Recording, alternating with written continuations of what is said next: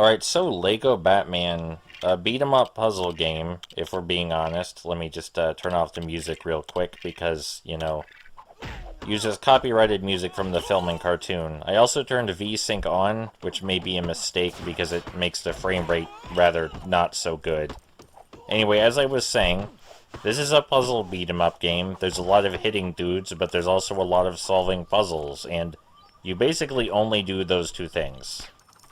A lot of the game you're going from left to right, smashing things open until you figure out where you're supposed to go. You smash stuff, bricks come out, you use the bricks to build something, and that helps you progress. Like, we just used the bricks to build this wire, so we could come over and get the demolition suit. The demolition suit enables us to place bombs that we can use to blow up silver bricks, like this one. And keep in mind that the game just taught us that silver bricks can be destroyed with explosives. This isn't the first LEGO game to teach people that. LEGO Star Wars 2 also taught people that. But keep in mind, the game signaled to us that, yes, explosives break silver bricks. And nothing else we try will break them. Just explosives. So you may be looking at all these enemies and thinking, God damn, that's a lot of enemies. And you are correct, sir. Usually the amount of enemies is limited to 10 or under, 10 being around the maximum amount for newer LEGO games. But in LEGO Batman, there is no holding back on the amount of enemies. They just flood the screen. Now on this level, which I must have recorded a little bit ago by now, I am unfortunately rushing through the stage, which in other LEGO games is fine, but in LEGO Batman in particular is not so good because of the amount of enemies. You really want to stop and fight the enemies until they stop coming, so that way you can puzzle solve uninterrupted. Otherwise you're going to get frustrated, which is not what you want to do. You don't want to frustrate yourself playing a game that's meant to be fun. So in this level, we've already seen both Batman and Robin change suits. All the suits give them different abilities. Some of the abilities are sort of unremarkable, but all of them are used to puzzle solve. This is one of Robin's more fun abilities, I find, as soon as we're able to use it. I really should have just fought the enemies, but I recorded this, like, a while ago. All the newer recordings I made of this game, I stop and fight the enemies. But this is one of Robin's more fun abilities. We can control a tiny remote-controlled car. And all we did was press switches that time. But gameplay variety is gameplay variety. Please excuse the constant cartoon punching sound effects. I know they may be a little distracting, but just pretend this is a really bad LEGO Batman speedrun. I swear, after the second level, I start actually fighting the enemies.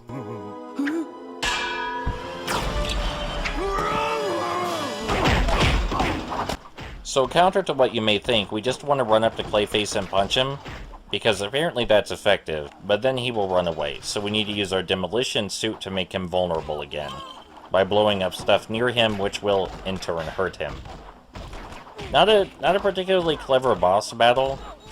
You already know what to do, because the game's visuals already told you how silver Lego bricks work, and giving Clayface 6 hearts is a bit of an odd choice, because you only deal 4 damage to him before the boss fight is over. Or I guess it's 3 damage, but, like, the hearts don't need to be there if they don't signify anything. Anyway, you use the demolition suit twice, then you use the batarangs to hit the switches above Clayface's head, and the boss fight is over. Really quick boss fight, nothing to it.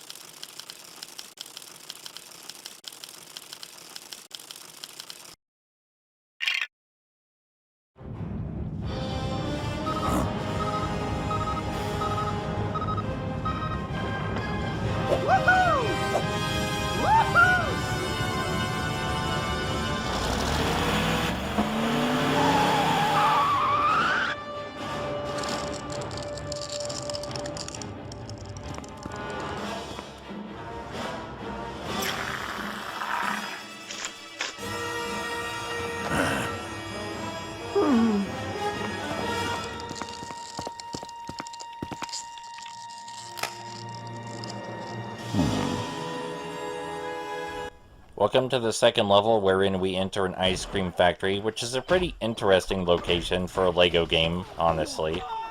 It also fits really well with the Batman cartoony villain thing. You know, like Mr. Freeze holding up in an ice cream factory. Yeah, that seems like a supervillain thing to do. You can't tell me it doesn't. Anyway, it's time for a new suit for Robin. Robin gets a magnetic suit now. As soon as it lets me. There we go. Robin gets a magnetic suit now, which allows him to walk on magnetized pathways. This is important because after we break open this gate with some batarangs, or robin rangs, or whatever his equivalent of batarangs is, we can walk on a magnetized pathway to solve a very simple color puzzle, where we have to make the colors of the ice cream match each other. As I've already said, after this level I do actually stop and start fighting the enemies instead of just running past all of them, which is good. I don't know why I ran past all of the enemies when I recorded these first 2 levels. I don't know what I was trying to prove or what I was thinking, but that was just a guaranteed way to make me more frustrated with the game, which is not something I should want, or anyone should want. They shouldn't be trying to find ways to frustrate themselves unless that's the purpose of the game, or they derive pleasure from that. You know, I'm not going to tell you how to spend your leisurely time, but this game is meant to be fun, not irritating.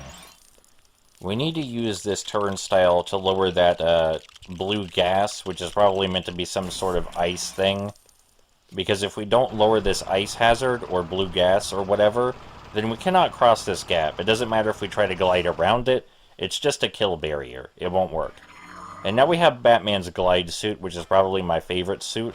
It lets Batman glide. So, combat in this game. You have your regular punch. You know what, I'll talk about combat later. I do believe this was the first LEGO game with targeted projectiles, where you could use a marker on the screen to aim your projectiles at specific things in the environment. I am playing on the Wii, so aiming is a little bit easier, but the targeted projectiles mechanic stayed for all future LEGO games, which I think is a good thing. It's not so great for combat, exactly, but it is useful for puzzle solving. Or rather, I should say it's mandatory for puzzle solving. It's possible to slip on that ice cream and die, by the way. So when I say this is currently my least favorite Traveler's Tales LEGO game, I don't hate its guts or anything. But why I dislike it, I think, will become apparent when the criticisms are relevant, which is not right now. Right now, it's a pretty standard LEGO game, with a cute gimmick of switching up suits in order to get new places. That jump onto this magnetized pathway, once-in-a-lifetime thing. You could not ask me to do that again. I don't even know how I did it that time. It's possible to get shot while we're climbing this magnetized pathway, but it's not happening this time. And I fucked that up. So something I really like about the LEGO games that it delivers in varying degrees depending on what game you're playing is that sometimes it feels like you're genuinely using your abilities to get through the environment. Like the characters are actually being clever and using what they have at their disposal. And sometimes it just feels like you're walking through a video game level. LEGO Batman is a good mixture of both of these. I much prefer only the former, where it feels more organic, but having a mixture of both is better than only having the video gamey levels. Yeah, I'm genuinely not sure what was wrong with me that I was trying to run past all of the enemies. I did record these first 2 levels a while before the rest, so I must have thought differently about the game in some capacity back then. But now I actually try to fight all the enemies, because even though it's not necessary to fight them all, it makes the game more fun and less frustrating. You know, you are the anti-frustration feature. So the AI will go up there and press that other switch we need. They won't just stand here. Thankfully, otherwise the game would be uncompletable, unless you're playing in co-op. The AI in this game is actually generally improved from LEGO Star Wars. The LEGO Star Wars AI is much worse than the AI in this game. I'm dying so much, it's fucking embarrassing. I go out of my way to not die at all in future levels, but I guess I just didn't care for these 2. Which kinda sucks, because future me, or present me right now, thinks past me sucks ass. But in all the levels after this one, I go out of my way to avoid dying even once. So if you're looking at this and thinking I suck, I agree with you. I don't know what I was thinking. This wasn't really a puzzle. You get in the ice machine, you freeze the ice cream so that way you can walk across it. But, you know, playing with the ice machine is fun because you can freeze and destroy all the bad guys with it really quickly. And this also not really a puzzle. You pull the switch and the grapply thingy goes up. And then you can use the grapply thingy to get up. But I guess they couldn't just put the grapply thingy at the top to start with. That would be too simple. This is more of a puzzle. It has some logical consistency to it. You need to reroute the steam coming from the pipes so that way you can actually get through to the next room. The way you reroute the steam is a little odd, but you know, you can see what you're doing.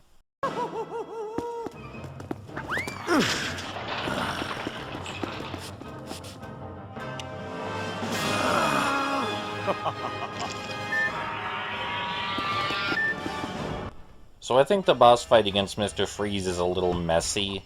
It's not that the ideas it has are bad or anything.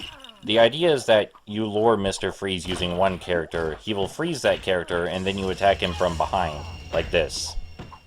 Simple enough, but it's kind of hard to tell that's what you're supposed to do in single player. At least I think it is. My mind immediately jumped there. As soon as my character got froze, I immediately thought, oh, I better switch characters and punch him from behind, which is what you're supposed to do, but I feel like many people might have trouble realizing that, because you don't often have to switch characters to do anything besides solve puzzles. You don't usually have to switch during combat. So I feel like that could be better conveyed, especially for children, by maybe putting a C button prompt above the character's head so you know to switch. Something else I don't particularly get about this boss battle is that after Mr. Freeze drops down and you hit him, he'll jump back up there and pull the switch, but the switch just does things that actively hurt him. Like, the switches he pulls just makes it possible for you to attack him better. You'll see what I mean here in a second, after I deal damage to him this next time. He'll jump back up, and then he'll pull this switch, which raises the ice cream level, so now I can reach those switches, which let me deal damage to him again. And just, why? Why did he pull that switch at all? Why didn't he just leave the switch unpulled? I know that narrative excellence was not an expected quality of LEGO Batman the video game, but I feel like the basic logic should follow. Why would Mr. Freeze pull that switch if it was only going to deal him damage? Like, he's actively helping himself lose the fight. That did nothing profitable for him. Did he not even know what the switch did? Because if so, Mr. Freeze would not have pulled it. He's not stupid. The only in-universe justification I can think of is that Mr. Freeze wanted to lose, but that sounds way too interesting, and the game does not expand on that or draw attention to that in any way. I think what actually happened is the developer just needed a reason to block off those switches, and they couldn't figure out how to unblock them in a way that made sense. Again, I get this is LEGO. I'm not asking for perfection or anything, but I think your game should always make sense in-universe, at least. And in-universe, this makes absolutely no fucking sense. And yes, I get ludonarrative dissonance as a thing, but it's usually not this bad or noticeable. It's usually not this bad. So, after we, drop that ice cube on Mr. Freeze's head, he will proceed to not react to getting it dropped on his head, and then he will jump down and attack us anyway. I think the core idea of this boss, switching characters when one of your characters gets frozen and then hitting Mr. Freeze from behind, I think that's cool. I don't like how long and drawn out the boss fight is. The Clayface boss fight was way more interesting and also way shorter. Look at that, he doesn't react at all. Got nerves of steel. Nerves of cold steel. He won't jump back up there again, though. We just need to hit him 2 more times and the boss fight will be over. Kind of an underwhelming level from Mr. Freeze, with an underwhelming boss battle. I feel like they could have done more with the freezing gimmick than they did. Again, I like the core idea that he freezes one of your characters and then you switch to someone else, but I feel like they could have added a bit more to it.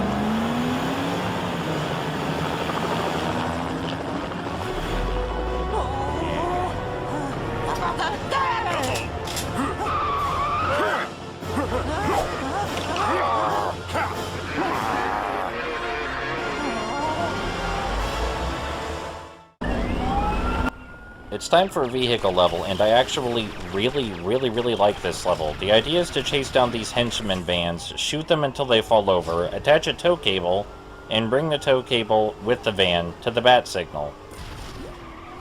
I said bring it to the bat signal, where the van will then be apprehended.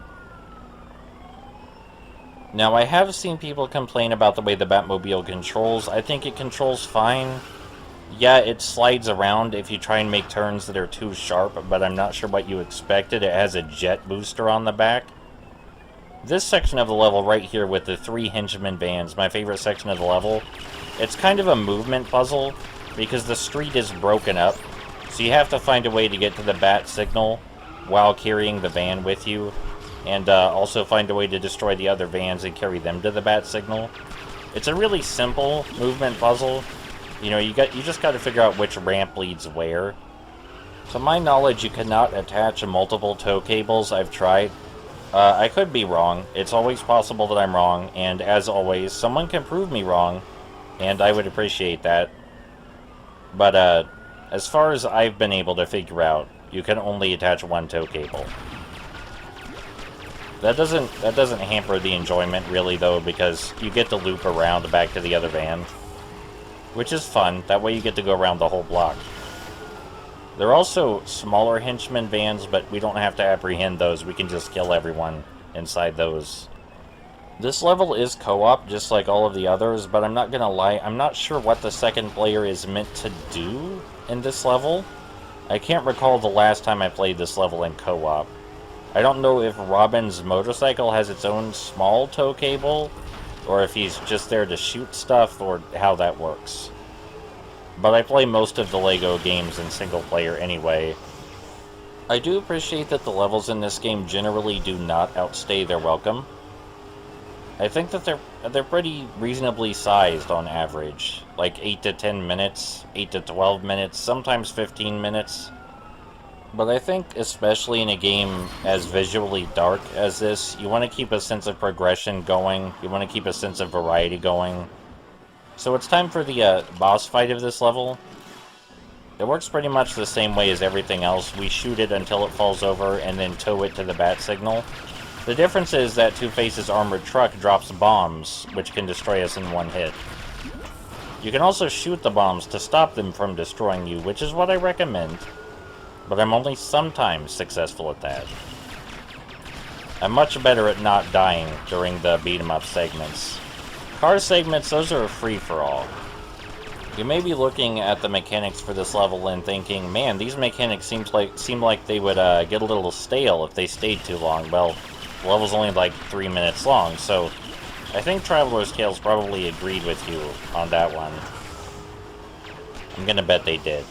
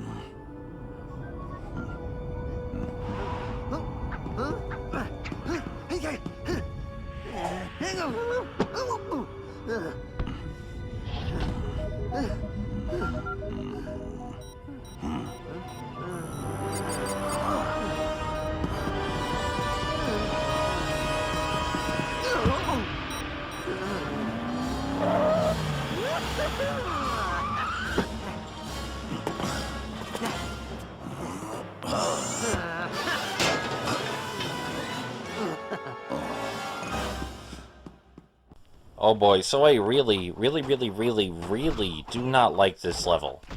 But I know what to do now, so there's no wandering around aimlessly for 30 minutes like there was the first time I played it because I didn't know what to do. We need to destroy some flowers, and out of the flowers we will make a bulldozer. And then we will drive the bulldozer somewhere, and that will solve everything. Or this, I guess it's a bulldozer, it's a tractor. It's a vehicle with a thing on the front. We're driving it. Okay, so there's a fountain right here, and we can run it over with the tractor to destroy it. I didn't know this, and I would have no reason to guess that, because earlier in the game it was made clear that silver bricks like that can only be destroyed with explosives. Now granted, we only saw those silver bricks in one level before, but also in LEGO Star Wars 2, silver bricks could only be destroyed with explosives. But at least we get a cool suit out of it. This suit allows us to break glass. So yeah, that glass breaking mechanic, it's been around a while. It's been around for over 10 years now. Sadly, it doesn't deal damage to enemies, though. But we can use it to shatter these things feeding Poison Ivy's plants, which will clear the path for us. So I avoided talking about the combat, but the combat. This game gives you combo multipliers when you defeat enemies with your melee attacks. When you mash the B button, I mean. You get combo multipliers, and the multipliers give you more studs. So let's say you destroy 3 enemies in rapid succession. You get 3 times as many studs. At least that's my understanding of it. Some future LEGO games also use that combo system, but they do it a lot better, because not only are there fewer enemies, but they're easier to avoid, and it doesn't give you a really simple alternative that's much more effective than wailing on the enemies. The simple alternative I'm talking about in this game is grappling. By pressing the Z button, you can grapple an enemy, which gives you a lot of invincibility frames, and you can kill them in one hit after grappling them. So it's just a superior method of battle. Yes, you don't get combo multipliers for it, but if you want to survive, it's the easiest way to do so. Just chain grab everyone. Something I'm not a huge fan of in this game is that it has one of the old LEGO game problems where you just break absolutely everything until something pops out that you might need. That happens a lot in this game. After you figure it out and know where to go, replaying the levels can be fun, but the first time through, when you don't know what to break or where to build things, that can get a little frustrating. Thankfully, future LEGO games fix this. You can also be interrupted while building in this game, which I don't like so much. We have the vacuum suit now, and with the vacuum suit we can suck up stray LEGO pieces and put them in machines, which will then allow us to progress. I don't like the vacuum suit. I don't like it at all. The other suits feel like gadgets that would be useful in general situations that you can use to get around some of the hazards in the level. Like, Batman built a place to switch to the Sonic suit because the Sonic suit will allow him to break glass, and because they're in a greenhouse, breaking glass is useful. There's logic there, the logic follows. But the vacuum suit, we're breaking bricks, vacuuming up the lost loose pieces, and then sticking this thing in a machine, which will provide us a way forward. That doesn't really make any sense to me in universe. Why would Poison Ivy have a machine we could plug this thing into, is my prominent question. Why would Robin have this suit in his arsenal, is a good second question. And also, did they think this game mechanic was fun, is a third question, but that one's not in universe. Just for reference, I do not think running around breaking things and sucking up stray LEGO pieces with the vacuum suit is very fun. Sometimes they give you just enough pieces, and sometimes they give you more than enough. It really depends on the situation. But the situations where they give you just enough pieces scares me, because I'm afraid I'll barely miss one and then have to wander around looking for it. Thankfully, they give you excess pieces this time. So we stick it in a machine, and the machine poops out a bomb. Why does it poop out a bomb? Why was this machine here next to her plant? Who knows? Doesn't make any sense. But it's time for another suit now. This suit looks really dorky and cool, but doesn't do much. Just gotta get up there first. As I was saying, this next suit looks really dorky and cool, but it doesn't do much. All this upcoming suit does is allows us to walk through hot areas without damaging ourselves. But I love the goggles on it, and I love how goofy Batman looks wearing it. Not particularly interesting, though, as a mechanic. That was my bad. I timed that jump horribly. This is one of the most surface-level mechanics in the game. But there we go. I step in on a hot thing, and I'm building a thing, and now Robin can get across too. And that's what the heat suit does. That's pretty much always what it's for. That one thing. Okay, so this room, the enemies just keep coming, and they don't stop coming. Every time you break something or pull something or do anything, enemies will jump in from the foreground. And if I were rushing through this level, as I was the first two levels, then this room would be immensely frustrating. But because I'm actually stopping to fight the enemies, it's not so much. The chain grabbing is really, really overpowered, in case that's not obvious. It's actually kind of hard to avoid dying if you don't use the grabbing mechanic. Not that the combat is nuanced or anything, but the grabbing mechanic is just the optimal way to not die with how many invincibility frames it gives you. And sure, there are different enemy types, but they are all susceptible to the grab. None will escape the grab. Alright, Robin, time for your vacuum suit again. Thankfully, this level does offer excess bricks, as was previously stated. And after we use this machine, we have to wait a really long time for this door to open. Takes a while. Give it a minute. Watch Robin do a dance. Oh, he stopped. Ah, there he goes again. Okay, finally, door's open. This is the last room before we sorta, kinda fight Poison Ivy. This room's just a platforming room. Nothing especially tricky or unique about this room. We bust open these. We build some switches out of the plants that pop out. And then we jump through the acid using our new platforms. It is advisable to wait for the camera angle to change before we start jumping. But, you know, if you're a real daredevil, you can jump while the camera angle is still in its default position. But I'm gonna wait for the camera to change. Alright, now it's time for the new boss fight. Oh wait, I forgot about this. I guess this is necessary for some reason. Could have just let us walk through the door. I don't really think this was important.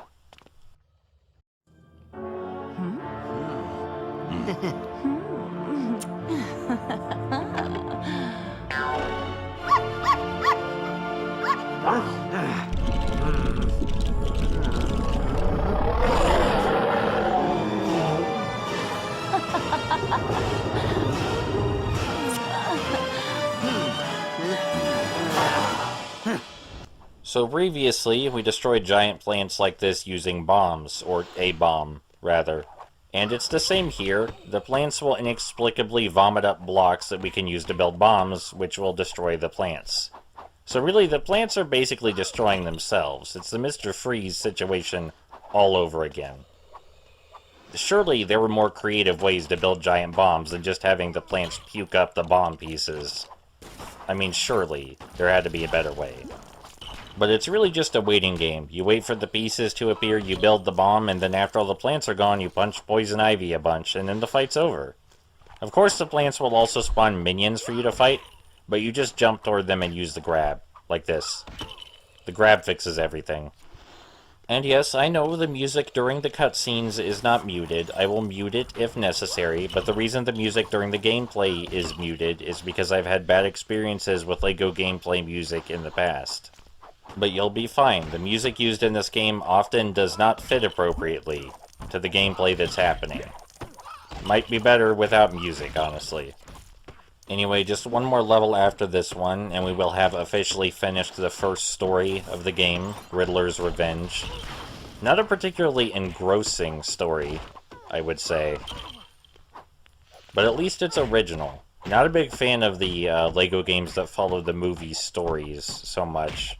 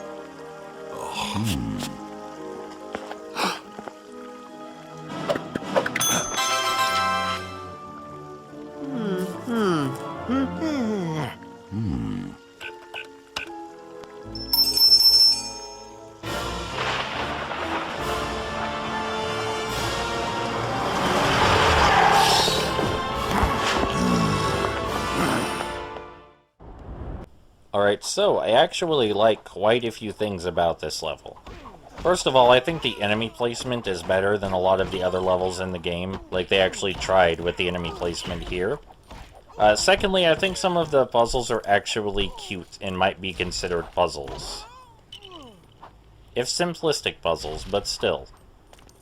So, after we're done destroying the enemies, we need to build this security system because apparently someone disassembled it after Edward Nygma and Two-Face passed through, which doesn't make a whole lot of sense to me, but we're gonna fix their boo-boo.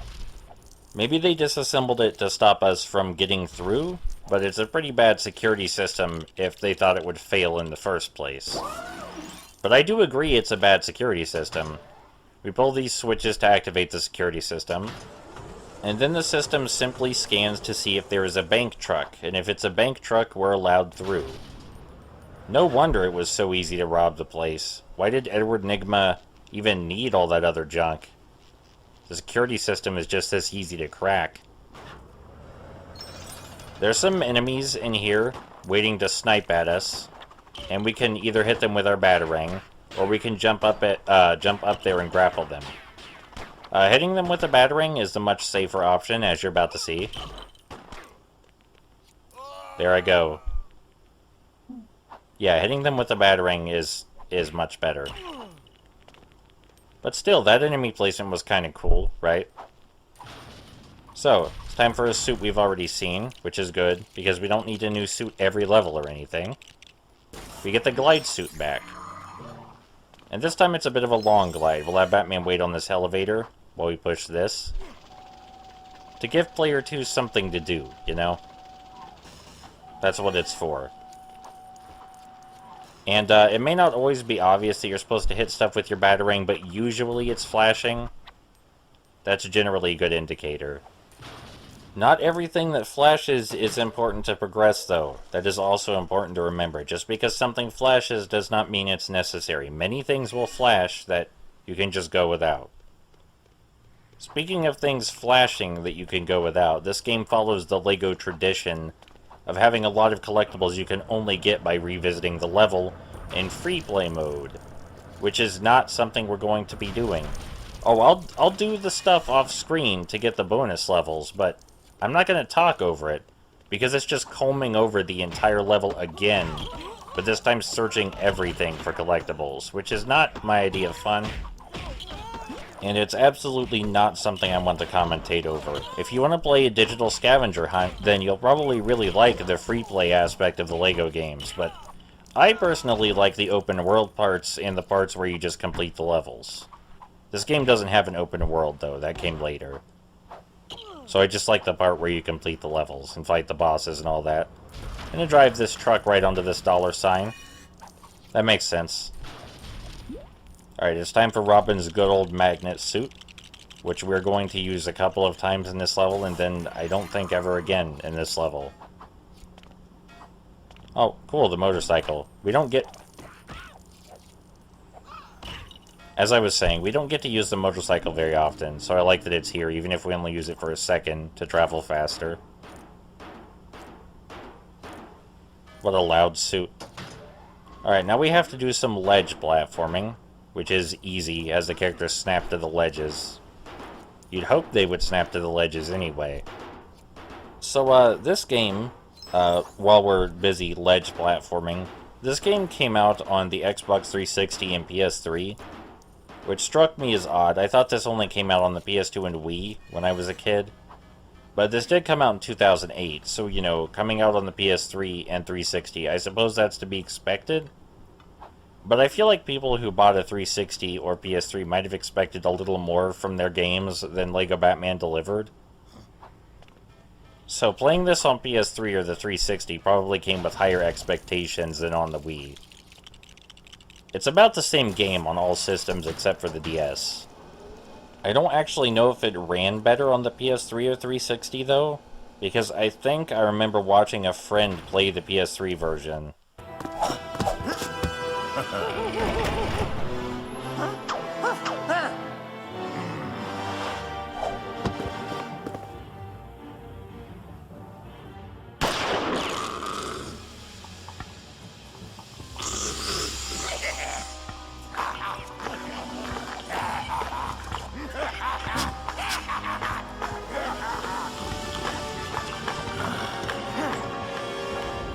I actually really love that cutscene where Two-Face covers the place in acid and slowly, menacingly walks towards you with his gun. I think that's great. It's very atmospheric. Has a lot of personality. It's just really good.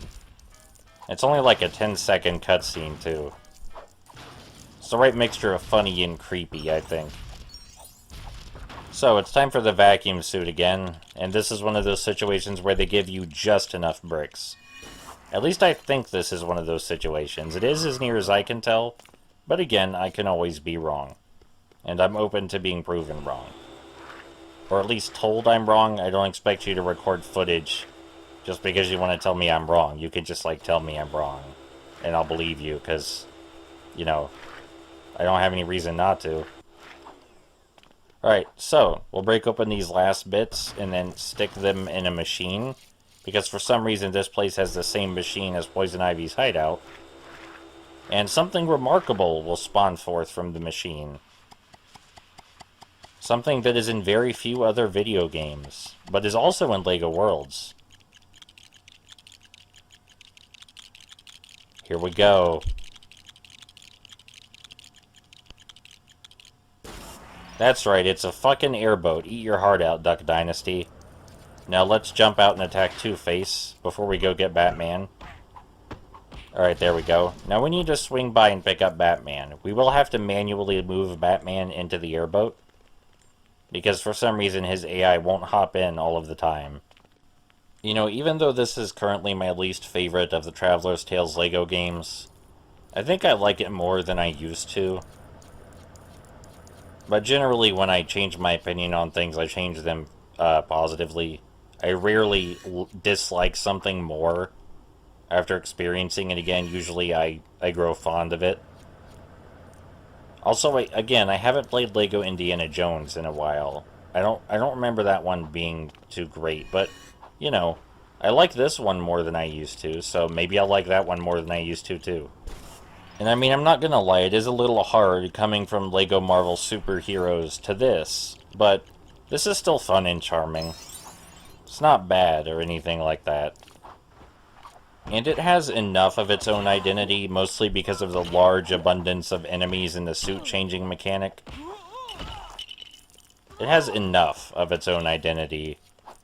I can't remember who said it, but I think it was a developer from Traveler's Tales one time said that sometimes you have to take 12 steps forward for someone to see you've even made one. And I assume they were referring to the LEGO games, because people often accuse the LEGO games of being samey, and I can tell a lot of things change between each release, just not enough probably for the average consumer to really notice. I like this room.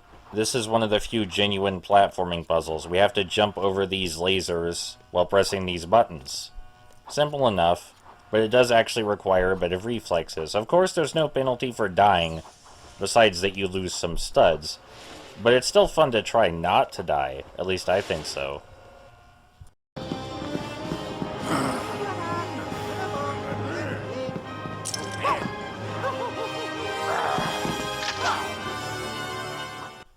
Alright, boss time. So this isn't a great boss fight, but I don't hate it either. We just kind of wail on Two-Face until he feels like giving up. Just gonna keep mashing that B button until he quits. And then when he does quit, we just kind of have to dick around for a bit until he comes back down. But while we're dicking around, we can build stuff that we'll need for the next phase of the fight, so that's kind of cool. You know, these henchmen probably hate their job a whole lot. I hope they at least get paid. Looks like Two-Face came back down to get punched some more. So after we deal with Two-Face, get rid of his last heart like that, we have to break open pieces of the environment and build catapults to shoot the Riddler's shots back at him. Pretty simple. There's very few things to break in the room, so you're going to notice really quickly what you have to do. It's not a great boss battle, but I like it more than the Mr. Freeze boss battle. I like it more than the Poison Ivy boss battle. Probably about on par with the Clayface boss battle. There is one detail I like about this this boss battle, though. But it will come after we start wailing on Riddler a bit. So Riddler jumps down, and we punch him, predictably. Just keep mashing the B button. We're invincible while we do that. He'll jump up there because he's tired of getting hit, and while he's up there, he will mind control Two-Face, who is currently cowering, and make Two-Face fight, even though Two-Face would rather not fight, because we beat the shit out of him. Or, I guess he does that after this phase. After we hit him this time, he'll jump up there and mind control Two-Face. I hope he does that. I don't think I'm crazy. Okay, there, he started mind controlling Two-Face. I thought maybe I hallucinated that part. And then Two-Face will hop down, we hit Two-Face a few times, and then we hit Riddler a few times, and then we hit Two-Face again a few times, and Riddler again a few times, and so on, until the boss fight is over. And that will complete the first story of LEGO Batman, of which there are 6, but there are only 3 hero stories. The rest are villain stories, which are sort of prequels to the hero stories. Don't worry about it. Don't worry about it now. The most important thing is that we've taken down the Riddler, or will take him down in a few seconds, and this game is both better and worse than I remember, but at least I'm enjoying it more now than I used to. I think I'm enjoying it more now than I did as a kid, even, which is good. I think I really didn't even want to play the villain stories when I was a kid. I think I wanted to stop after the hero stories. Man, this wailing on the B button thing doesn't look so great in the footage, does it? But that's how you fight them.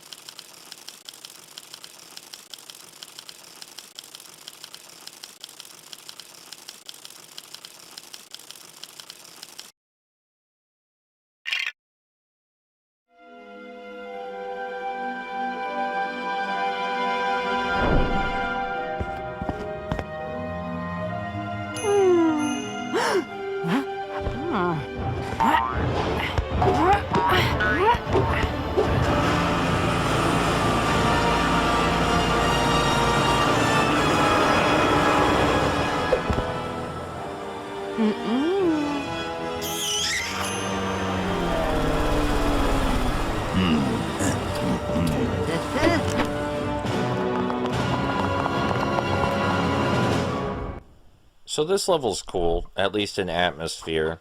In this level, we're basically doing a rooftop chase. We figure out how to get on the rooftop, and then we run across the rooftops, and that's the level. I like the alleys and fire escapes and the architecture on the side of the buildings. It all looks very nice, very Gotham. I also really like that almost all of the villains in the Penguin's lair are animal-themed, except for Bane. You know, everybody but Bane, animal-themed. Kind of odd. But maybe the real animal was humanity all along, and that's what Bane is here to teach us. I'm trying to remember how the fight with Bane works, and it's not coming to me right now, even though I literally just did it a little bit ago. I can tell you how all the other fights go. I question the necessity of having Bane and Killer Croc on the same team, though. I mean, sure, the cutscene showed that Bane was stronger, but for the purposes of Batman, does that really matter? Especially Lego Batman. It's not like Batman's going to get in a strength contest with either of them. So, like, the idea is that he uses his smarts to get out of that. Alright. Up on the rooftops. I do like the rain effect. The rain is, it's not terribly great, but at least it's also not a really bizarre cone, like in some other 3D games. So there's that. It adds the appropriate amount of atmosphere. We also get the glide suit again, which is still my favorite Batman suit.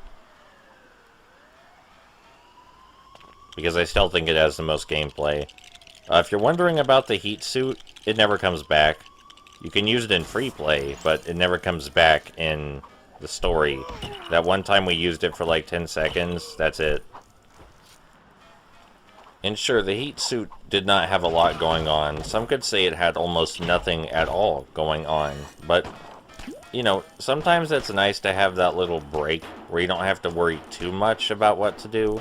Because even though this game is really simple and it's mostly about pathfinding, sometimes you really, really have no idea where you're going. And when you see the heat suit, you're like, oh, I know exactly where to use this for the one time you use it. And I did say Lego games are simple, because they are. But there's actually a lot to balance here in the game design that can be kind of difficult. Like, You want to have pathfinding, because pathfinding is the primary puzzle in LEGO games. How to get from here to there. That's the most common puzzle, and sometimes in some LEGO games, the only puzzle is how do I get from here to there.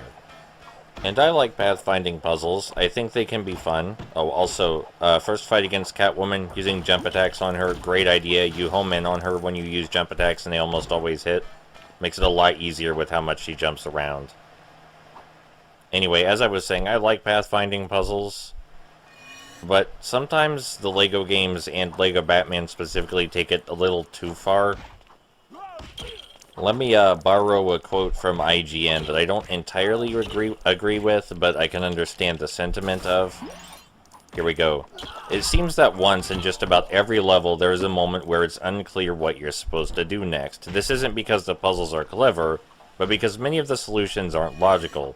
The solutions can seem random, and when you do finally figure out what you're supposed to do, like jump on top of a flower or that there is a hard-to-see lever that needs to be pulled, there's no aha moment. Instead, it's, are you kidding me? This isn't exactly a new phenomenon to the series, it's bad level design, and there's no reason for it in the series' 5th iteration. And he's right, there are a lot of moments where you would have no reasonable way to figure out what you're supposed to do beyond just plain trial and error. This isn't one of those, though. Pretty clear you're supposed to drive this thing in there and over these switches, because we already drove a remote-controlled car over switches before. And it's pretty clear we're supposed to blow up these silver Lego blocks using explosives, because we've already done that before. The game appropriately gave us all the visual information we need to figure out what's going on. And our reward is actually something really cool that we only get to use for a couple of seconds. There's this really awesome helicopter, and whoever's not flying grapples onto the underside, and it's just cool.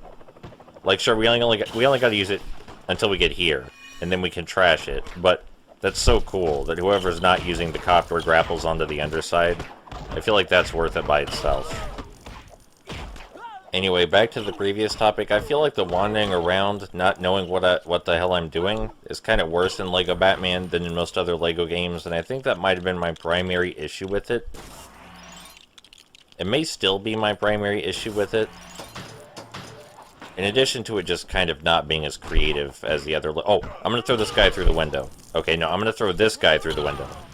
Hell yes. Alright, all criticisms are irrelevant. Just threw that guy through a LEGO window. You see what I mean by the architecture on the outside of these buildings, right? It's really cool. I don't know why we're just now being introduced to Catwoman, but, you know, it's alright. So, the boss fight against Hold on. Gotta deal with these guys first. So, the boss fight against Catwoman. How this works is we punch her a few times, and then she jumps away, and we have to go find her. And then we punch her a few times, and she jumps away again, and we have to go find her. This may sound... Please stop hitting me, please. This may sound completely identical to the previous time we fought her in this level, but it's not, because this time there are 3 levels on which to fight.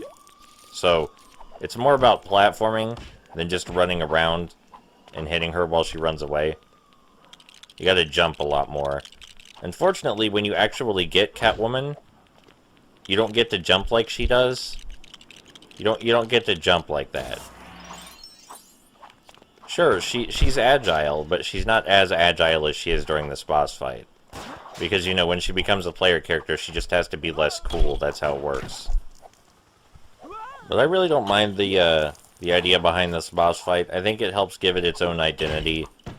Like, a lot of people might not see the appeal in, oh, now Catwoman jumped somewhere else, but I think it fits with her character. I feel like her bouncing around all over the place like crazy and making us chase after her, I feel like that's pretty good for a boss battle against Catwoman. Like that, yeah. Just keeps fucking running away. And then after we chase her down, she summons goons. We gotta beat up the goons and chase her down again. You get how it works. I don't know where Batman is right now. Batman seems to have just kind of left the building. But that's okay, because we've got this handled. 2 people are not required for this boss battle. In fact, the second player might have a hard time figuring out what to do during this boss battle. I guess the second player could always sit on their hands or recite Batman trivia, but it's not really the kind of interactive entertainment that I was looking for.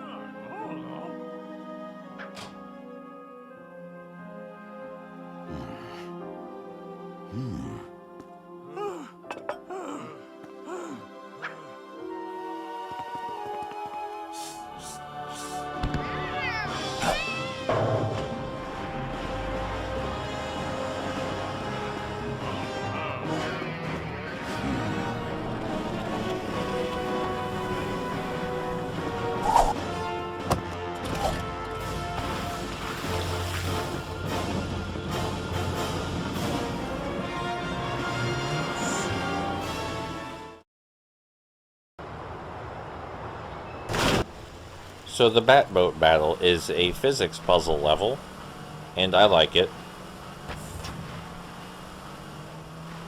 How it works is we grab one of these mines and we drag it behind us, and how it works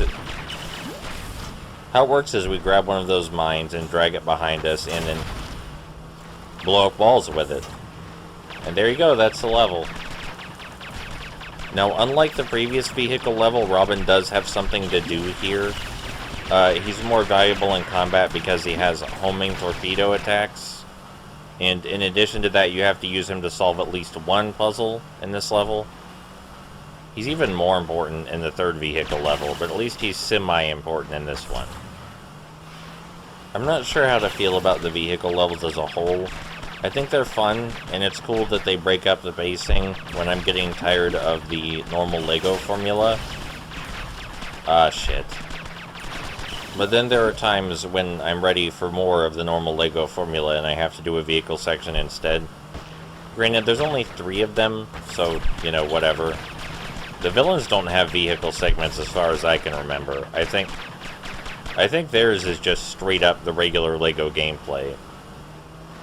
I wish Robin would not get in the way of our mines. That would make this mission much easier. There are situations where I wish there were the second player playing with me, but they are few and far between. Mostly because I don't want my siblings playing this because I don't think they'd enjoy it very much. You know what? Fine. We died, but we got the job done. It's all good.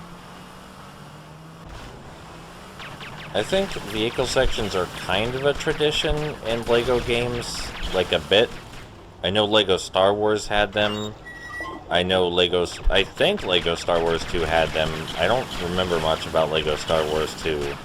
I know that LEGO The Incredibles had them, but that's jumping a bit far ahead from LEGO Star Wars straight to LEGO The Incredibles. LEGO Batman sure as fuck obviously has them. I don't recall LEGO Marvel Superheroes having them, and that used to be my favorite LEGO game. So I feel like I'd remember. I know LEGO Marvel Superheroes has driving and racing sections in the open world, which I really, really loved. But that's because they established more consistent driving mechanics, so it actually felt like a driving game, as opposed to these sort of mini-game sections we're doing in LEGO Batman. I know LEGO Marvel Avengers has vehicle sections in the Vita and 3DS versions, but I don't remember in the console versions. I guess the vehicle sections must, if they do exist in those games, they must just slip my mind. Like, maybe I don't like them, or maybe they're not memorable enough, or something. I feel really, really dumb right now, because I've played so many LEGO games, but I'm totally blanking on the vehicle sections in most of them. If there are vehicle sections in most of them, help. I can remember the battle arenas in the LEGO Ninjago movie. I can remember most of the levels in LEGO Marvel Superheroes note for note. Especially Sand Central Station. I know that for some reason Blade rides a pizza motorbike in LEGO Marvel Superheroes. The first boss in LEGO The Movie 2 video game is a giant Duplo dinosaur, and you have to defeat it in a really creative way that's actually really cool and may make it one of the best boss fights, if not the best boss fight in the entire series so far. I know a lot of LEGO games have side-scrolling shooting sections that remind me of Defender, where you move around a 3D area in a 2D space and blow stuff up, while the other player does something else like puzzle solving. I know LEGO Marvel Avengers and LEGO Dimensions have those, but I'm pretty sure they're not the only two. But I'm completely blanking on vehicle sections. So how this submarine boss works is we grab mines and we throw it at the submarine in the designated areas to drop the shield, and then after that we just shoot the submarine to death. Works for me. I like swinging the mines into it. It's really fun messing with the physics in this level. I'm sure a lot of people would disagree and find the physics frustrating, but, you know, I know the game expects patience from me because it's a physics puzzle, so I have no issue being patient. Maybe I should go and, like, make a list of all the vehicle sections and the story levels in LEGO games. The open world driving missions don't count. I know those are technically vehicle sections, but that's definitely not what I'm referring to. There are some enemies in this boss battle, by the way, that our shots will just bounce off of, but I do believe Robin's torpedoes can destroy them, which is cool. It gives you something to do if you were to be playing as Robin during this, but as we are playing in single player, we're just playing as Batman. Wow, I am doing so fucking terrible at aiming this thing. This is just embarrassing. There we go. Now we just shoot at it until it dies. Which works for me. Just keep pressing that B button until it blows up. The next level I really, really like, though. Actually, the next 3 levels I really, really like. I consider them the highlight of the hero missions, actually, these next 3 levels after this boat battle. Also, the boat control's fine, I guess.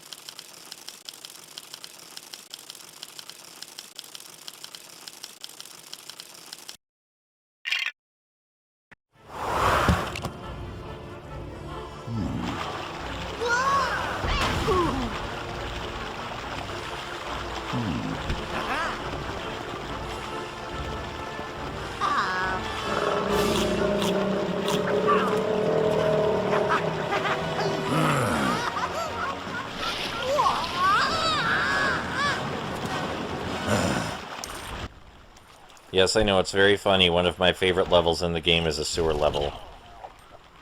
But this level's cool. This level introduces Robin's water suit, and it has a lot of water raising and lowering stuff to do, which I think is fun. Also, you know, more magnet suit, because we can never get enough of the magnet suit. This game really likes the magnet suit. I feel like it thought the magnet suit was a way cooler idea than it actually is. But that's okay, because there's nothing particularly wrong with the magnet suit. And we can still grapple enemies just fine while we have the magnet suit, which is not the case with every suit.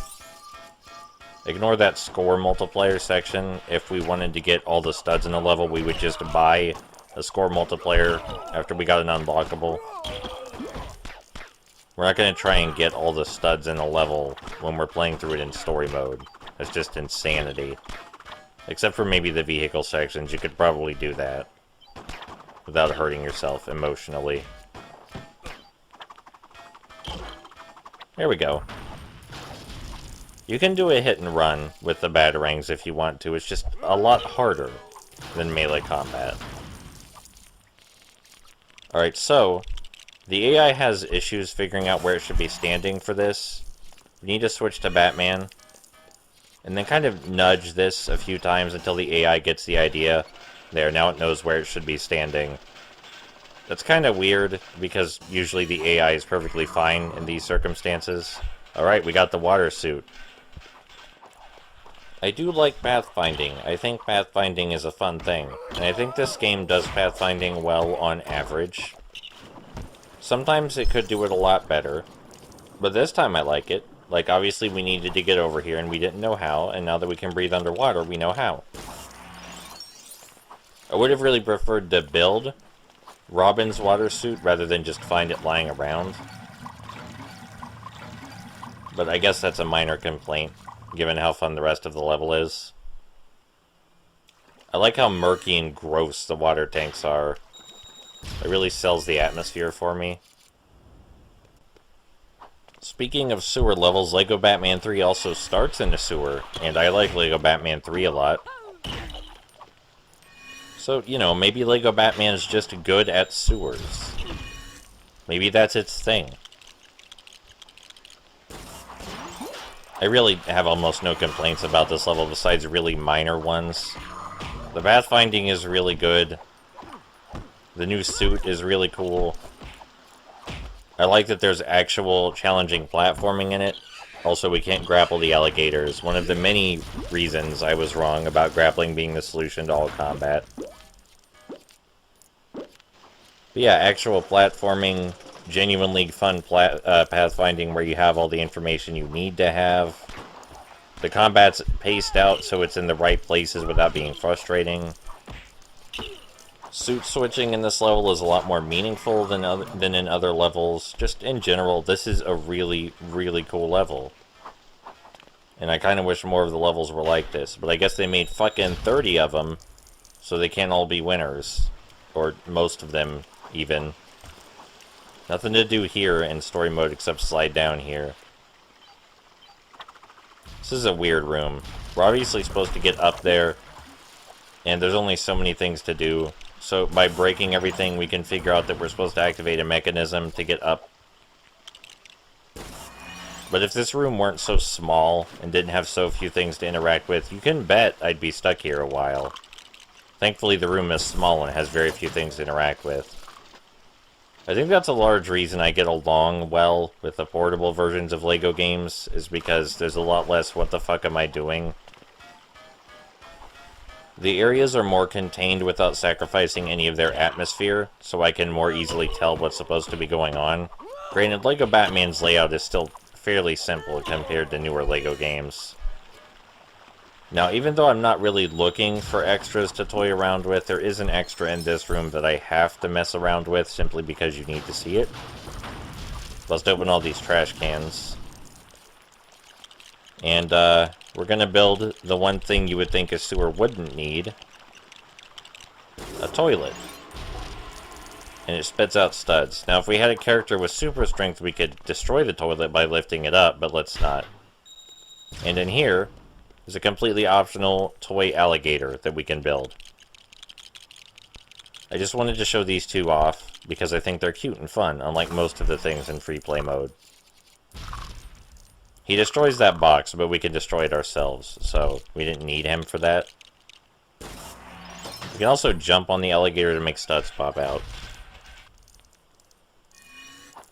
Man, I just really like this level. This level just has a lot of cute and fun stuff in it. I appreciate that Robin does not sink even with his magnet suit on. Must be really hard to swim in that thing. It seems heavy. Like, really obscenely heavy. I wonder where they got that sound effect for the suit change, because it sounds like nothing I've ever heard before. Man, I feel much better now that we've hit this stretch of levels. Not that I hate the other levels or anything, but I just like these levels more, and I think they're way better designed and more varied, more colorful, more enjoyable than the rest of the levels in the game.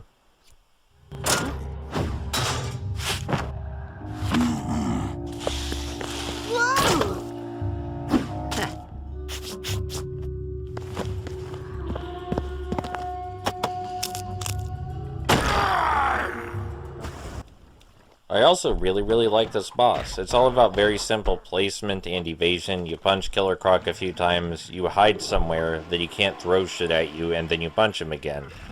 I find that behind this bed is the ideal spot to hide, because he'll almost always throw his objects against the wall, and even if he doesn't, he'll still miss you. But yeah, so it's a very short, very simple boss fight, but I like bosses that are like little tiny puzzles, and this is definitely one of those. You find a place to hide from the garbage he throws, and you've solved the puzzle. And the puzzle's only like a minute long, so it doesn't outstay its welcome. And a part of me just feels smart for finishing this puzzle, even though I'm pretty sure anyone could do it.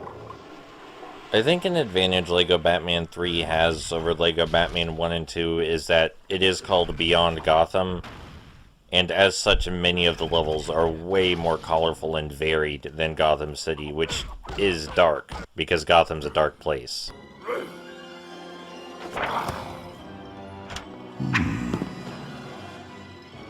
Woohoo!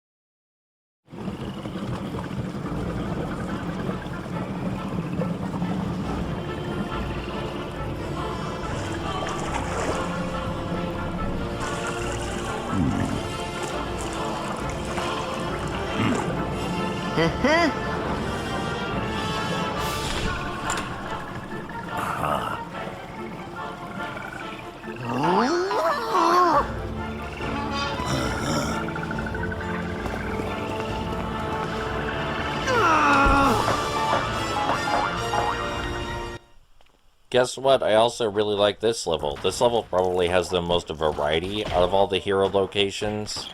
I like that we just busted open what looks like an arcade or something. This level can be a bit dense on enemies, but aside from that, I think it's pretty great. It's probably the most varied hero mission, as I've said. There's some actual platforming in it. All of the locations are actually colorful and nice looking, contrasted to a lot of the other locations in the game, which, you know, I get it. Gotham City is supposed to be dark, but I don't think it fits super great with the atmosphere of the LEGO games. Don't think it fits super great. LEGO Batman 2, more of an exception because it has a serious story to tell. So having a good representation of Gotham that's not just the colorful parts matters more. But you can still see there's a lot more color and life in this level than in most of the other ones we've seen previously. Like, I'm sure even if I didn't bring it up, you could tell this level's more colorful, more vibrant, more alive. And I like that. Doesn't necessarily lose any of the dark charm, either. Alright, so, there was a gate over to the right that we couldn't reach before, but now we can, by getting Batman up here with his glide suit. This is what I mean by the pathfinding I actually like. We had a place we needed to get to, we couldn't get there, and now we can. And the way we got there follows some sort of logical pattern. I didn't have to beat myself up trying to figure out what to do. Also, now that you know vehicles break through LEGO blocks that normally can only be broken by explosives, the game largely stays consistent with that.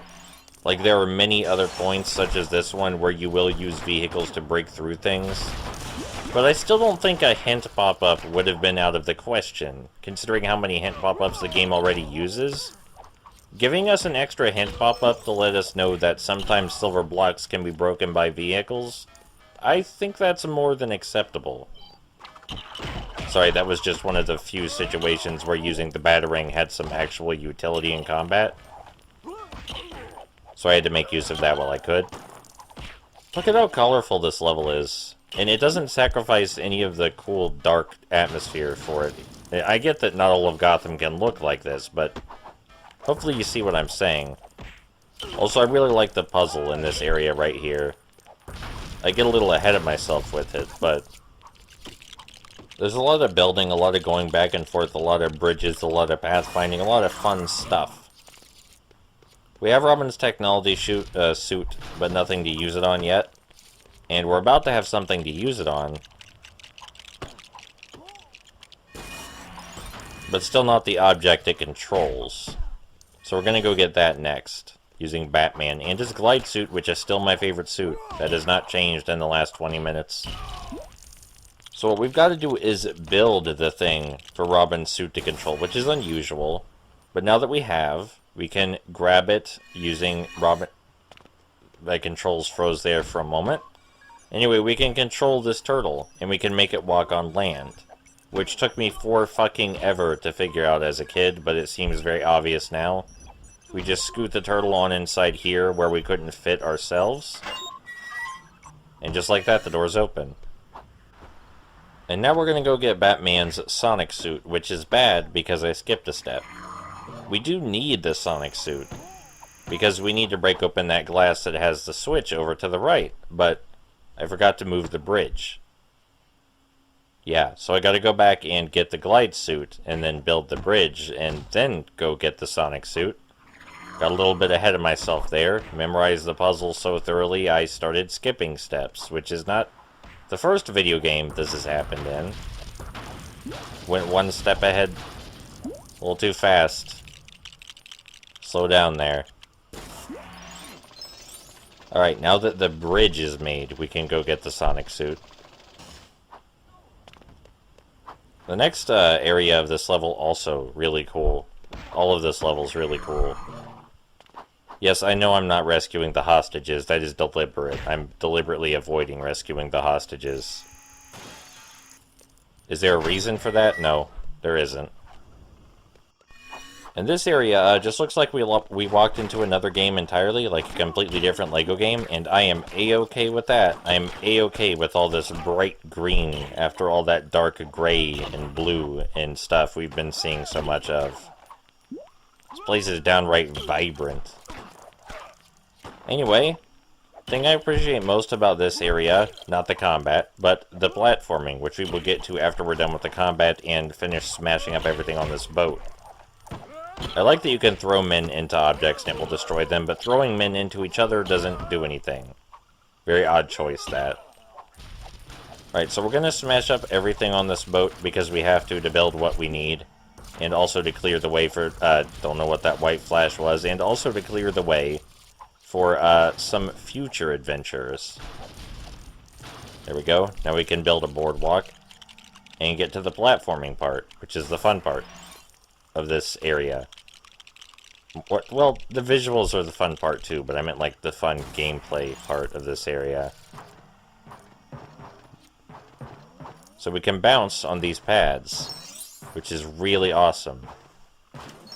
Do you have to bounce on these pads? No, but you get additional studs. And it's a chance to actually do some challenging platforming, which this game does not offer you a lot of chances for. Boing. And after we get over here, we build Batman's demolition suit.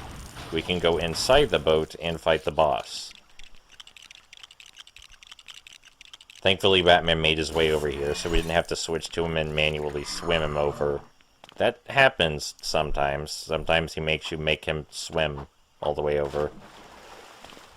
So there's one more level I really like after this one, and then that's kind of it for levels I really enjoy in the hero missions, which kind of sucks. I mean, I don't hate this game, like I said, but I wish there were more of this.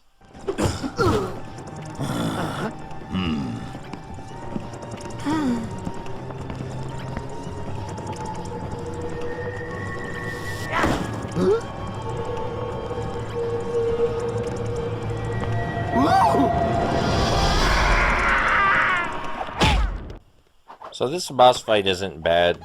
As most boss fights, it starts with us punching him until he runs away, and then we have to build something.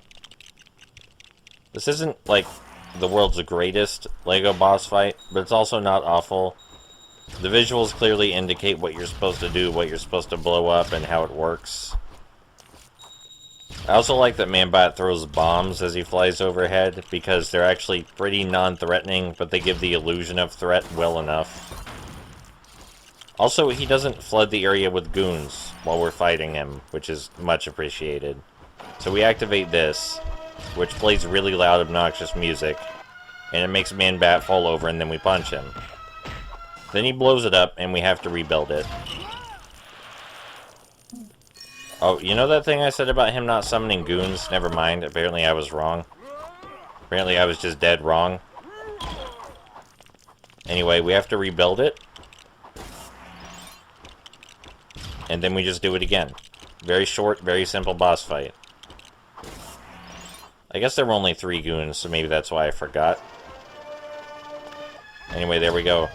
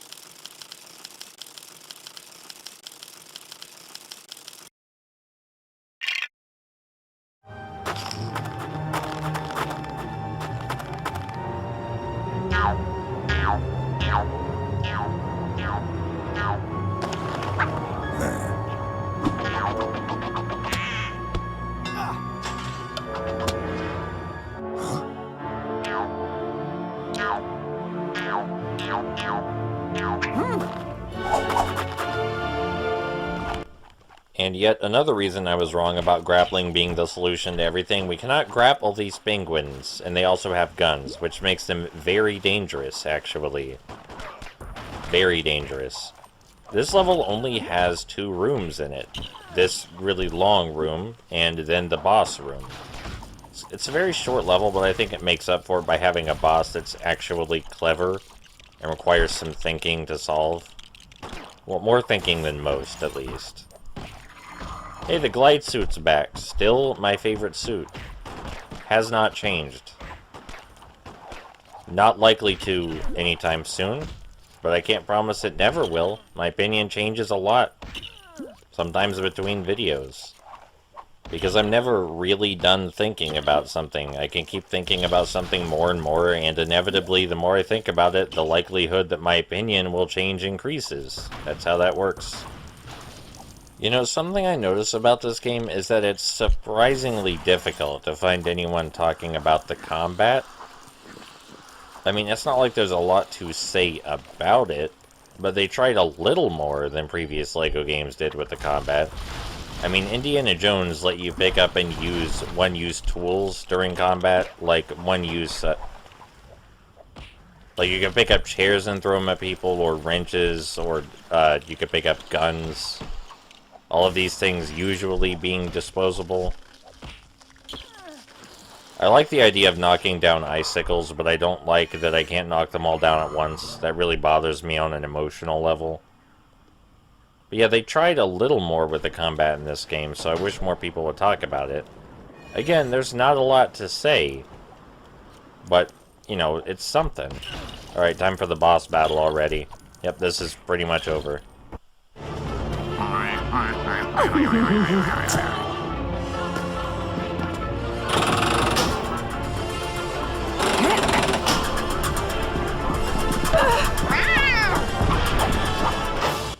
So this level confused and frustrated me as a kid, but as an adult I can appreciate it a lot more. First of all, don't worry about Catwoman, she's just there to bother you, and if you punch her she'll go away. But we have to use our batarangs to hit those things up there by the penguin. There we go. And then after we do this, he'll send penguin bombers after us. And what we do is we move this turnstile in the middle, so that way when the penguins bump into it, they deflect and run into one of the generators that's powering his machine. Like that.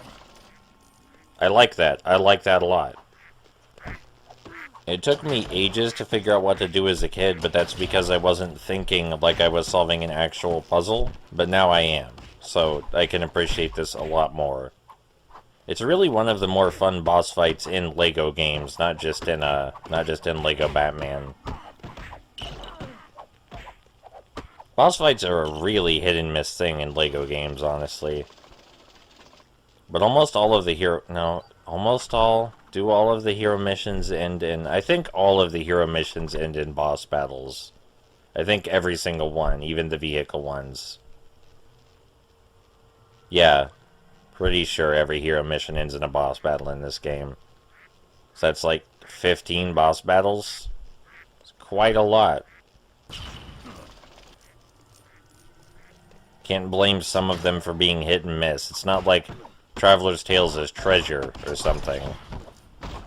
Or whoever developed Rapid Angel, because they also had a really boss fight packed video game, and they did a good job with that. Alright, so now that we destroyed all the generators, the penguin just comes down to hit us. We hit him back, and then he flies away, and we hit him with our batarang to make him fall, and then start hitting him again.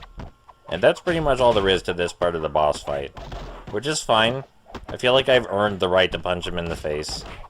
I do want to thank him for giving the game its best hero missions, though. I don't want to say it's all downhill from here, but it's kind of downhill from here. None of the levels are going to be as good as the last few we played in terms of visual variety, mechanical variety, and general atmosphere, platforming.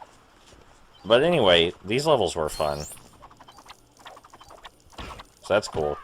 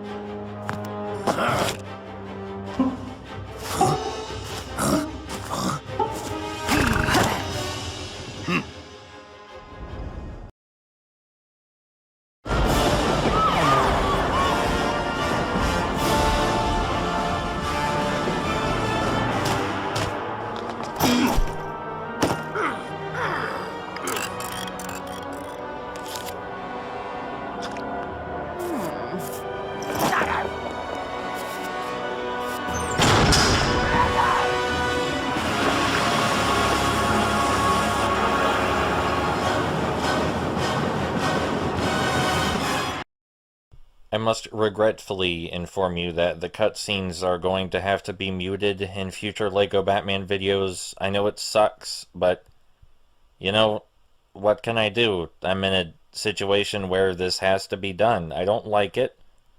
You know, no one has to like it, but it is what it is. Have to mute the cutscenes for the long play I'll be submitting to as well. I'm sorry. For what it's worth, the game doesn't have any voice acting, so you can just pretend it's like an old silent film. That should be fun. Just, you know, plop a filter over it in your mind, and it should be all set to go. So enjoy the silent cutscenes and the not silent gameplay. Thank you, and again, sorry about that.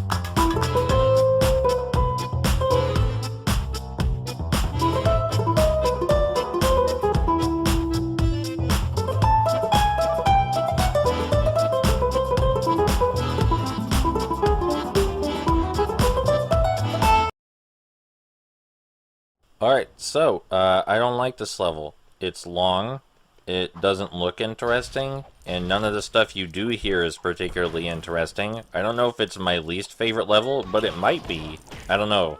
I might have to think about that. But, it's okay because I wrote down some talking points to get us through this a lot faster. So first, let me pull up the list of things that, I got wrong. Okay, so Gotham Reserves is an island.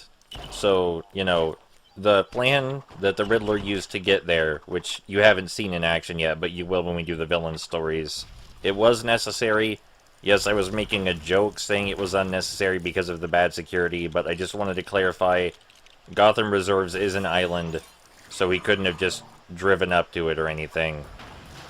Second thing I was wrong about, there are definitely vehicle sections and bosses in villain missions. I'm not sure why I thought there wasn't, I might have just forgotten. Alright, now, there was a joke I made in the last video about the Bane boss fight, or rather the lack of a Bane boss fight, even though you see Bane in the intro cutscene. That will make sense when we get to the villain story featuring Bane, but I thought that was a pretty cute joke to include. Fun fact, though, there is a version of LEGO Batman with a Bane boss battle, and it's actually a really good Bane boss battle, and that version of LEGO Batman would be LEGO Batman on the Nintendo DS, developed by TT Fusion, the secondary branch of TT Games. LEGO Batman on the DS, in spite of having similar themes and similar levels, is entirely different. Pretty much everything about it has changed, but let's go over the stuff anyway, so that way you get an idea of how different it is. One of the more minor differences is that there are build-it machines, which require you find blue bricks scattered across the level, bring it to the build-it machine, and then it makes something cool for you. Very minor difference, doesn't really change the formula too much. There are key cards to access hidden areas. Presumably because they didn't think Batman and Robin offered enough variety by themselves in finding secret areas. The suits in the DS version look a lot cooler. Like, the suits just look way cooler in the DS version. I'm not sure how else to put it. You'll have to look them up to see what I mean. Perhaps most importantly, out of all these changes, there are better cutscenes in the DS version. The cutscenes are just still images, but they have way more character to them. Like, way more. The cutscenes in the DS version better showcase all of the villains' unique personalities and how they would actually function together as a team, or rather how they would dysfunction together as a team, and it strikes the right balance between creepy and funny. Definitely love the LEGO Batman DS cutscenes way more. There are also some differences in how character abilities work. In the DS version, only Robin can use tightropes and do other acrobatics. It's also possible to disarm enemies with guns using the Batarang, which is not something you can do in this version. You can attack downed enemies in the DS version, which is also, again, not something you can do in this version. There's again, an actual boss fight against Bane. I brought that up, but I wanted to bring it up a second time. And last but not least, there's a visual glitch when you change suits, and it looks really funny. That's the last thing on the list. Alright, so back to this LEGO Batman. Something that I see people say a lot is that the LEGO games feel the same, and I could not possibly fucking disagree more. I think each LEGO game has its own unique identity, with maybe the exception of LEGO Incredibles, maybe, that's the one exception. But all of the LEGO games feel massively different. Just because they have some similar game mechanics does not mean they're the same thing. Something people also accuse LEGO games of is not having any challenge, and that's also really unfair. The challenge is there, but because the games are trying to appeal to every audience imaginable, the challenge takes various forms depending on the game. For example, I've been playing LEGO Pirates of the Caribbean, great game by the way, enjoy it much more than this one, but anyway, I've been playing LEGO Pirates of the Caribbean, and the challenge there is meant to be pathfinding and exploring. Like, you do treasure hunting in that game because it is pirate-themed. So the challenge is focused on exploration in LEGO Pirates of the Caribbean. That's perfectly fair, and it does feel like a completely distinct game from LEGO Batman and various other LEGO games. Now, LEGO Batman also tries to present players with a challenge, and the challenge that LEGO Batman tries to present is combat. But it's very bad about this. It fails spectacularly at providing a challenge with combat. Combat is challenging if you try to use the regular melee attacks, but if you grapple, there's no challenge to be had. To make matters worse, you may have noticed that compared to other LEGO games, LEGO Batman has a metric fuck ton of enemies. Like, that's LEGO Batman's thing, is that it has way too many fucking enemies, especially compared to other LEGO games. It's like, how many fucking enemies can we possibly fit? That's LEGO Batman's thing. And I can recognize that they tried to make combat more worthwhile in this game. The addition of the grapple mechanic and, you know, the multipliers for combat, that's a good first start. That's a good step, but they didn't balance the combat properly. Because in most LEGO games, there's something for adults. There's some way for adults to challenge themselves. In this one, that's presumably meant to be the combat. Because it is very hard not to die if you're just a child playing the game. But you know, if you turn on your brain and figure out that grappling gives you way too many invincibility frames, then there's no challenge in the combat, for the most part. You could argue that the score multiplier for getting combos is meant to encourage you not to cheese the combat, but there's no point in that, because you're going to be coming back through all these levels in free play anyway. And if you're going to be coming back through these levels in free play, you're going to have a stud multiplier handy. And if you're going to have a stud multiplier handy, you do not need those combo multipliers anymore. I do not think the combo multiplier is a good enough incentive to avoid cheesing the game with grapples. Now, the combo multiplier is a good reward in other LEGO games. For example, in LEGO Marvel Superheroes, which is regularly considered to be the best LEGO game, the combo multiplier feels like a great reward for playing the game well, because you can't cheese the combat with grapples. So when you play the game well, you naturally get a high combo multiplier and get more studs as a result, and it feels great.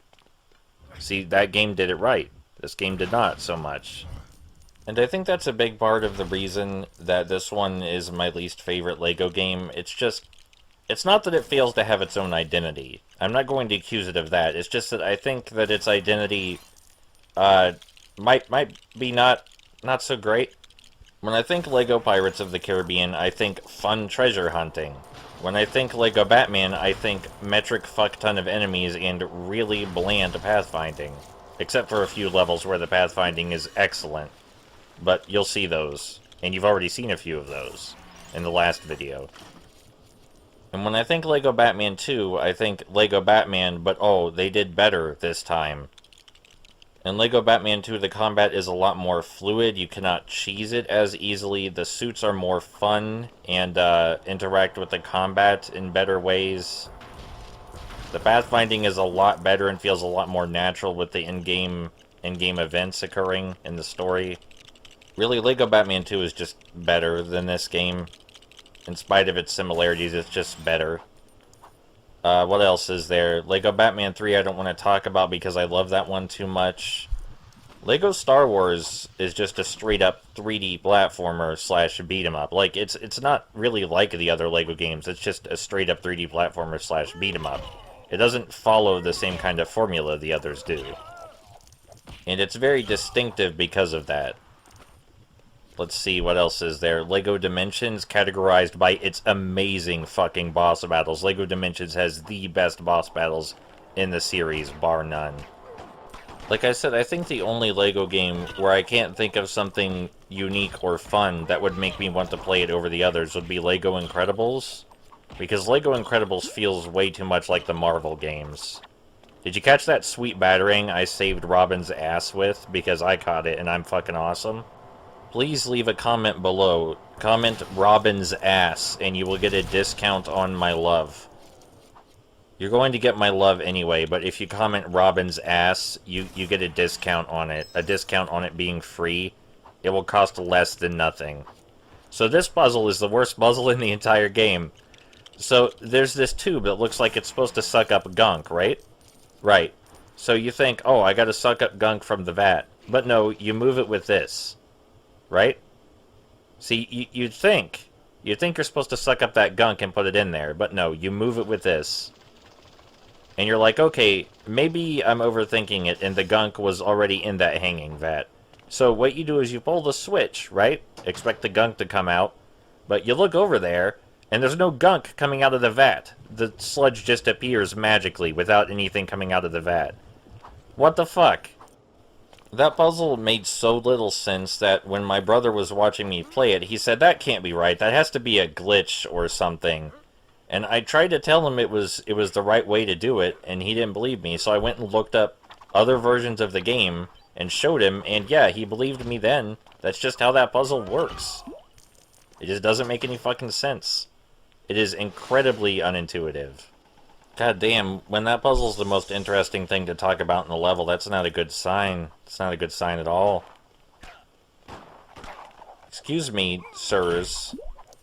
I want to go back and get my truck, so I can proceed through the level now.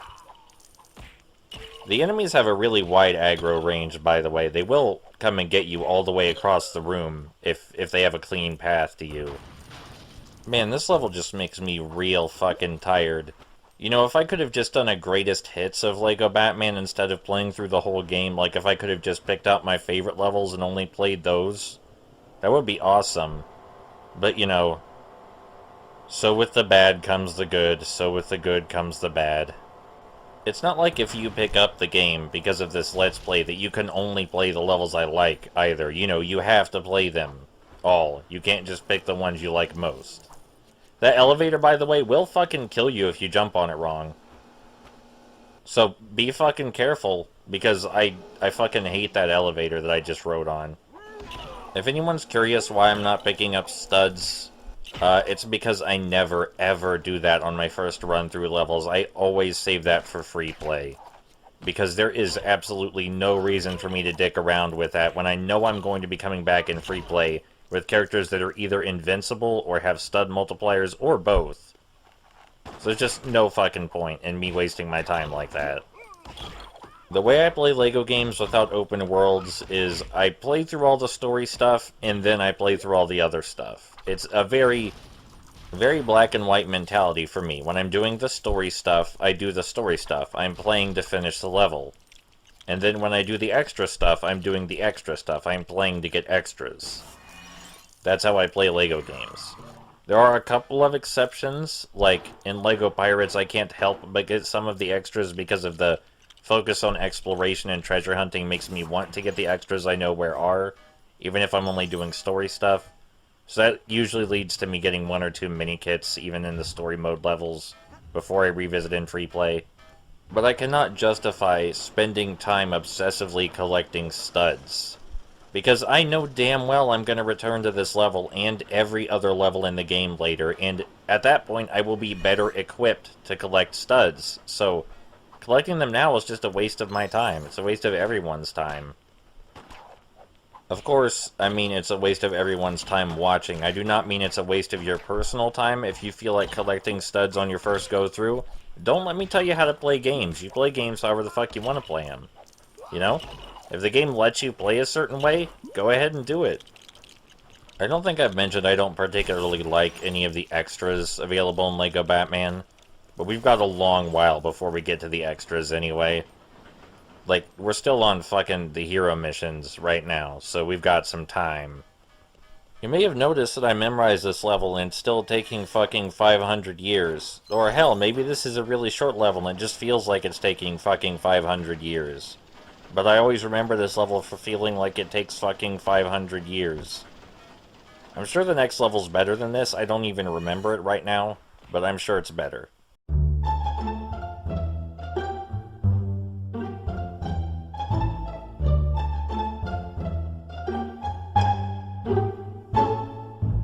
Actually, I just remember the next level, and it's really cool. Can we go there instead? Can we just skip this boss fight and go to that level instead? This boss fight's not really, like, anything fucking special. You just kind of walk up to the left path and then up to the right path, and you just, you know, it's... The next level's really cool, though. I like the next level. We should go there. I want to go to the next level. Are we at the next level yet? Please don't turn the car around. We're so close to the next level. If you turn the car around now, you're just being a bitch. It's worth noting that if you have good timing, you can just glide up there where the Mad Hatter is from these platforms, up on the right and left. You can just totally glide over to where the Mad Hatter is. And then you can just punch him. You can just punch him. And that's a really fun way to do the boss battle. But it wasn't intended, and also I suck at doing it that way. Anytime the glide suit is available, there's probably a skip you can do. Hey look, it's that gimmick we already saw, where one of the characters gets trapped, so we have to switch and punch him. Cool. I'm glad that's back, because we needed more than one character with that gimmick. I don't mean to be negative, you know that. You know I love video games, and I don't like being negative about video games, but right now I'm just too excited for the next level, so I want to get through this one already. Also, he has, like, he can... You know, I'm not going to tell you what he does for the boss fight. I'm not going to tell you about that machine up there he's moving around. I'm not going to. I don't want to, alright? This boss fight's not very fun.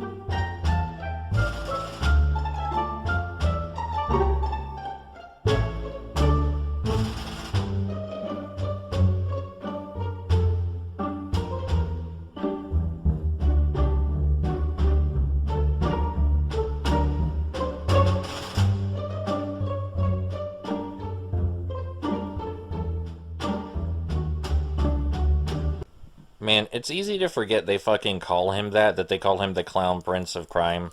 Oh, also, there's a really cool carnival right up here that I want you guys to hear. I gotta deal with these enemies first, though.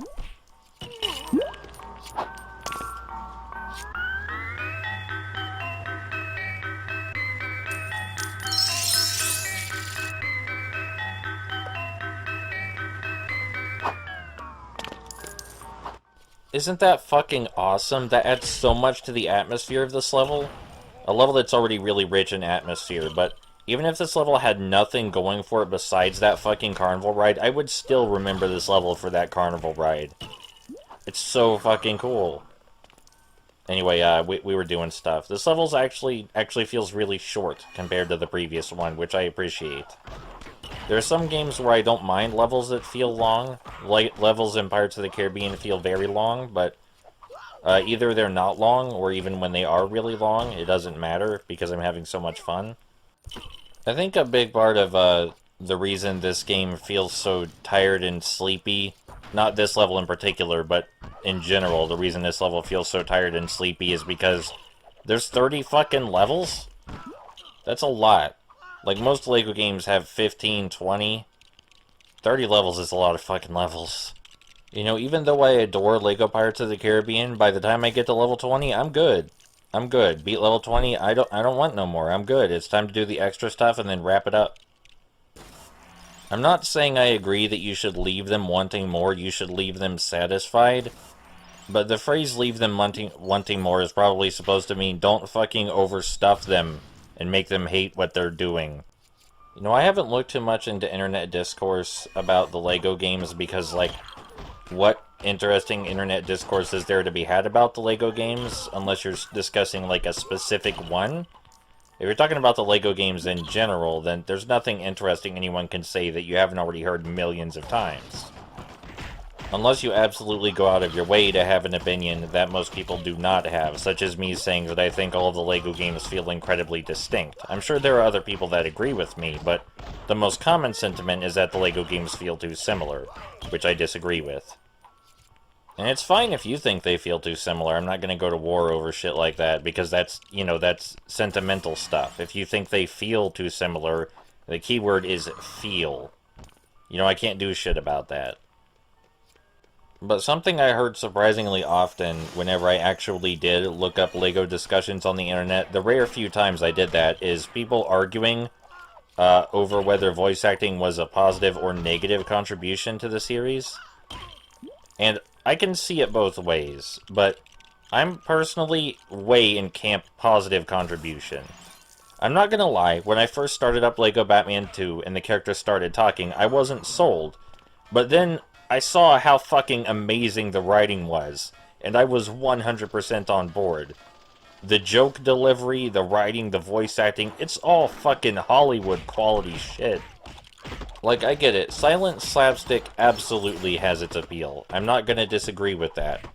But, you know, you should really consider the positive things it's brought to the license. The story of LEGO Batman 3 is goddamn outstanding, and it could not be done without voice acting. Not to mention the voice acting in LEGO Batman 3 is fucking fantastic in general.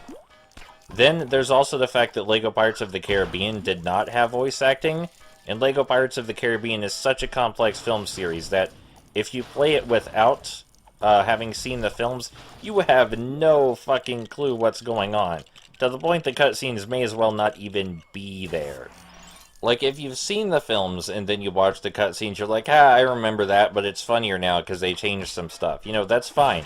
But if you hadn't seen the films and you're playing the game, good fucking luck.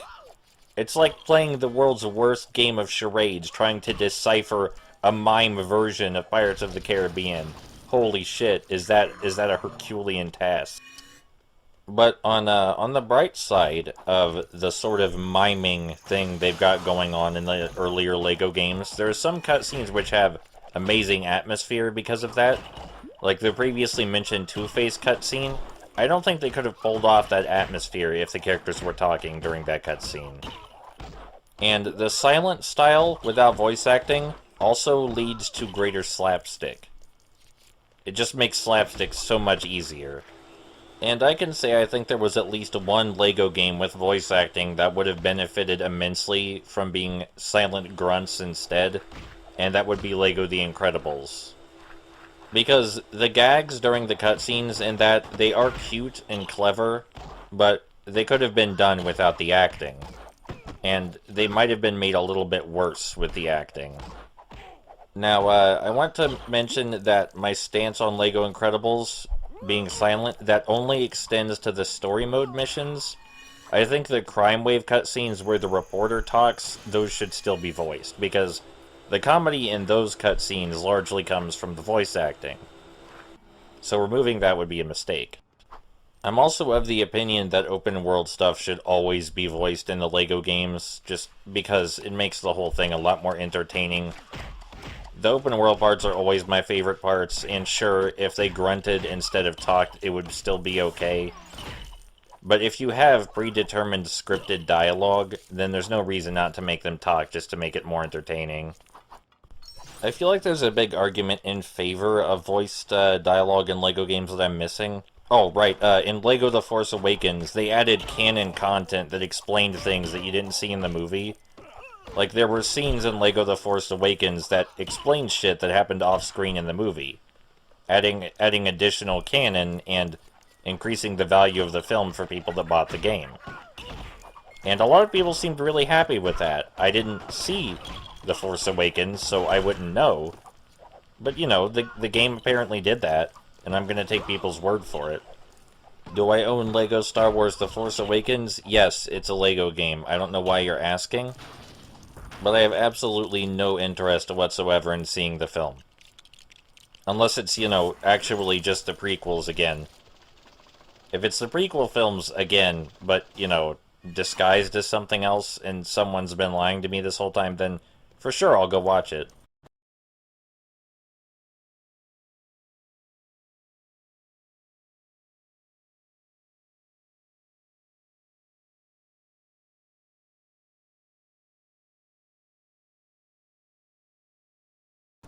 Okay, so like the Croc boss battle, I like this boss battle because it's about solving a kind of small puzzle. Harley backflips faster than you can run after her, so what do? You just run after her until she gets tired. Like, that's kind of genius in its simplicity, because it took me a while to figure out that's what you do. I just assumed she backflipped infinitely, without ever getting tired. Which was wrong. That was a bad assumption. So yeah, I like this boss battle. It reminds me of early traditional beat-em-ups and how simple it is, and yet it may take a while to figure out. But when you solve the puzzle, you've got it down. You know what to do now. I like it. I also like the arena you fight in. It's very stylish. I know that some of the things happening in this level are a reference to the Killing Joke, but I didn't really care for the Killing Joke. Probably the most controversial opinion about Batman I've ever had.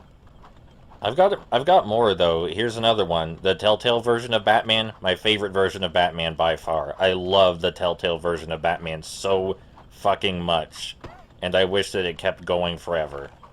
So you ready for me to choke and eat a giant dick? Because right here I choke and eat a giant dick. I try to use the grappling function to take care of these enemies, but instead what I do is choke and eat a giant dick. See, the grapple button, for some stupid reason, is the same thing as the use your thing button. So, when I try and grapple, sometimes I use my thing instead of grapple. So I get fucked up the ass. This wouldn't happen if I just let go of the grapple button for a little bit. But no, I had to be stubborn and keep holding and mashing the grapple button instead of letting go for a little bit and letting it reset. So I got fucking wrecked. Just completely ate shit. No one will ever eat shit as hard as I ate shit just there in Lego Batman. Just ate the most shit all at once. Anyway, yeah, this boss fight's pretty cool.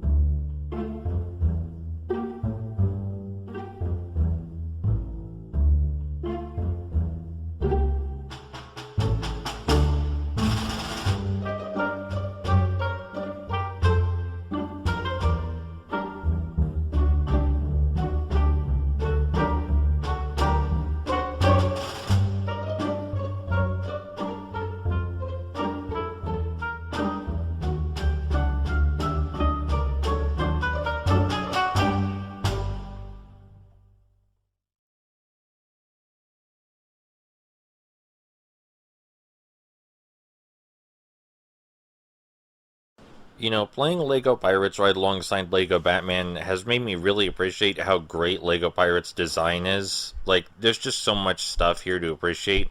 Even in the combat, which is like, the combat doesn't have the same depth as Lego Batman, but instead, you know, the combat animations are tailored to what weapon you're holding, and swords are the most favorable weapon. And when you're mashing buttons back and forth with characters, instead of it just, you know, looking really stupid accompanied by a bunch of hit sounds as you're seeing the characters will actually parry each other's attacks and strike back, so it looks way less stupid when you're button mashing.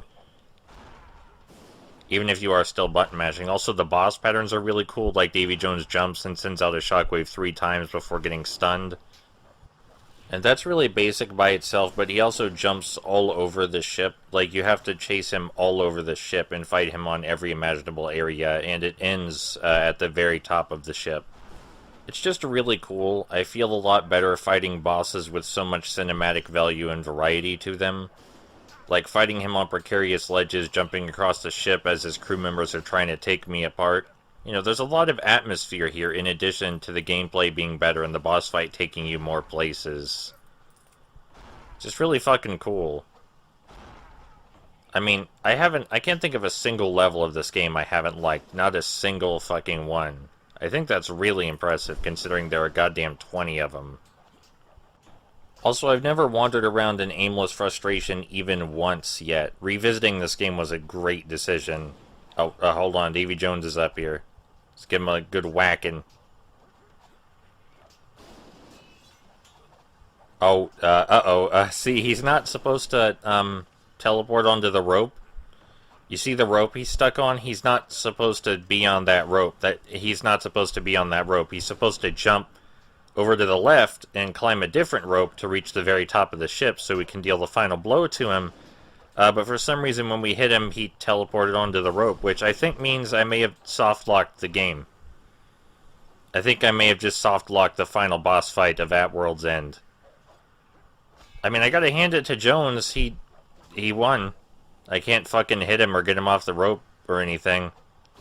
The only character with throwing items is currently indisposed because he got stabbed, so I guess this is a sign I should go back to recording Lego Batman now.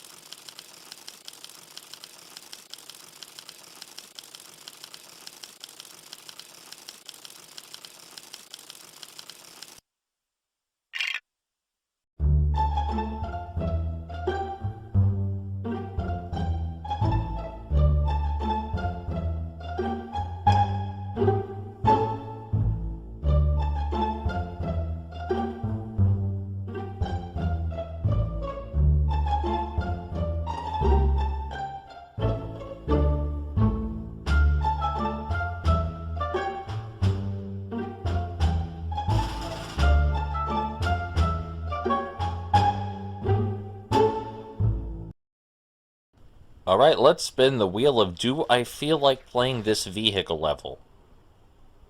Yes, okay. So, this vehicle level is, well, what we do in it is we blow open a thing and then grab a thing with the bat plane and then we lock onto it and then we press the Z button and then the thing hits the thing and then we get to go forward. All 4 attempts set dry humor aside. The way you proceed through this level is you blow everything up until you find a weapon that you can use to blow up a specific thing that will help you proceed better. So it's a lot like the other vehicle sections in that way, but without the physics puzzling. There's nothing particularly bad about this level. It's short, I remember it for having a really neat boss battle, and that's about it. There is some really basic pathfinding required to get the missiles and bombs to where you need to take them, but I mean, I basically explained the whole thing. So while I'm doing what I just described on our way to the boss battle in this level, I'm going to talk about something that I've been saving to talk about for when there's nothing to talk about in the game. And that is that I used to think if there were a job I would enjoy more than anything else that was a realistic job I could realistically have, it would be to work as a QA tester for LEGO games. I almost immediately decided this was dumb, and that there were a bunch of other jobs I would probably enjoy more. But I thought it was an entertaining enough fantasy to look up, like, reviews for the company. And reviews for the company were all over the place, but very consistently, QA testers hated their job. Like, QA testers at TT Games absolutely despise their job, hated it. I think one particular review that stuck with me is a guy that said, "You're treated like poop, you're treated like children, and you have no life." You can't get much more negative than that as far as reviews go. Like, if you wanted to, you could go higher by being a you could use hyperbole to go higher than that if you wanted to, but something tells me I don't think that he was using hyperbole. I think he was being sincere, and that he felt like he was treated like poop, treated like children, and had no life. Reviews from the non-QA part of the company were all over the place. Some people really loved it. There was a consistent mention that you get discount on LEGO products, for what that's worth. So the boss fight against Scarecrow, how it works is that Robin has a tow cable, and you have to slow down Scarecrow's plane using Robin's tow cable so that way you can hit it with one of the missiles using the Batwing. Now, something I think is super cool about this boss fight is that it is actually physically possible to hit Scarecrow's plane without grabbing him using the tow cable. It's just really fucking difficult because of how fast he moves, so it's not artificial.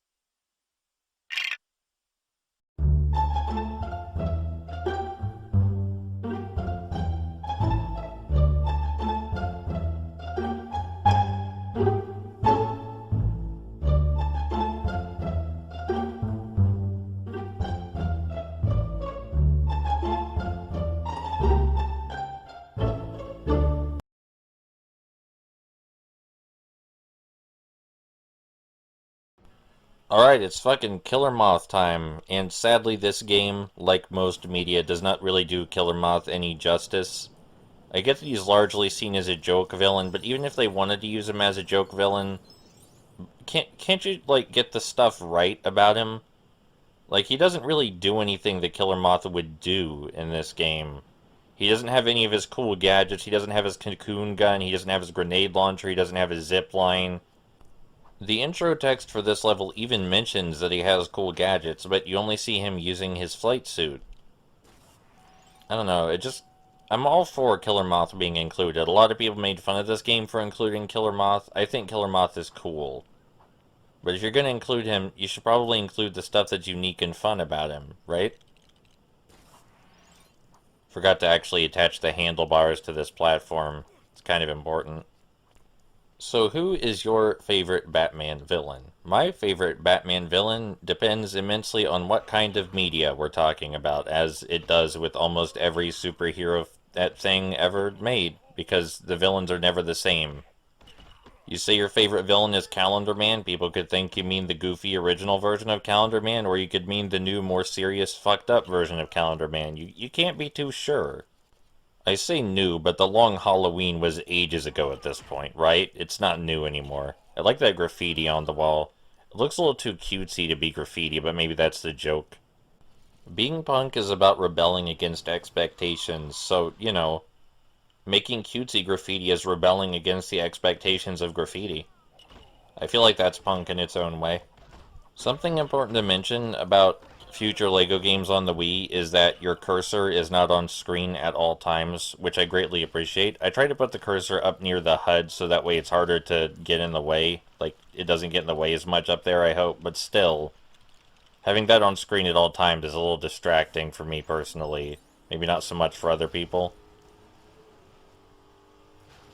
You know, I wonder how they sell cars in LEGO Worlds, if you can just build them out of whatever random shit you find. I don't mean the game LEGO Worlds, I mean in these LEGO universes. I wonder how they sell cars when you can just build cars out of whatever the fuck you want. Maybe there's like an implication there that you're not smart enough to build cars. Like maybe there's specifically some people are better at building cars than others, and you buy things from a master craftsman or something like that. I was gonna say master builder, but like, I think the point of the LEGO games is that every character is a master builder, which is why you build useful things out of garbage all the time. But maybe some people are better master builders than others. You're all master builders, some of you are just more master buildery. There has to be some kind of economy, because there's a lot of capitalist stuff going on in these video games, right? And a lot of the licenses have capitalism in them, because they're based on films and shit. Like, in the LEGO games, people want money and material objects. That's a thing they desire. So not everything can be built as well by everyone, right? Or nobody would want anything, ever. So now we're in the nightclub, and after we're done beating up the legally required obscene amount of goons in this area, we actually get to do some pathfinding I really like by jumping up on the catwalks and messing with the dance floor lights. At least I assume those are dance floor lights. They look like strobe lights to me, even though there's no dance floor down here. But maybe the real party hasn't started yet. I also love that the NPCs just walk all over the fucking couches. Like, they're patrons here, and they're just walking all over the couches and shit. Those are for... Like, look at that. She just jumped on that billiard table. That's not what that's for, lady. That's for playing billiards. It's not for jumping on. It's not a fucking bouncy castle. Anyway, jumping on the catwalks up here, I love this. I love doing this. I don't love that I fell over, but, you know, that's like very minimal progress lost. I'm really losing my patience with these huge amounts of enemies in this game, but that's kind of what this game is. I've already brought up I've been playing LEGO Pirates, but enemy encounters in LEGO Pirates are kept to a minimum. There's not a lot of combat in LEGO Pirates. I think that's for the better. There isn't a lot of combat in LEGO Harry Potter either. I would say LEGO Harry Potter is largely distinguished by its lack of combat, and the spells you get, of course. But this game, you know, if you ever feel like grappling LEGO goons over and over and beating the shit out of them, there you go, you can play this. Alright, so I forgot to put up the other half of the wire. The tightrope, whatever you want to call it, the thing we have to cross. Some levels are not as memorable as others. I think that's perfectly fair. I have memorized the levels in Pirates of the Caribbean pretty well, but even then, there's a couple of those I don't remember completely. Usually the ones in the fourth film, because I haven't seen the fourth film, so I have less of a personal attachment to that one. This exact puzzle right here of building in checkered pathways is done a lot better in Lego Pirates. Speaking of Lego Pirates, this puzzle of building checkered pathways is done a few times in that game, and every time it's done better than it is here. It's more creative, and you make better use of the environment. I don't know. It's not a bad idea or anything. I was talking about Batman villains earlier, and I already mentioned the Telltale series. I think my favorite version of Harvey Dent is from the Telltale series. I feel like he's the most realistic portrayal of what a person like Harvey Dent would be like. Batman usually really sucks at portraying mental illness properly, even though a lot of the characters are mentally ill. But the Telltale series does a pretty good job. In spite of the fact that Arkham Asylum is full of people that are over-the-top crazy, some of them are believably over-the-top crazy. Harvey Dent isn't over-the-top crazy, though. He's just sort of fucked up. The things he does are crazy, but when you put someone with his mental problems in a position of power like that, after his mental problems have made him unhinged and paranoid, you can expect some strange results. Now, I'm not saying mentally ill people can't be in a position of power, because I'm mentally ill, and I've moderated a forum at least once in my life. Hell, it seems to be largely neurotypical people that do shitty things. But that doesn't mean that mental illness doesn't affect the way your life works or the decisions you make. You know, that would just be wrong to say. Of course it affects the way your life works and the decisions you make. It affects your mind. To call this dance floor thing a puzzle would be an insult to puzzles. You just step on one square and your AI partner steps on another square until you fill up the whole thing. There's a better version of this in Lego Pirates of the Caribbean where it's more like Simon Says. The Simon Says in Lego Pirates of the Caribbean is less challenging in single player because you have your AI buddy to handle some of it for you, so there's less cooperation required. Also, it never occurs to me to bring this up because I just figured all people did this, but if you're wondering why the game looks as good as it does in spite of the fact that I'm playing it on an actual disc on official hardware, it's because I'm playing it on the Wii U. A lot of people seem shocked when you can also look a mech we can control for a few seconds and then it goes away. Yep, that's all we can do with it for now. Fun.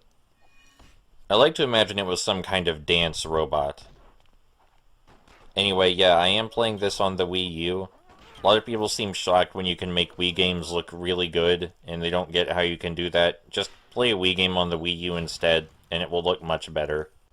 I mean, I guess if you really want to, you can emulate the game instead. But I prefer original hardware because I want to be sure, unless I have no option, I want to be sure that the game is running exactly as it was supposed to originally. With emulation, you can't be 100% sure. So, this part is bullshit. You're supposed to move across this area, but there will be guys shooting at Robin while he moves across. And you could switch to Batman if you wanted to, but then Robin's AI wouldn't know what to do. So you just kind of have to deal with getting shot in the head. I assume in two-player how you deal with it is you have one character playing as Robin moving across the metallic wall, and you have one player who's Batman, who batarangs the bad guys shooting at Robin. But I'm playing in single-player, not multiplayer. So, I can't really do that. Look at the goo slowly seep into the ground. The game would have you believe it's going into a hose, but you watch that animation, you know better. You know it just seeped into the ground. I will admit that this outdoor area right here, it took a while for me to figure out what to do, but I didn't get frustrated at it. Usually when it takes me a while to figure out what to do, I get a little frustrated in this game. But this time I felt it was fair, because I felt like what I was doing made enough sense. The pathfinding you do in this outdoor section, I actually enjoy it. I'm aware I skipped the mini-kit. I did that on purpose to bother people. I kind of want to play a Lego game in the style of these old linear Lego games where it's just single room pathfinding puzzles and each level is just a single room pathfinding puzzle basically an escape the room Lego game, because let's be real, that's what a lot of these rooms are, is escape the room. You find the correct items, you find the right stuff to blow up or build, and then you use your tools to escape. It's really simple escape the room, but it's fun. So just a game full of escape the room puzzles without any of the other stuff, I'd play that. Maybe that already exists, and I just don't know what it is yet. I haven't played every Lego game in spite of my best efforts. There are a lot of fucking Lego games. I went about the effort of specifically counting every unique Lego game. That includes unique ports. So things with the same name that aren't actually the same game. And in the Traveler's Tales style of Lego games, there are 51. In the style of game I'm playing right now, there are 51. 51 of these. Holy shit. There are 51 unique games in this style. And I've made some comparisons in my head between the Muso games and Lego games. Like, there's a lot of them. They share a lot of similarities. They're ultimately different in spite of the similarities they share. They're often based on popular licenses.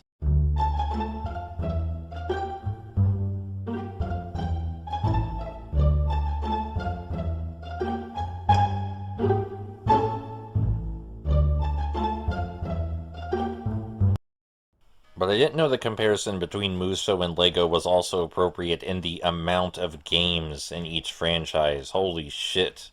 I didn't know that sitting down and counting the Lego games would be so eye-opening. I don't like this boss battle. It's just about powering up a couple of generators. Killer Moth isn't really a threat, and again, he doesn't do any of the cool stuff he should be able to do. It's just not a very fun time. It is so apparent to me, playing this game alongside other Lego games, why this one is my least favorite. Especially more direct comparisons like Lego Batman 2. It's not an awful game, this one. I mean, it's not an awful game. I'd argue it's probably good. Maybe okay to good. I have also played the PSP version a little bit. Because I own the PSP version for some reason. And the PSP version is exactly the same, but you can't tell what's happening because the screen is gross. And I don't mean the PSP screen is gross, I mean they didn't properly scale anything for the PSP screen. So it's really fucking hard to tell what's happening at any given moment. It's a very bad port of the game. It is a one-to-one accurate port of the game, so if you really feel like playing Lego Batman but with really long load times and you can't see what's happening, then the PSP version works. But it's not a great game because of the aforementioned issues seeing anything.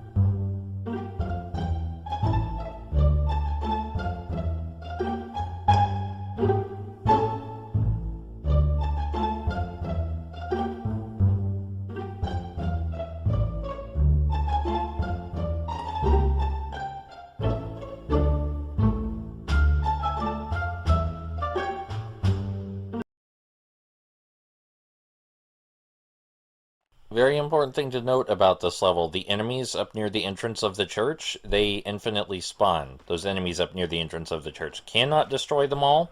There is a time in which they will stop spawning, but you cannot destroy them all until then. And now is not the time. I would like you to know this because I spent way too long trying to get rid of them so that way they'd stop shooting at my ass while I tried to build shit, and it didn't work. So if you remember earlier, when I mentioned several times that you should take care of the enemies so that way they don't wreck you while you're trying to build stuff and make the game frustrating, well, that doesn't work here. You just have to put up with it. Also, that constant flashing is the game attempting to do lightning. That's not something wrong with my game capture. So, I guess have fun looking at that for a little while. Personally, I found the visual effect to be very irritating while I was playing the game. Especially with VSync turned off, so that way the game would run at a better frame rate. But yeah, that wasn't fun to look at while I was playing this level, but it does stop when we get inside. Even though one would argue that it shouldn't stop when we get inside, and should instead just change the lighting. But, whatever.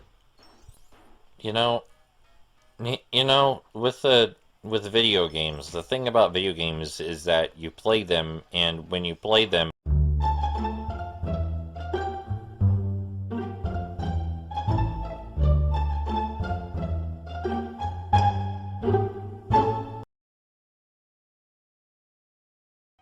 so this boss fight against Harley, she just backflips up there, and sometimes throws bombs at you whenever you damage her, but otherwise does absolutely nothing but keep backflipping. Also, now we can finally deal with the enemies in front of the entrance, and they won't respawn. So, we get in these squirt guns, we shoot at her, she throws a bomb to blow them up, and then we get in another squirt gun and repeat the process. What really gets me is that she's not trying to stop us from entering in any meaningful fashion. She's just kind of doing backflips endlessly. Apparently she upped her backflipping game, though, because she doesn't get tired anymore. Or maybe she does get tired, and her stopping at the edge to look at us threateningly is just her trying to disguise that she's getting tired. I don't like that the camera is focused on the bat suit changer, so it's kind of hard to see what I'm looking at. I feel like maybe they could have done a better job positioning the camera in that instance. I wonder how much shorter this game would be if you did not fight the enemies. I mean, I don't want to avoid fighting the enemies because that would just make me really frustrated, and it's definitely more fun to fight them than to avoid them. But I'm just curious. If there weren't enemy encounters in this game, how much shorter do you think it would be? I actually like this part of the level. Didn't really have much to say about the outside part, but I like this climb up on the inside of the church. Primarily because it's very hard to get stuck, but there is one specific part that really irritates me in this area, because it's just... Because of the perspective on a specific thing they did, it might have been a good place to hide a super secret ultra special item, but it's just nonsense as it is right now. And I don't know why they designed it that way, because I wandered around in this area for like a solid 5 fucking minutes trying to figure out what to do before I accidentally turned the camera where it needed to be to get the thing. But otherwise, this area is nice. I've had to look up a walkthrough or get frustrated and wander around 0 times in my favorite LEGO games. Anyway, here's the part that I was talking about right here. Yeah, how the fuck are you supposed to know that's there? Because the perspective completely hides it. That's just nonsense. Anyway, in my favorite LEGO games, I haven't gotten lost, frustrated, or had to look up a guide on how to do shit. But in this one, I've gotten lost, frustrated, and had to look up a guide a couple times, even after playing the game previously. Because some of the stuff you have to do is just counterintuitive. But hey, we are almost done with the hero missions, and that means that we'll move on to the Riddler's villain missions after this upcoming boss battle, and the Riddler's villain missions are fucking great. And I don't mean that sarcastically, I actually mean they're great. Like, I think they're really fun. I'm not sure whether I appreciate the final door up here requires that both players pull the switch, because on one hand, it requires that one player helps the other get up here, but on the other, it seems unnecessary.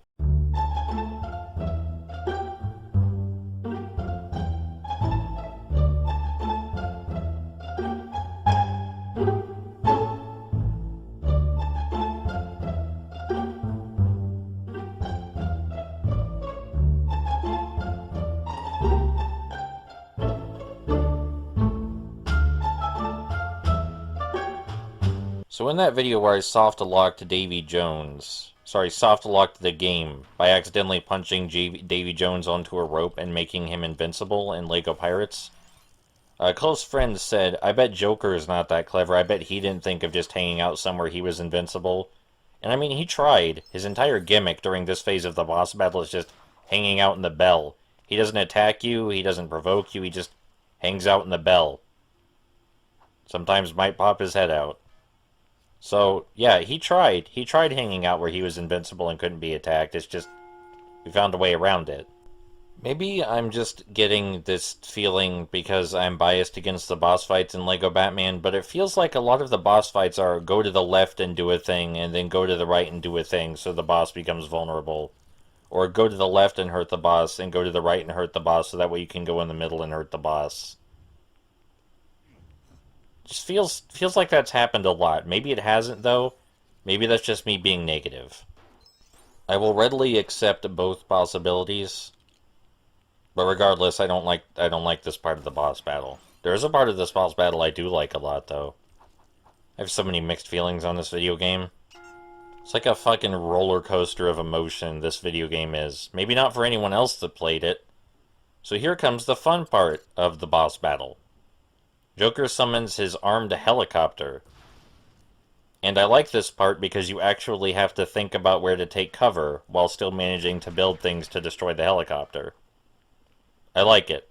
I like cover-based shooters. This is like baby's first cover-based shooter. I like it. You take cover, you build something, you take cover again, you build something, and then eventually you shoot back. It's fun. I like it. It's also a decent enough set piece. It's not a great set piece, but they tried. Would be outdone by future LEGO games, but this is one of the earlier LEGO games, so... By earlier, it's still number 5, I think. This is still number 5, so maybe not that early. But it's early compared to how many there have been. Because there's been fucking 51 of them, if I didn't mention that already. There has to be some demographic of people that only play LEGO games, right? With how many of them come out, and how much time you can sink into them to 100% them, and now with the open worlds they have, there have to be some people that exclusively play LEGO games. I know there are people that exclusively play Muso games, but that's carved out a much bigger niche than LEGO has. More people probably play LEGO games, but I don't think it has a fan base quite as devoted as Muso games. I wonder if there are people that exclusively play LEGO and LEGO-like games, like maybe they're not purists, and they will accept playing something like Disney Universe or The Simpsons game, or fucking Marvel Superhero Squad, The Infinity Gauntlet. All games very similar to LEGO, but are not LEGO. So during this fight, if you knock the Joker down off this ledge, he hops back up in the middle and does an attack that I don't see him use otherwise. Like, I've never seen him use this attack unless I've knocked him down. Maybe he's supposed to use it in other situations, but that's the only time I've ever gotten him to use it. Anyway, he does that thing where he incapacitates one of your characters, so you have to switch to the other. Even though we've already seen that twice, and I'm really tired of seeing that gimmick now.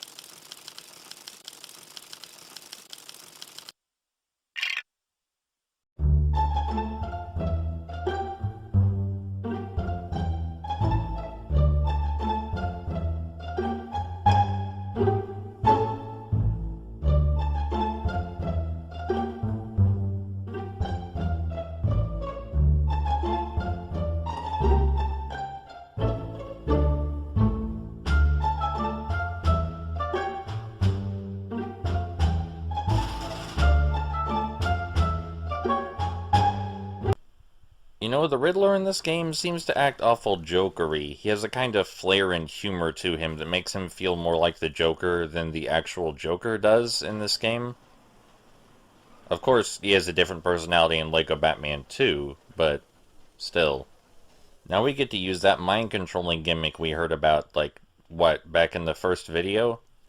Anyway, Clayface can grapple enemies just as well as everyone else can. He can also throw his clay at people, if you wanted to do that for some reason, although that's much less effective. Combating people with Clayface is a much better idea than combating them with the Riddler, because the Riddler does not seem to be capable of grappling. He can stun people with his cane, but it's much more effective to just kill him outright, don't you think? So, Clayface here, in addition to having a really high double jump, which will be useful later, he can also pull things using his super strength or simply throw them around. Anywhere you see an orange handle, a character with super strength can handle that. Very important to remember. The Riddler actually doesn't do a whole lot of the heavy work in any of these stages, but I suppose that fits well with his character. I kind of wonder whether it would be beneficial to have the Riddler and Joker occupy the same character in some circumstances. Obviously, there are situations where they're entirely different, but in this specific game, they're very similar, and the Riddler even comes across as more interesting than the Joker. Oh, now that we've started the villain missions, I can finally bring up something that I thought was an entirely stupid and invalid criticism about this game. Someone, I'm trying to remember who, I'll let you know if I remember, but I read a review once, someone said that they felt that, hold on. The enemies don't slow down just because you're playing the villain missions now, so if you were hoping for a break on the constant enemy barrages, you are incorrect. Just chuck these cars out of the way. Gotta chuck them out of the way in a specific order, because some of them are on top of each other. Anyway, a criticism I thought was completely nonsense about this game is someone was complaining the villain stages use too much of the hero stages in them. That rarely happens. Like, maybe the last room or two of the villain stages have similarities to the hero stages, but they have their own puzzles. I feel like it's worth saying that when I call someone's criticism stupid, I am not calling them stupid. I say a lot of stupid things, so that would be stupid of me to say. You know, something about the Riddler's levels is that they feel more well-planned than the other villains. That may be intentional, but the Riddler, like, has specific places he has to go to get specific things to fit everything together toward his ultimate goal, including this crane. Sadly, we are playing single player, so I can't have someone up there swirling the crane around, but it doesn't matter, because this is just as good as destroying things while stationary, as you're seeing. Unfortunately, it is not immune to bullets, so whenever it comes time to fight, we do need to actually get out. I like that the civilian NPCs don't seem to care too much about the bullets flying around and the villains rampaging through the street with construction equipment. Very calm people. Something about this game having 30 levels I've always wondered is, where did they get all the money? Because usually LEGO games are 15 to 20 levels, so where did the extra money come from for this one? That extra 10 levels cost money. It wasn't free. They didn't work on it for free. You know, the playtesting, all the unique objects, the new environments, that stuff costs moolah. You gotta get it from somewhere. Did they just pitch this game so hard that the right people signed off on it being more expensive than the other games? Was Warner Brothers just that excited about Lego Batman? Or did they have to cut corners to stretch out the money and still meet their vision? You know, someday I would really like to hold an interview with John Burton over the earlier Lego games like this one, but I don't have anywhere near enough clout for that kind of thing. Guy was the executive fucking producer of the Lego movie. He doesn't have time for this shit. But there's a lot of things I want him to answer for. I want him to answer for A Bug's Life on the PS1, for example. Really interested to hear him defend that one. I'm really interested to hear him tell me why pulling that lever made the gargoyle fall down also. I want to know why pulling a lever inside of that building made the gargoyle fall over. That's of incredible importance to me, personally.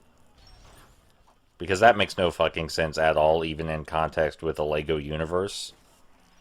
But he'd probably just point out they got better. Like, they got better at making the builds make more sense and making the puzzles make more sense, which they did, absolutely.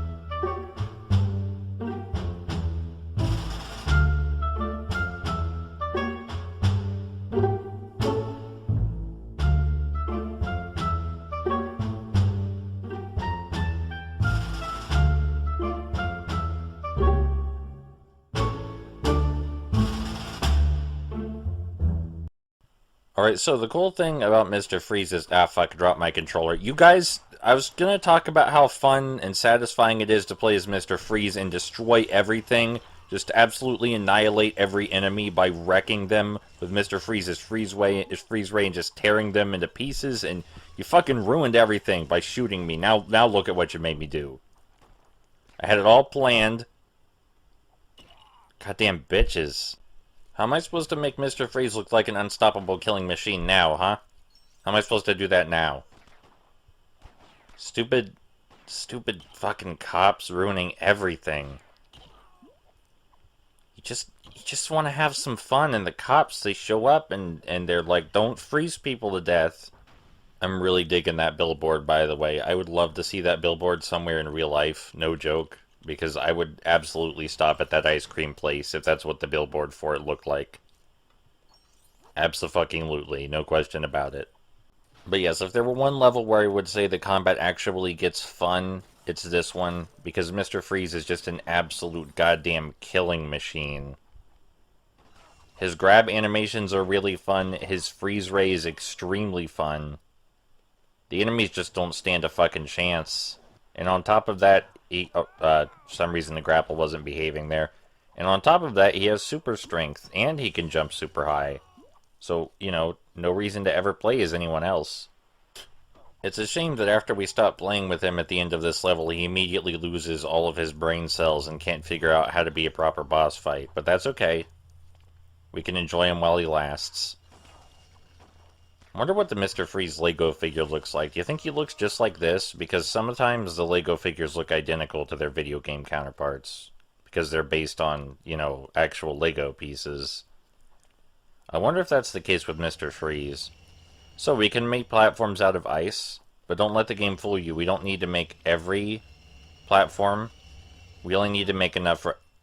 As I was saying, we only need to make enough platforms for the Riddler to reach the guy up there with his mind control cane. Something about these platforms feels weird. Well, I guess the Riddler died there too, so I can't feel too bad.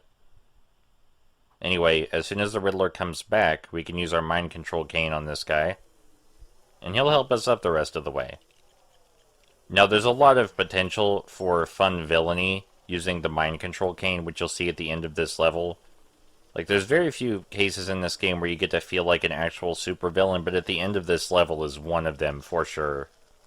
You know, as exhausting as this game can be, I am really glad for the villain levels, because there's some... I like how Mr. Freeze's AI froze that guy without my input. He's just like, oh shit, an innocent man, better freeze him. The AI will do that if you leave them alone. Your partner AI will just randomly attack innocent people for no reason. It's great. I really don't understand it. Well, fuck, I guess we broke that. But I'm sure it was for a good reason. The Riddler's story is mercifully light on vehicle sections and the fact that there are none. Man, look at how much Mr. Freeze absolutely fucking kicks ass. Why would I ever want to play as anyone else? Anyway, as I was saying, the Riddler's story has no vehicle sections, thankfully, because I really don't feel like trying to comment on another one when they're very difficult to provide commentary for. This room is really cool. There's a lot of moving up and down, a lot of elevation changes. First we gotta go up, then we gotta go down, and eventually we gotta go under the floor. Alright, so let me look up the Mr. Freeze, the official Mr. Freeze Lego figure, not one of the custom ones.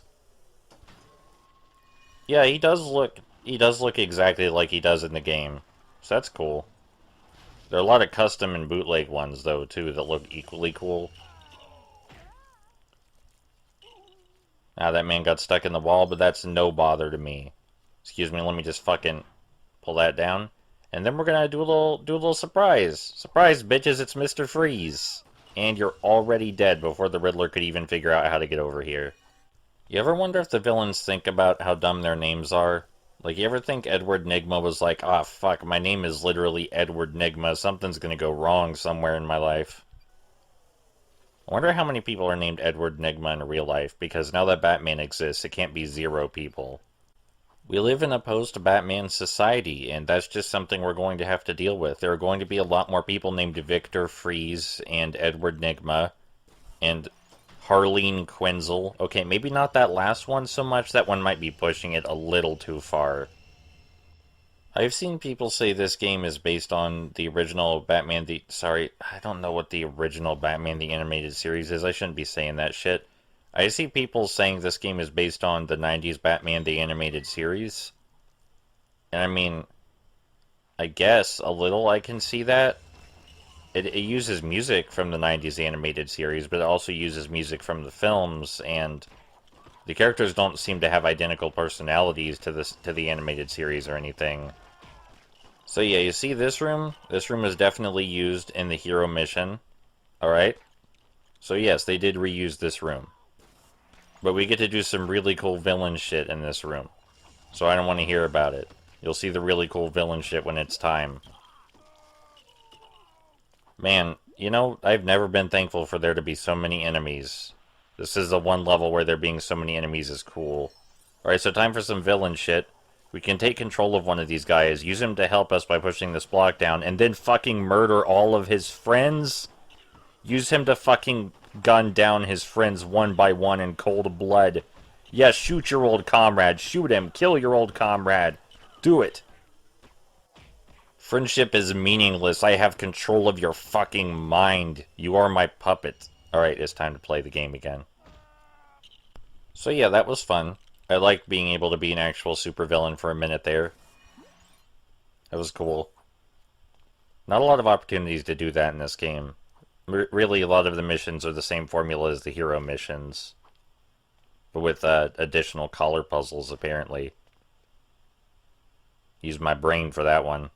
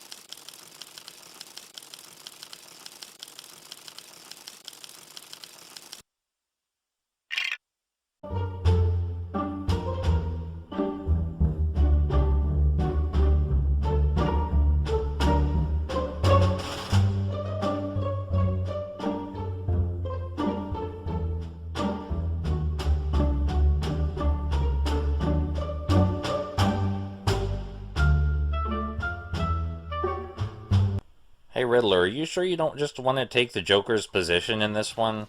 Because I feel like you're doing a pretty good job.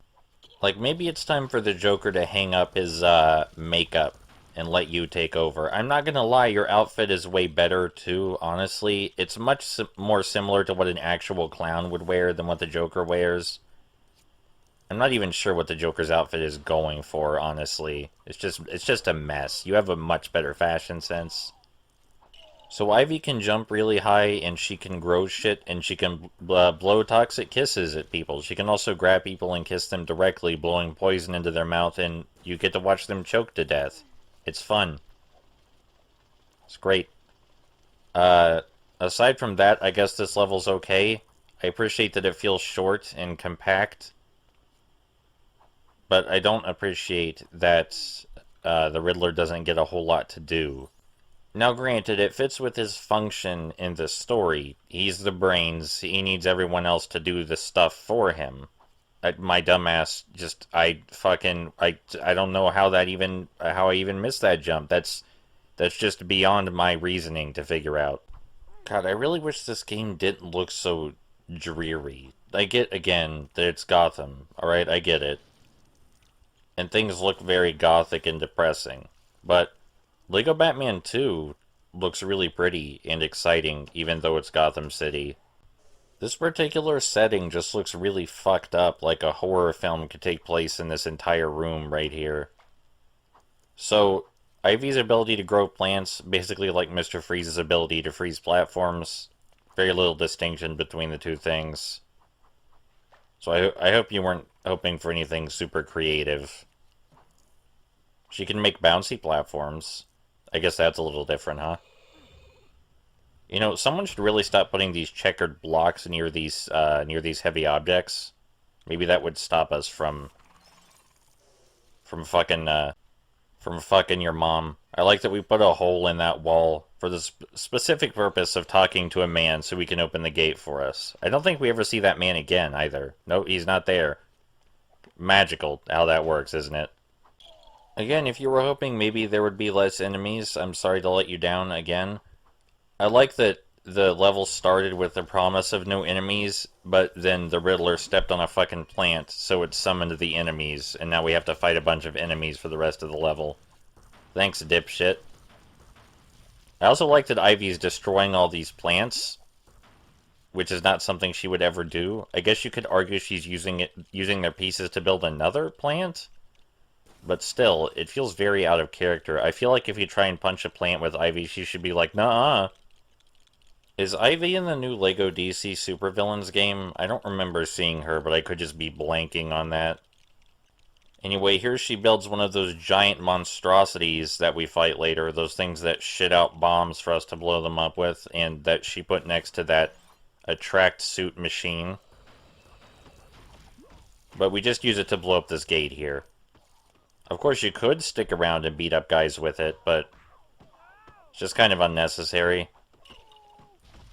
I'm all for progressing. I'm all for getting through the levels. I want to go forward. You know? It's cool that they actually gave you guys to fight that time, but there's a much better mech section, if you will, in the Penguins levels. So, we can just wait for that instead. Sorry about that, Riddler. So we can just wait for that instead. Fun fact, when I tried to play this game on vacation in 2012, because I was bored, because vacation can be boring sometimes, I actually fell asleep during one of the Penguins levels because I was just so fucking bored of playing Lego Batman. I didn't want to have anything to do with it anymore. And that really tailored my feelings on Lego Batman for a long time, is that, oh hey, Lego Batman was so boring I fucking fell asleep while playing it. And I remember the specific level it was in Penguin's story too. I'll be sure to point it out when we get there. Trying to attack people with Riddler's melee attacks is a terrible idea. A lot of the Riddler's companions can walk through toxic ooze. Actually, are any of them incapable of doing that? Two-Face can do it, Ivy can do it. Mr. Freeze can do it. I almost called Mr. Freeze Iceman, which is why there was a pause there. I almost called him Iceman. I don't know if Clayface can walk through toxic ooze though. Maybe. I'm sure you could think of some reason Clayface would be allowed to walk through toxic ooze. I'm sure someone could think of some rationalization for that. Not me, though. I don't feel like it right now. It's someone else's job. It's John Burton's job. Let John Burton do it. This section is very similar to a section we'll be doing later when we play as the Joker and Harley, where we have to help the Riddler get through here. But the section with Joker and Harley, where one character is on the upper floor and one is on the bottom floor, section's much longer. Much longer than that. Right, so now we have to build the elevator. And something I think is very funny about this elevator building section is that we have to build the safety rails for the elevator. Otherwise, they won't take it. They're very serious about their safety, you see. Have you noticed the Riddler has done almost nothing during this entire fucking level? It gets even worse when you pair him up with Two-Face. When you pair him up with Two-Face, Two-Face might as well do the entire fucking levels by himself. Right, so, we need to grow the shit. And how we grow the shit is we beat up shit and connect the shit to grow. So, you see the lamps in the middle? We need electricity to be flowing to those lamps, is what I'm saying. And you just punch the scenery until you figure out the best way to make electricity flow to the lamps. Like, we had to punch all those plants, and then do this. And now electricity is going to flow to that. And now we're going to step on it, and the lamp will start. And the lamp will start. I feel bad struggling to make something that the developers were trying to make interesting sound not boring, but this final section is very boring. Also, I fucked up and the mind-controlled guy is now in the wrong spot, so I need to start over by getting his ass killed and waiting for him to respawn. It's just a mess right now. It's just an absolute fucking mess. The Riddler's a lot more intimidating in the DS version of the game. Was that a non sequitur? Yes. Why was it a non sequitur? Because I ran out of things to talk about, so there you go. If it's any consolation, I really like the way Two-Face looks in Lego form, and we're going to be playing as Two-Face for the next 2 levels, so that's pretty cool. Alright, so I guess I'll see you guys then, and remember to stay the fuck away from Iceman, alright?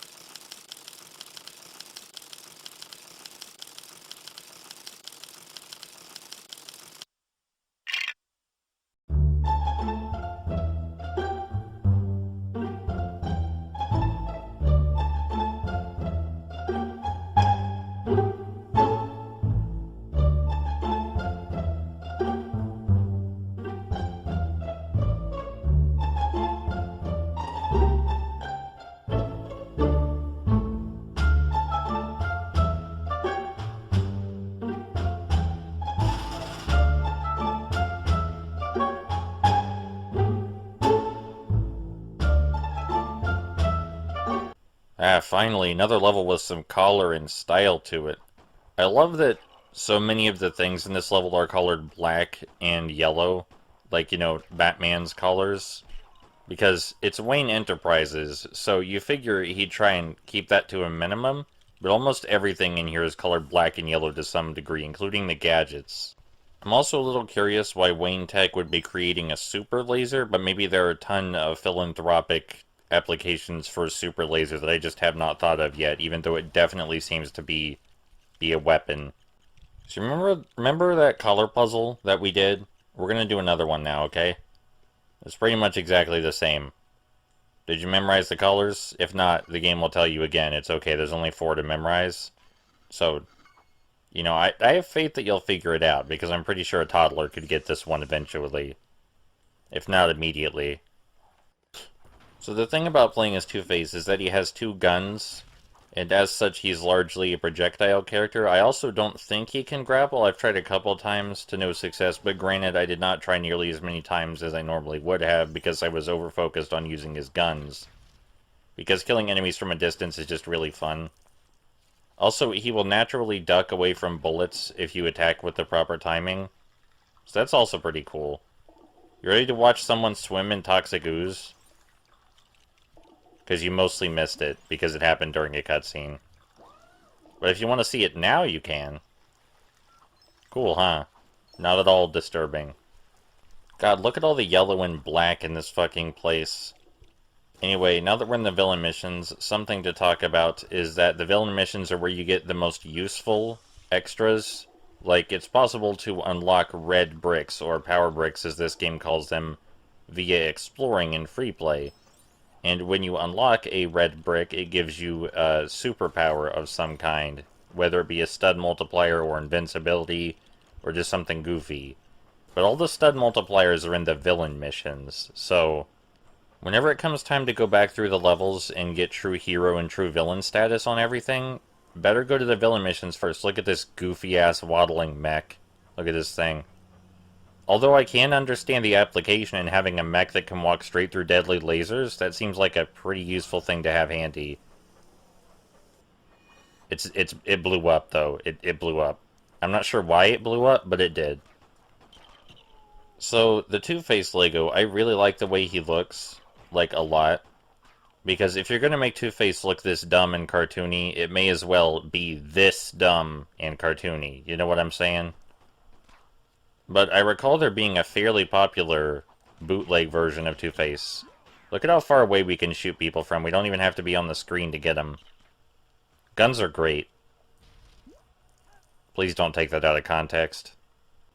If this were a dumb analysis channel, I could pull some shit out of my ass about how batarangs are less useful than guns in this game, and so the developer was inherently trying to say that guns are more useful than non-violent solutions or whatever. I'm sure someone could do that, but I don't want to be the person to do it. If you want to be the person to make a video ruining Lego Batman, then please do, because I would share it with friends and we would laugh. I mean, you could argue that the Batarang is not a non-violent solution, depending on how it's used, especially in Lego Batman, where everyone explodes when you hit them. But presumably, some of the explosions are non-lethal, because Batman doesn't kill people. Ludonarrative dissonance is a very strong concept in some of the Lego games, especially the later ones with original stories where death has more meaning to it. And like, during gameplay, people explode, and that doesn't mean anything, but during cutscenes, if someone were to explode or get shot, that would be super serious. You know, I really don't know what it is with the Riddler's story and basic color puzzles. I really don't. But before we even bother with that, we're going to walk through some more toxic ooze and take care of what needs taken care of. You may have noticed this game has an oddly large amount of mechs in it, especially since people don't generally think mechs when they think Batman. We're going to see more still. There's going to be a lot more mechs before this game is over. The stud layout in this room is fucking me up, how they're perfectly lined up like that. That's just really fucking with me, because then I have to acknowledge that someone put them there, and that raises a whole lot of other questions. Are these just like the lab workers' salaries and pension that we're picking up here?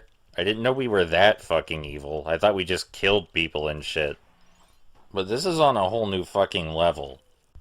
Also, I hope you like infinitely spawning enemies while you're trying to get shit done, because this room has that for some reason. You know, even though this is one of the earlier games where you can be interrupted during a brick build, so you figure they would let you get rid of the enemies because it's kind of important? I guess not. You know, I remember seeing a clickbaity video. Did I already bring this up? I might have already fucking brought this up, so I'm not gonna risk bringing it up a second time. Can you tell we're building another mech? Because we are. We're building another mech. And this isn't the last mech we'll build during Riddler's story either. Riddler's story has a thing with color puzzles and mechs. But busting into Wayne Tech, that's actually a pretty fun level idea, and the level didn't disappoint. It was kind of too short to disappoint. Alright, so we gotta bust open these coils now with our mech. With our mech that totally is not Batman colored. Keep in mind, Bruce Wayne is not Batman. You ever wonder why you never see Superman and a pair of glasses in the same room together? Always strikes me as a bit odd, a little bit suspicious. I think maybe Superman's working with someone with glasses. Maybe someone with glasses is pulling the strings behind Superman's operations. And that's why he's trying to distance himself from glasses, because he doesn't want to be associated with glasses on the off chance someone will draw the connection and find out that his college professor is secretly funding his superpowers.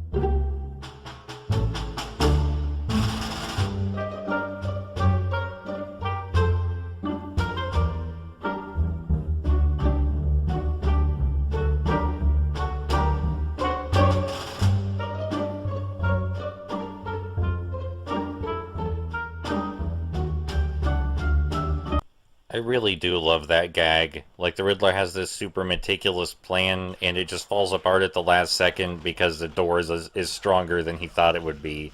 That's pretty great. Now, if you don't mind me, I'm going to make the Riddler do something practically useful and grab control of a janitor real quick. I don't like that the janitor is locked in here, but maybe it's for his own protection, so that way supervillains can't mind control him through solid metal. That didn't work out so good, but it's good that they tried. They really play with the idea of the mind control power in Lego The Incredibles, one of the optional... Oh, hold on, we gotta kick some ass. Man, these guards aren't worth what you pay them. These guards are just absolute garbage. Either that or the janitor's on some sick shit. Yeah, Two-Face, you kill that janitor. You show that janitor what for. I like the pathfinding in this area. I like that you hop all around the entrance of the bank, trying to figure out how to open it. That's already what you're doing for most of the game, is trying to break everything to figure out where the fuck you're supposed to go next. But this time it's in-universe, so it feels more justified. You know, unlike many of the other LEGO games, there's nothing about this game that looks like it would be particularly appealing to revisit in free play on your first go-through. Like, even in LEGO Pirates, where you don't notice most of the extra stuff on your first go-through, there's still the fact that you're treasure hunting for most of the game using Jack's magic compass. So you know there's more stuff to find, and most of it's going to be treasure or pirate-themed, which makes it more fun to get to. Especially since in that game you can wear funny hats. But I'm not sure I've played a single level in LEGO Batman where it was like, yeah, this will be fun to revisit later. And I mean, that's fair, because none of them are fun to revisit later. But you have to if you want the bonus levels, which I did, so I revisited all the levels off-screen. You'd have to try really hard to convince me that there's something worth sharing about free play mode. Worth, like, actually recording the free play missions, because it's largely the same game, but now you can open more gates. You may even find some additional simplistic color puzzles here and there if you're lucky. You know, accidentally making Two-Face jump off the fucking building? That was my downfall. Probably shouldn't have done that. That was a really bad idea. You can tell I have adaptive difficulty on because I lost way too many fucking studs when I died. I'm just too good at the game is the problem. Now let's mind control this guy in a fucking helicopter. There we go, problem solved, doors open. There's no plan that quick thinking can't fix. No broken plan that quick thinking can't fix, I should say. For as reasonably thought out as the Riddler's plan is, I feel like maybe he should have had something in mind for when Batman inevitably showed up at the gold reserves to stop him. Because his plan of just kind of trying to hit Batman until Batman fell over seems kind of lackluster to me.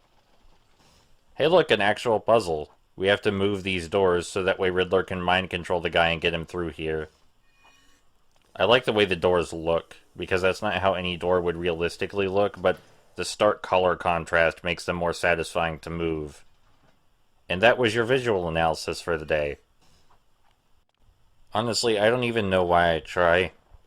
Because one of my friends played Spiderweb Chronicles one time, and he noticed all the menus and user interface elements were autumn-themed, and he used the word autumnal to describe them. And like, why would I even try after someone described it so succinctly and perfectly? Like, why would I try to visually analyze anything? I'm already outclassed. This isn't about hard work and shit. I can't get better than him. He's just got me beat. He was born better. There's just no fucking fixing it. Ah, see, here's your mistake. This time you gave me cover to hide behind. Now I can fuck you up even better, with less fear of dying, because that single gold brick provides me with all the cover I need.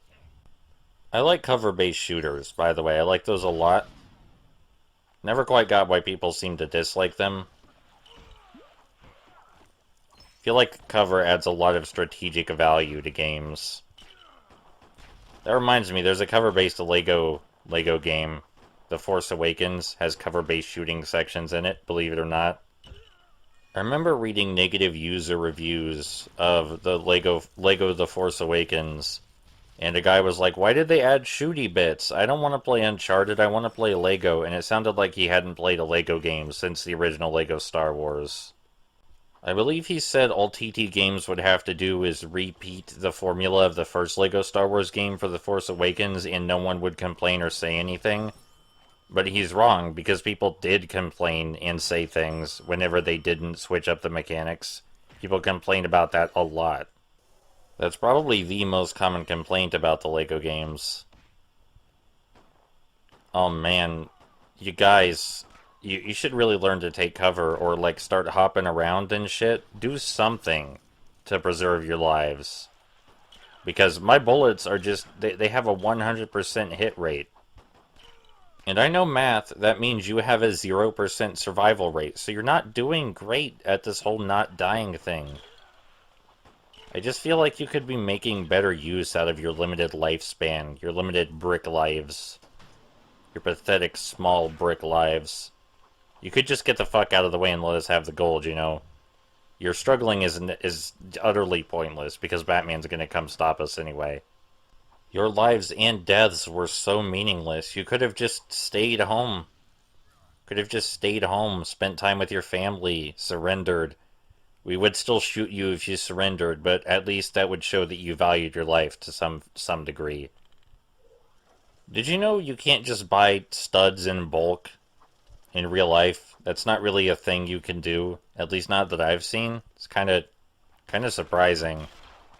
Because I imagine there are a lot of people that after playing the Lego games would really just want to swim in a giant pile of studs. It looks like the Riddler's story is drawing to a close. You want to guess what's in this room? Well, you don't get to guess, because I'm going to tell you it's another mech. There's another mech in this room. There's also a lot of bullets in this room, and if there's one thing I learned about dealing with gunfire, it's that you should jump a lot to avoid getting hit. A lot of video games have taught me this. You know, my mind went through a lot of things in just a second. It went to TF2, and then it went to other shooters, and then I was thinking, what would a competitive Lego game look like? And then I realized I couldn't make that observation because there already is a competitive LEGO game, and it's called LEGO Dimensions, because there's a multiplayer competitive mode in LEGO Dimensions for some fucking reason, and it's narrated by Brian Blessed.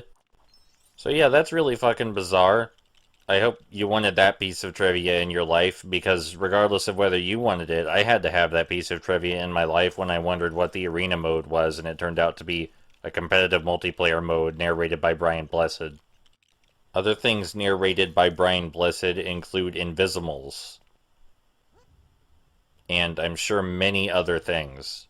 But as I am American, my knowledge of such things is limited. Alright, Riddler, your time's about up. Time to evaluate your evil plan. Say it's not awful as far as goofy villain plans go, certainly better and more creative than the Penguin and Joker's plans by a lot. But I really feel like your downfall was not having a plan to deal with Batman when he arrived. I feel like that was the big oopsie, because, I mean, even if Batman didn't arrive, how are you planning to get out of here with all the gold before running into him? It just doesn't seem plausible to me. But you tried, and you get a gold star for that. You certainly tried way harder than the Joker, that's for sure. The Joker's plan is garbage. I would hesitate to actually call the Joker's plan a plan. He seems to have issues with the basic things, such as resource allocation and, I don't know, coherency? Probably the coolest mech. But we're only going to use it to bust open this door. Hey, maybe you guys should have used this to fight Batman. There's a thought.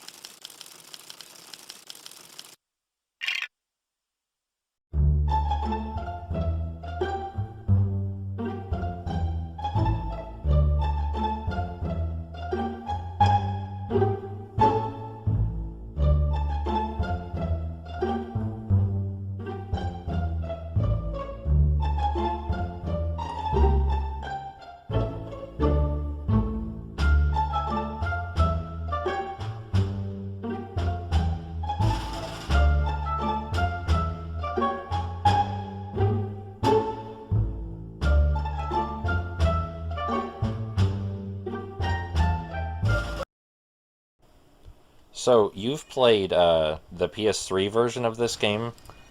Does the Wii version, from what you're looking at, from memory, look any different to you? This looks dead on. Alright, well, I regretfully inform you that the textures in the PS3 versions are of ever so slightly higher quality, but nobody would notice that unless they were looking for it. No, that's dead on. That's perfect, pixel perfect. So, Bane, his thing is that he's super strong, so he can lift things with orange handles, But and only he orange can lift up and handles. throw people. Yes, only orange handles. So, for instance, he couldn't lift a truck unless it had an orange on it. Yes, people with super strength, they can only affect things with orange handles. Yeah, they can't Bane, tear down gates or anything. They can only do orange handles. yes, this is one of the earliest uses of super strength characters, though it may be the earliest use. Oh, sure. He can just drive a police truck. What? Why is... Police don't have those trucks, do they? I don't know how the police work in Gotham City, but I imagine they're more heavily armed than in other places. Okay, but that's just a big truck. That's not a... Maybe they took a big old truck and retrofitted it with police symbols. Okay, yes, but to what end? To block Bane. It didn't work, but they tried. Okay. I respect their effort. So, you may have noticed that I've been aggressively grappling everyone with Bane that we've encountered so far. One of his grapple moves is that backbreaker that he does to Batman in their first meeting. Mm-hmm. It's pretty effective. Spine-shattering, even.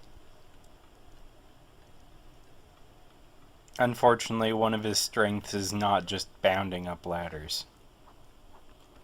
So, they really went out of their way to make Bane look as jacked as possible, considering he's a minifigure.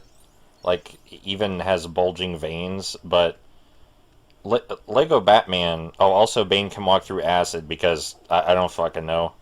Look, sometimes you just have to give characters powers they aren't noted for having. Yeah, like Riddler's mind control cane. Or Scarecrow's mind control ability, because everybody knows Scarecrow controls minds. That's what he does, right? At least for Riddler, it makes sense. Like, you could conceive of that being bamboozling people or some shit. Yeah, but what Scarecrow does is he incites phobia. Also, even though the super strength power is incredibly limited to specifically objects with orange handles, some of the things orange handles are attacked to are ridiculous, as you're seeing here. Okay, sure. Fucking sure. Oh, and that's what pops the ramp down. Yeah, dragging the ship. It's like an anchor. You may notice I'm not using the Penguin for combat at all. Firstly, because why would I do that when I have Bane? And secondly, because the Penguin can't grapple. Right. Look, So this area... Oh, you go ahead. I was just saying, it's very, very hard to grapple with an umbrella in hand. It's not like you can just, jab them with it, hold it to their neck like a fucking sword, or... No. No, but it does fire projectiles. Okay, yes, that's fair. So, in this section, you're just meant to remove enough crates to find the exit. I already knew where the exit was, but I wanted to remove the crates in the way anyway, just because that's what you're supposed to do. Don't get caught in the trap of doing things you're supposed to do. I usually don't, but, like, if I didn't show that, you'd have no idea what the puzzle was in that area. You'd just see me walk straight to the next level. I mean, room. Okay. So the Penguin has an ability that I don't know if I show off or not, but whenever you do a ground pound attack with him, he automatically fires a bullet right after he ground pounds to finish off any enemies he hits with it. Which is cool, but it doesn't make him a viable combat character, even though it's a cool ability. Right, it's all about the combos. You can't have a combo finisher. I don't... Like, I know Bane does Venom, but I don't think that makes you capable of walking through toxic gas or ooze like that. No, I think he's just that hardy. He's just that hardy. He's just that hardy.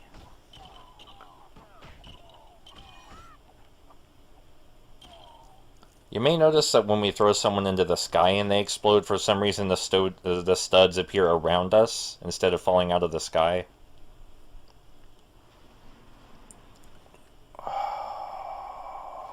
My headcanon is that the money spawns out of self-satisfaction. I've heard of worse justifications for money dropping. I think the money just appears because Bane is so satisfied that he launched a man into orbit. Wow, you guys sure did come the fuck out of nowhere, huh?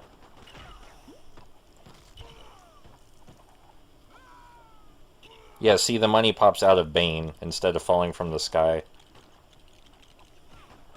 Look, money is an emotional process. I'm so confused how studs work. I think they pay for things with, like, those Lego dollar bills.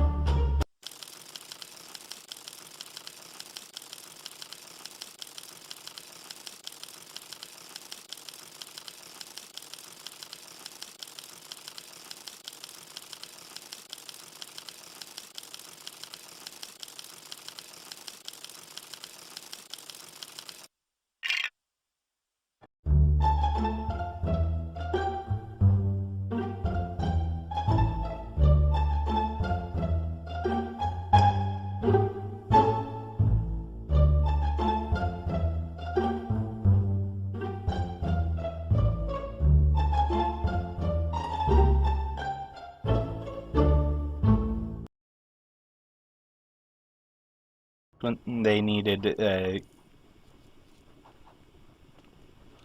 Yeah, I think if someone in a fancy dress outfit had a handkerchief in their pocket like that, you're probably right. It would not be for recreational use. It would be for fashion. Oh, nice fall. You can do something called extended flight with a penguin by tapping the jump button at just the right time. I don't know how to do that. Oh my God, are there hidden game mechanics? Fuck off. I don't think it's intentional. I think they just didn't think that much about it. Okay, At least I hope so. But so the Gotham Diamond or whatever, I think they called it the Gotham Diamond. That's not a real thing. Gotham does not have a dedicated diamond. Just in case anyone was curious.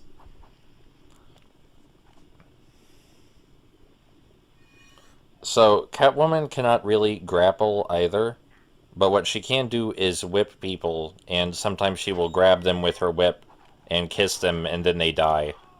that's how it works. It makes sense with Poison Ivy, because Poison Ivy breathes poison. Ah, here you go, see? He just exploded after being kissed. No, sometimes you're just like that. Sometimes you're too horny on main and you gotta explode. Or he was asexual. Look, asexual people can be horny on main. I'm just thinking of, like, the state Maine.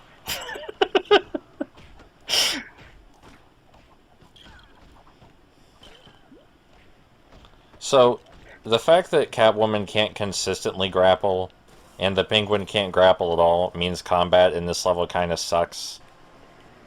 I've been there. Usually you have at least one character with a decent grapple.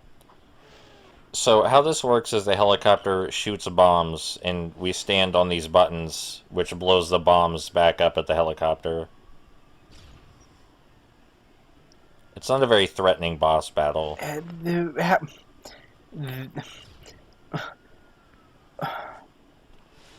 Yeah, no, I entirely trust this guy to pilot this expensive helicopter with fucking bombs.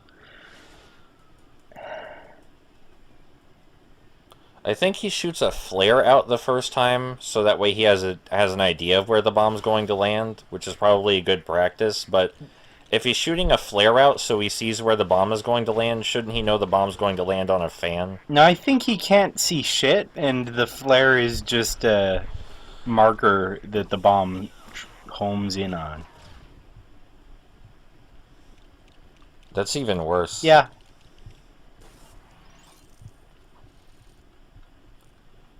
You gotta hand it to the SWAT team. They are on top of these rooftops the second they saw Catwoman and the Penguin jump up here.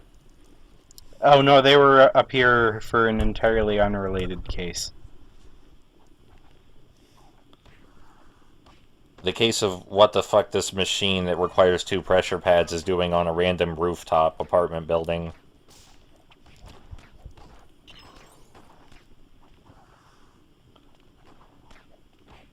Look at my mad skills at combat. So the AI in this game is better than the AI in LEGO Star Wars, but it's still not perfect because, as you'll see, Catwoman is trying and failing to jump on the pressure pad. And then she just gives up.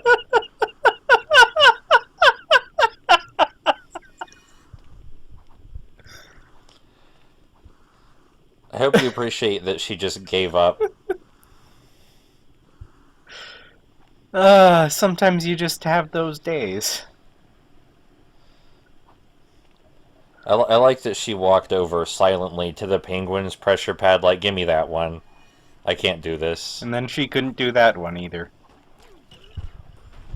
Yeah, that was a little frustrating, but on average, the AI in LEGO Batman is better than the LEGO Star Wars AI, thankfully. Look, Robin is very trustworthy. Robin's incompetence turns into more valuable character traits in the later Lego Batman games. Well, I'm looking forward to that. Lego Batman 3 in particular. There's a third? I'm so behind. Yeah, Lego Batman 3 Beyond Gotham is my favorite Lego Batman game. What? What? Why are the switches right there? I want to know why they felt like they needed a gargoyle to be pushed down a hole and who built that machine to push a gargoyle down a hole. No, the machine was to keep the gargoyle from getting pushed down the hole. Why is there a hole there, though, perfectly placed in the right position for the gargoyle to fall down? It's a skylight and it's under repairs. Okay, it's a reasonable assumption. So this is the level where I fell asleep while playing. Ha- Not not during this recording. okay, but the Lego Batman isn't that calming. It's not that it's calming, I was just very bored. Oh, okay, that's fair. I played this level too. I understand entirely. Also, Lego Batman is one of those Lego games where you wander around aimlessly until you figure out what you're supposed to hit to move forward. Yeah, and you've got this. But this part's cool. The hitbox could be better, but still. Yeah, you need a close attack. Did you know that in the Wii Lego games you can waggle to attack instead of pressing the B button? Oh my god. Thankfully, the waggling is not mandatory. Ah, thankfully. It is easier to aim projectiles using the Wii cursor.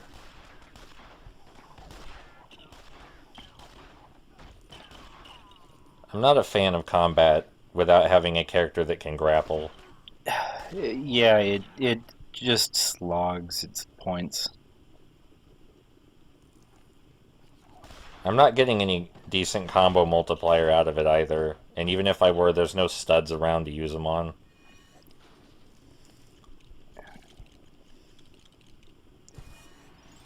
Yeah, this level is very, very conservative with the studs, isn't it?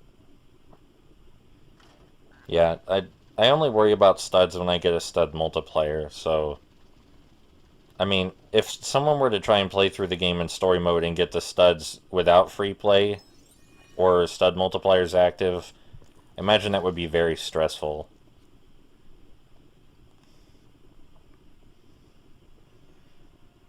It is well known that all great security systems have a giant hole in them, just for safety. Yeah, perfect. That's just the design these days, you know? It has to be collared like the penguin, too, so that way the penguin knows that he can put one of his robot penguins in there if he needs to.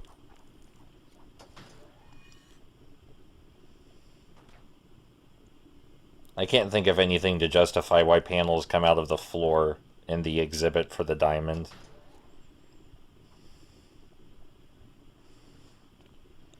I mean, it's an okay puzzle bouncing the penguin off of these panels, but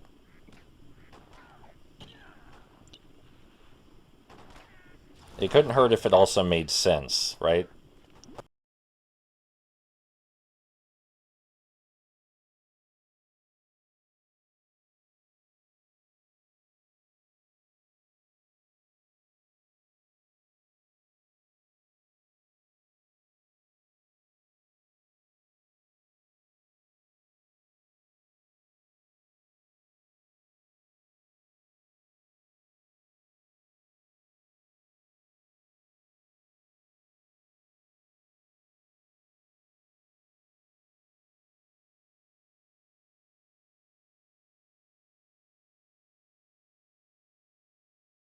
You'll notice that the cut was already there before she cut Yeah, it. yeah, that's there in the PS3 version too. Really? They left that in all versions of the game. Yeah, it's some shit. That's terrible. I assume that was a Wii version exclusive problem.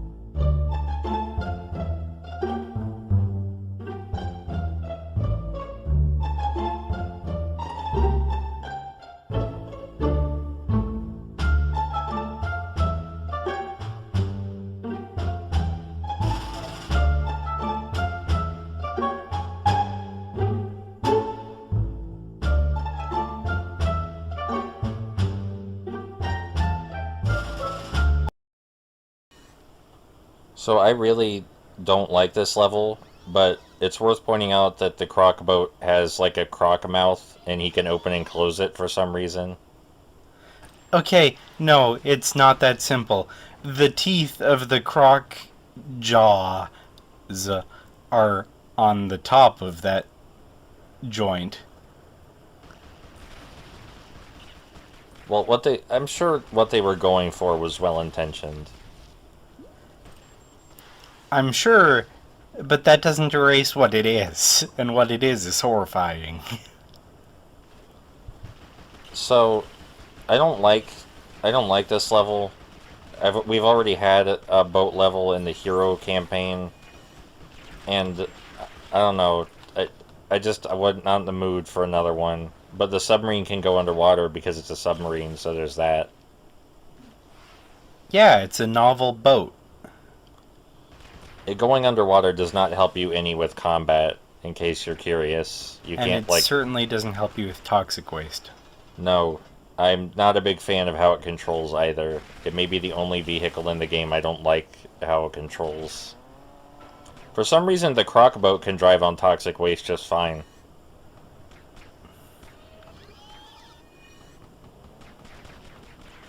As is known, Killer Croc is immune to toxic waste, as is Bane, for some reason. Okay, but we're not talking about Killer Croc. We're talking about his boat. His boat takes on all of his properties. Oh, that's just how mounted combat works. Yes. Oh man, I am so done with boat levels.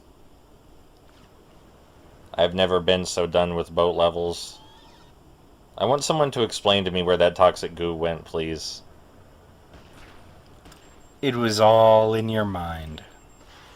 Because, like, I'll shoot these barrels, and then the toxic goo will leave.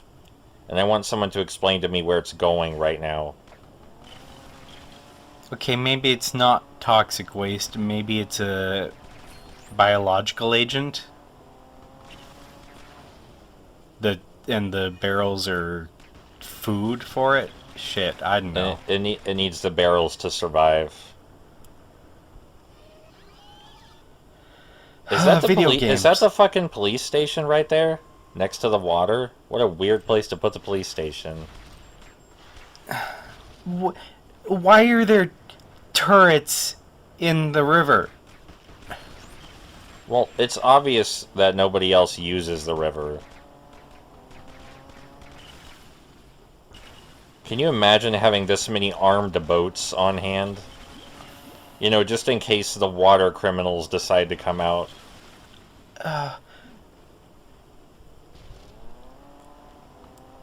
They've got like a whole fleet here. Okay, forgive me for not being as up on the lore as I need to be. Whatever Bruce Wayne's company is called, Wayne Tech. that's absolutely loaded. But oh my god, the public funding for the police is obscene.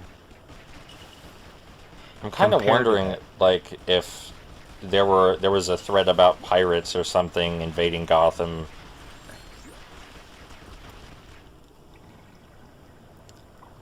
I don't doubt that's happened in the lore. Lego Batman versus Lego Pirates of the Caribbean. And it all comes together. Disney would never sign off on that.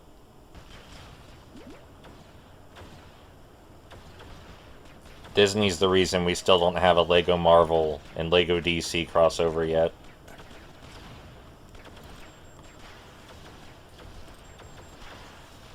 So, this boss, you use the missiles to shoot the weak spots. And you try not to drift into some toxic acid and blow up. So, how many weak spots are there? 3, but you shoot them more than once. This is probably my least favorite level in the entire game. I'm going to have to agree with you. I mean, I know they wanted to have 5 of every chapter, but They could have just not. maybe just skipped out on this one.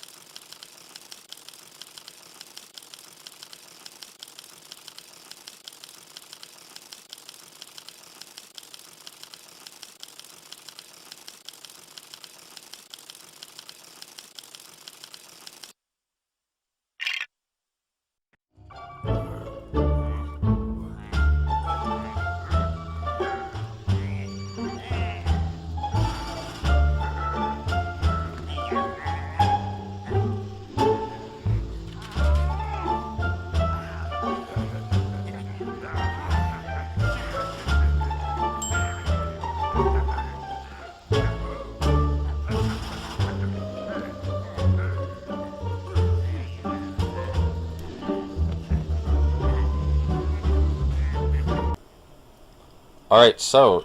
Oh, shit. Well, I guess that's the video. Penguin's dead.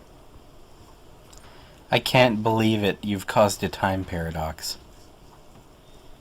So, now we can finally play as Killer Croc outside of a boat, and Killer Croc has sick wrestling moves as his grapples and regular melee attacks. Oh, good. Like, he pile drives people and shit. It's great. I love playing as Croc. He's probably my my favorite melee character outside of Mr. Freeze. Yeah, he's pretty high up on the tier list, isn't he? Also, he has super strength because he needs to, because we need more variety in character abilities. Look, when you think of powers, isn't power a good enough power in itself?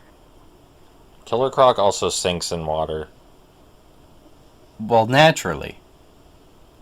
as crocodiles do. But yeah, Killer Croc wrestling moves, they're awesome, they're great. Oh shit, now we're playing Mario. There's a puzzle surprisingly similar to this in the Simpsons game. Except in that game it's an actual puzzle instead of just this. That was But short. yeah, they acknowledged that it was inspired by Mario a lot more directly in the Simpsons game. Were the pipes So this- allowed to have rims? Yes, so this build takes a really long ass time. You have to bust up every single one of these fucking things to get all the pieces out. I spent 2 more minutes than necessary on it. Why? Because I couldn't find one of the barrels. It was just beyond my vision. Did you know you can move the camera ever so slightly in these games? That wasn't it. I'm just oblivious.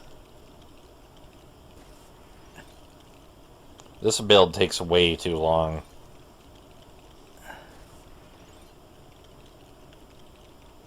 There's no challenge or anything to it either. You're just busting up everything in the room. But at least you get to ride a giant crocodile when you're done. Oh wait, sorry, I had it wrong. What I missed was those grates on the left. It seats 2. It is more understandable to miss the grates. I like that there are so many construction workers in the sewage, like literally walking around in shit for some reason. I can't believe you made the myth reality. It's a crocodile, not an alligator.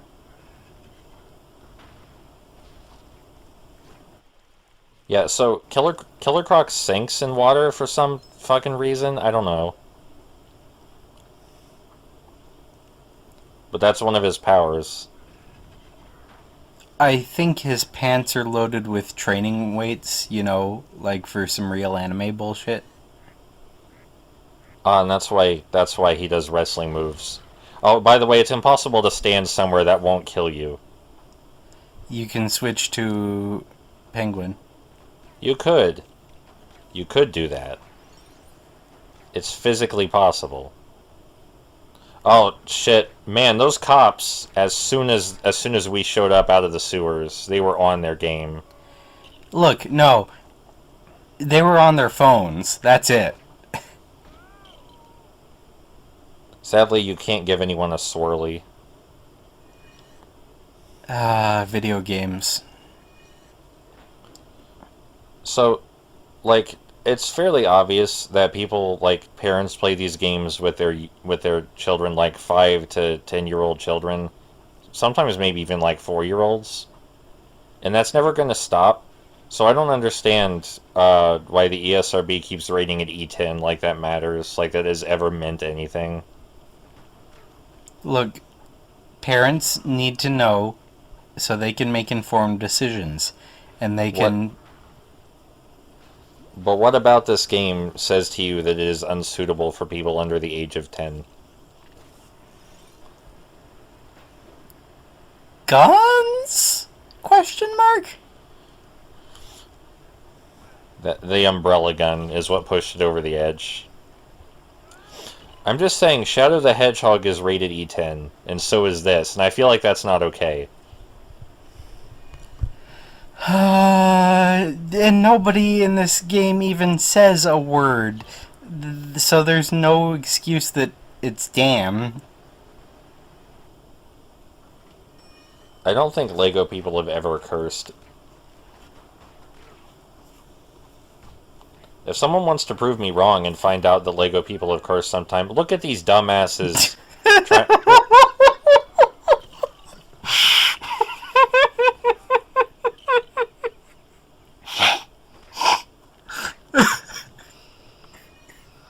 These fucking dumbasses.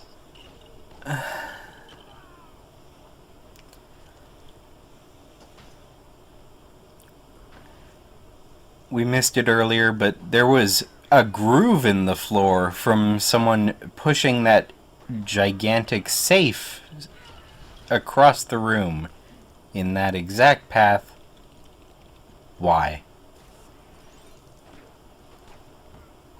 Man, I don't remember there being this many enemies here. You know, neither do I.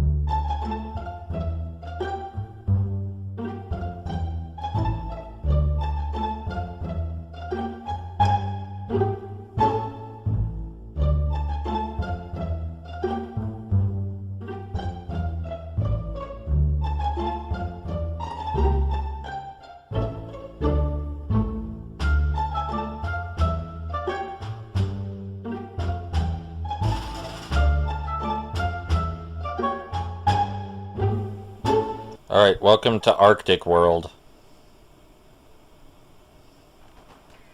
It's cold. It's cold in Arctic World.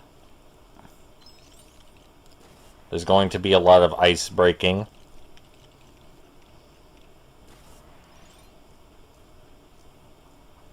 Power Dork, please break the ice. Don't put me on the spot like this. That was your cue. No, it wasn't. Please. Yes, it was. No, yeah, that was your cue. My That was your cue to start saying words. It's fine, it's fine. So why penguins? Why penguins? The penguin likes penguins. Why? Also, the AI is really bad at this. It's supposed to stand on that fan, but it does not all the time. I can't remember why the penguin is obsessed with penguins. Like, I'm sure there's a good reason for it. I know why there's the umbrella, but penguins? I forget entirely what brought that into the backstory. I'm sure if I rewatched the Batman Returns, it would all make sense. It's probably something like he was raised by penguins or some shit. No, I seem to recall his father died of pneumonia. But... And then he was raised by penguins, obviously. Yes, penguins who taught him to carry an umbrella. That's it. That's exactly. We nailed it. I really hope not. I mean, that might be accurate, but I don't feel like it is. Anyway, the Penguin's my least favorite Batman villain. I've only seen him done in an interesting fashion once, and that was in the Telltale series. I mean, to be fair, I forgot every other time he's appeared, so I'm probably not the right person to make that call. I don't think there is a right person to make that call. The Penguin is eminently forgettable. Eminently forgettable. That is a unique combination of words. Eminently. I heard you. Eminently forgettable. Am I wrong in saying eminently? No. That's just a very, very strange way to put anything. Look, it works. It means very. Eminently is just such a weird word in general. Well, fuck.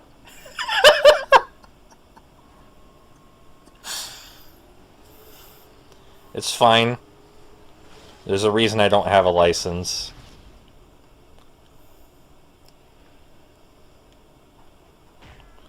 We're back to melee combat with characters that can't do so good at melee combat. I mean, you could just shoot everyone. I would like to just shoot everyone, but Lego Batman is not the best at projectiles. The projectiles are better in future Lego games, though. And in previous Lego games. Ah, gee. That sounds reassuring. In Lego Batman 2, the projectiles definitely behave better than they do in Lego Batman. I'm sorry, did I say Lego Batman 2? I think you did. In Lego Star Wars 2, the projectiles definitely behave better than they do in Lego Batman. So those cops just shot on sight is...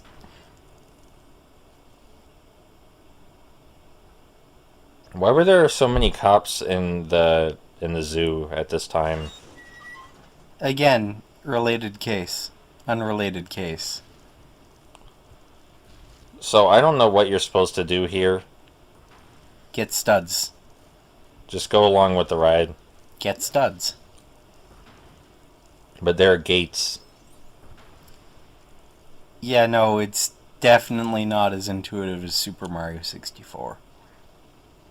So now we're building that machine that Batman dismantles at the end of this act in the hero missions. And that's actually pretty cool. It looks built already. Okay, I mean we're turning it on. There we go. I don't know who got here and built it because we weren't here yet, but someone else built it before we got here, I guess. No, we have lackeys. We have people who do work for us. I'm waiting for a bomb to hit this ice block so that way I can build it. You're not going to get bombs if you don't There we draw go. the attention of the cops. I just want a little bit of bombing. I just want bombed a little bit. We need to establish a safe word.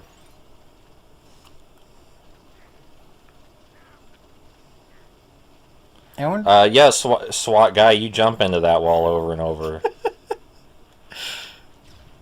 I wonder what their rationale was for placing the faces of the cranks the way they did.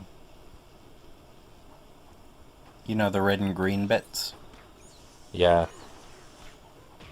I wonder what the rationality is for a lot of things in this video game on both an in-universe and developer level.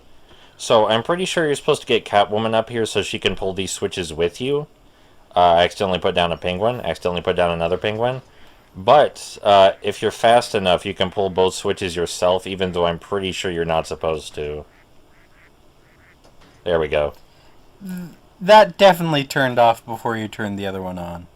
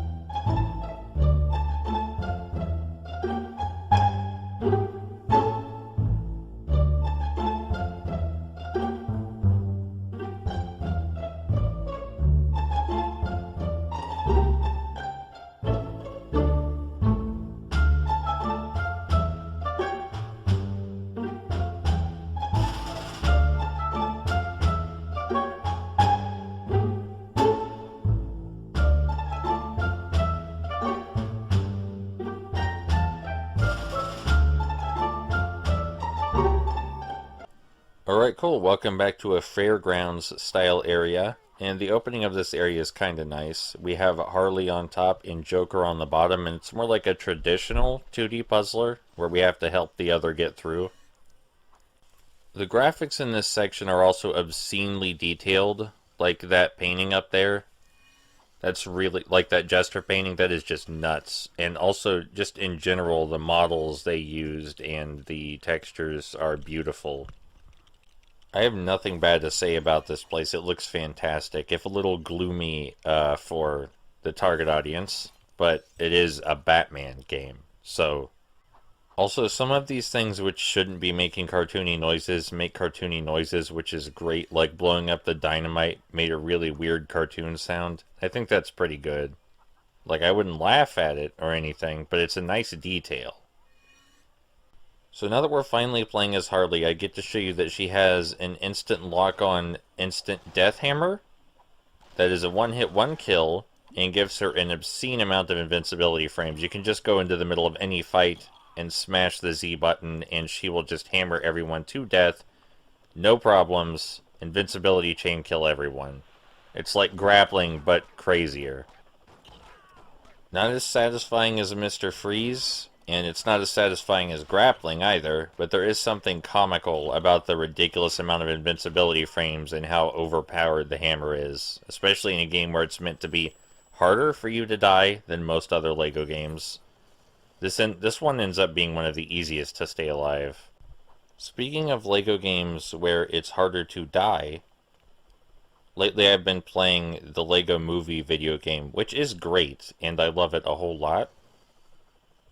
But I can't quite figure out the combat, and I don't want to, like, definitively say it's awful compared to other Lego games combat, but it sure does feel weird. Especially given TT Fusion, the developers of Lego the Movie video game, usually have really nice combat. You'll notice that sometimes the title card for the level appears halfway through the level. I think that's an artistic decision, but at the same time I could see that being very confusing for people who want to replay levels and aren't sure where they start. Now the confusion would only last a few seconds until they actually start the level, but especially in the more open world games, having the title card appear halfway through the level like that, it's a little strange.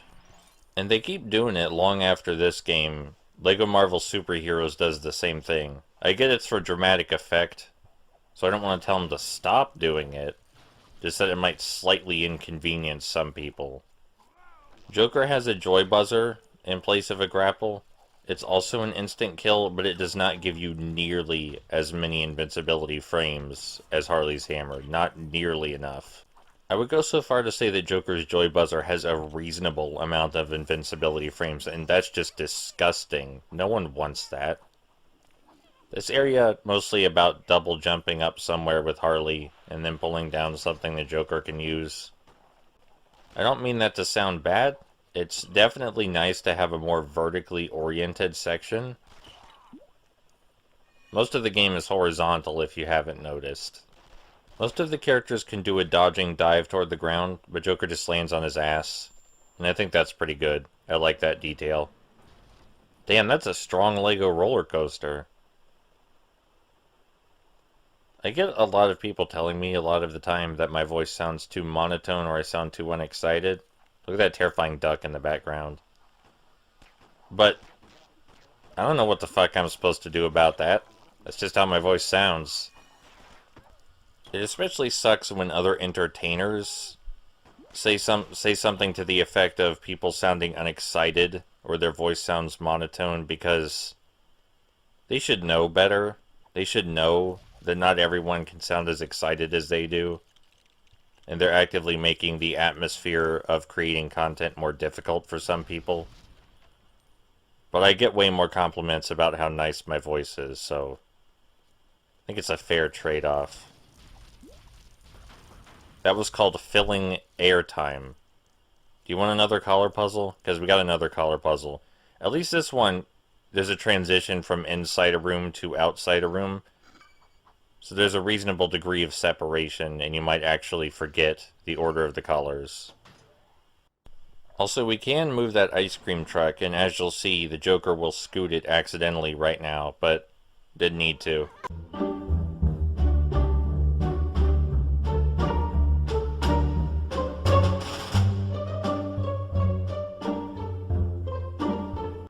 I'm not sure the Joker and Harley really understand how traps work. Generally, you want to be waiting for them where the trap is.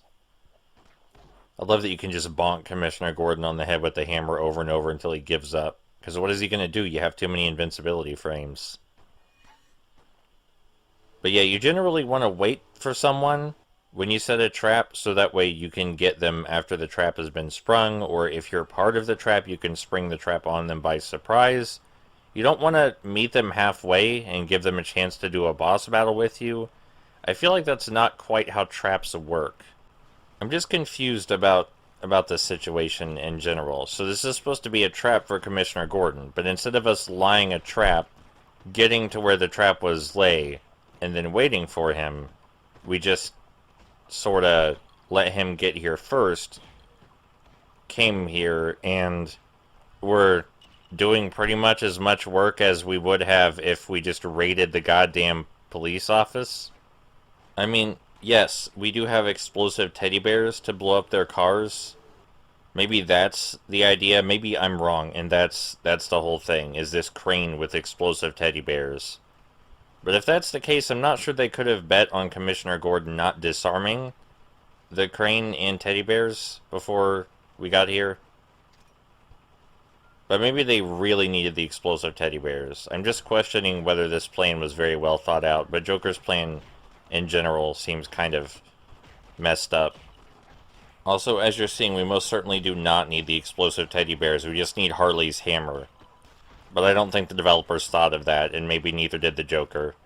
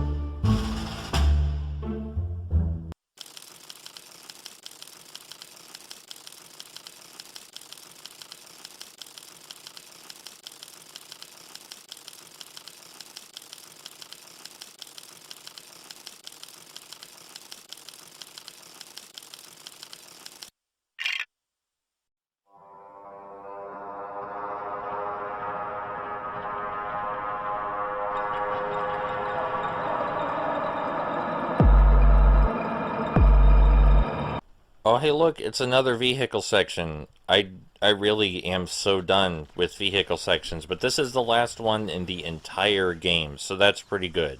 So it's time to talk about a review I read for LEGO Dimensions and something that bothers me about the way critics review games in general.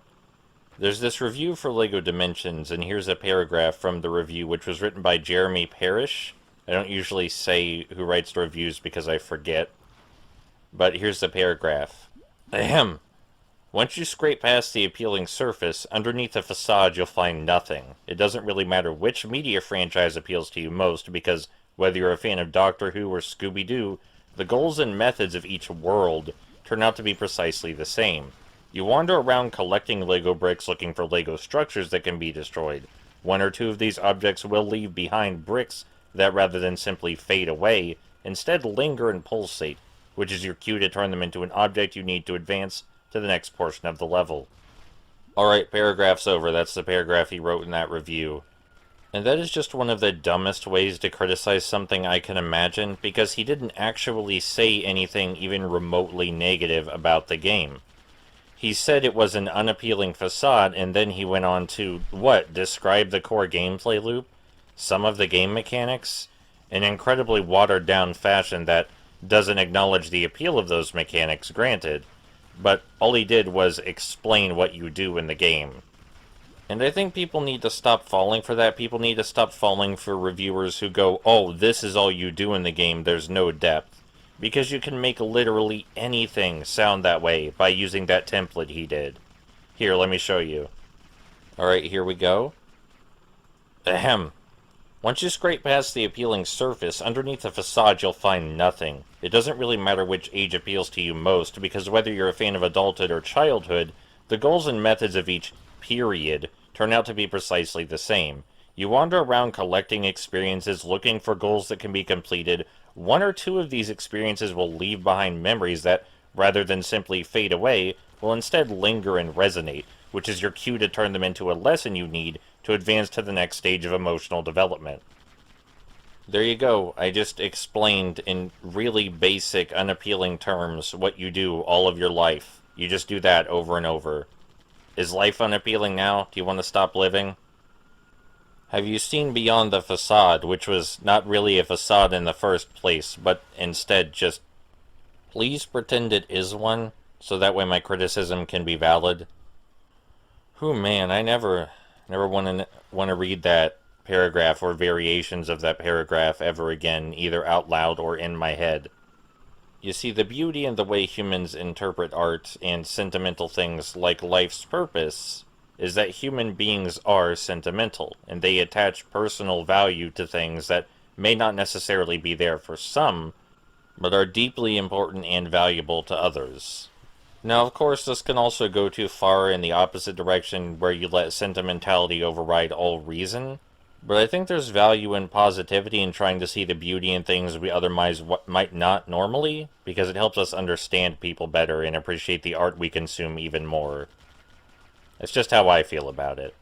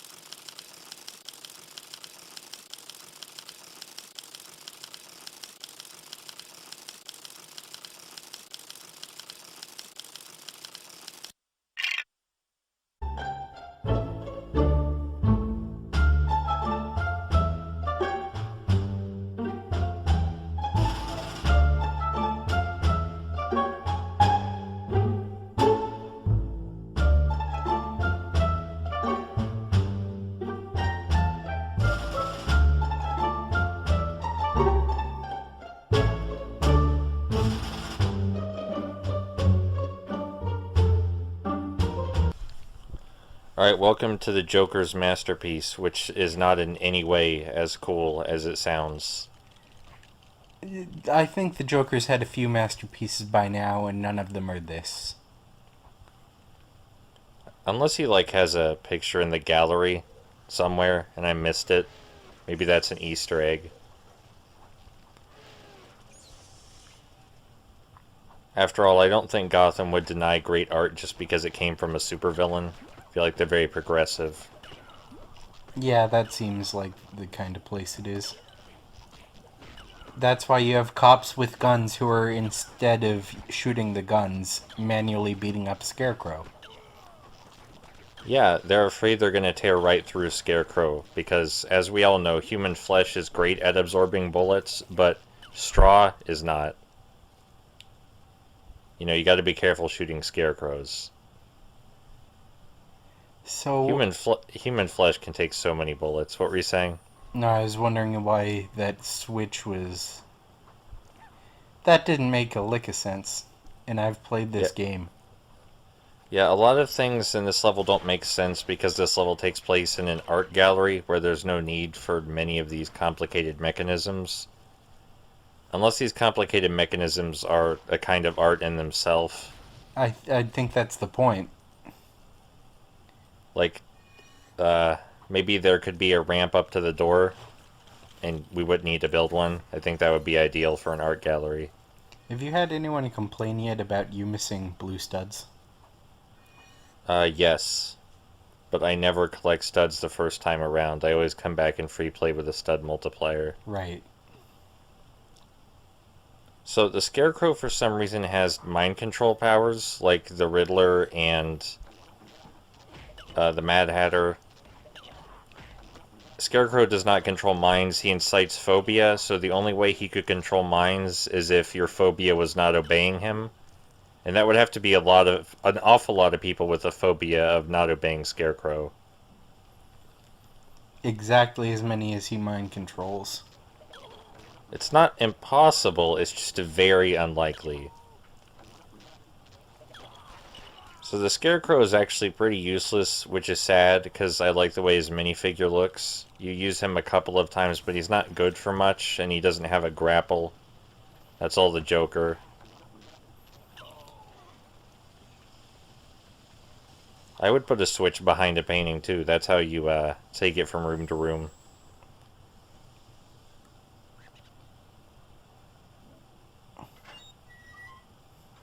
It's that door opening sound I've heard in everything ever made. So there's a new enemy type here with a sniper rifle. His hat's on backwards, so you know he means fucking business. But he misses. Because the Joker has a buzzer that he uses for not just handshakes, switches. Why? Yeah, I've had a friend bring up that it makes no sense for him to be using a buzzer to turn on things. I don't understand what the idea was either, but they wanted him to have a unique ability, so that's what it is. I figured it would be something more comical than that, though. I feel like that's a poor choice. I do love that his dualies always go toward the same target. I don't like that his dual machine guns are not actually machine guns. If you hold down the fire button, they do not fire. They're constantly. revolvers. Yeah, but the game explicitly calls them machine guns. Oh, okay. Okay. You weren't there for it, but in the final confrontation with the Joker and Batman's story, they definitely call them machine guns. Now, whether they meant submachine guns is irrelevant, because they do not have any kind of rapid-fire capabilities. But if you tap them repeatedly... You can't really even simulate rapid-fire by tapping it repeatedly. They work the same as every other gun. It's very unfortunate that guns are abstracted like that. Or maybe it's fine? They programmed rifles for that one enemy type that has his baseball cap on backwards. How do you feel about poison gas as a defense mechanism in your art gallery? Oh, that's just normal. these days? I feel like someone's got to be a defense contractor, and they're like, trust me, you need poison gas in your art gallery. All the kids are doing it these days. And it's not like the guards are well equipped against it. The guards are not well equipped against a joy buzzer, in spite of their best attempts. I like how I left the Scarecrow up there for a reason, but his dumb fuck juice AI decided to jump down. Well, there's combat. Yeah, he was safe. I No, clearly you did not needed need help. his help. I clearly did not need his help.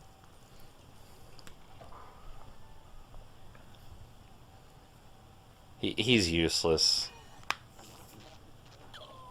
This level could easily just be done with the Joker. Scarecrow does almost nothing of importance. So am I seeing something that can be blown up here, or...? Yeah, we don't have a silver block blow-up character, though, or vehicle. So that's a free play thing?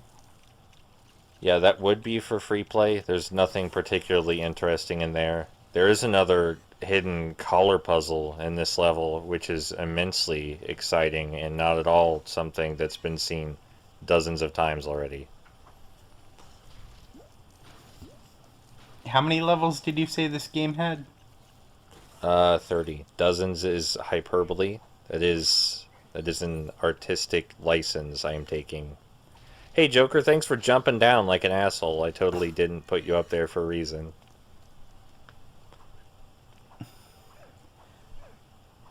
Look, half of Joker is motivated by spite. Is that why he sits on the switches out of spite? Yeah. Yeah, that's exactly it. That makes more sense, because it seems like it would actually be more work and more painful to sit on a switch than just pull it. It's not like he's playful. I don't feel like it looks playful. It looks like he's upset at the switch.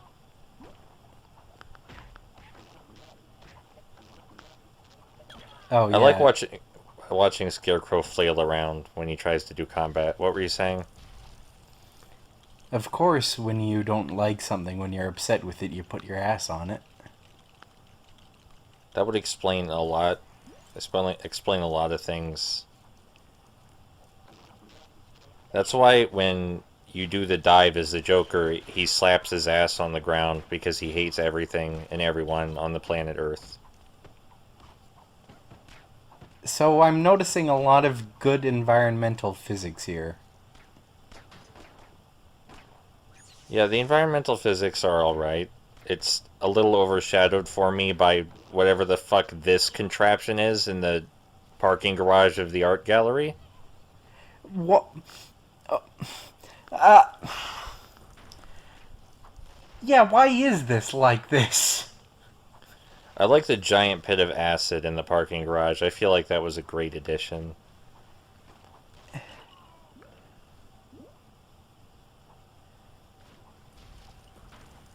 Man, did we use the Scarecrow for anything except to open that one door?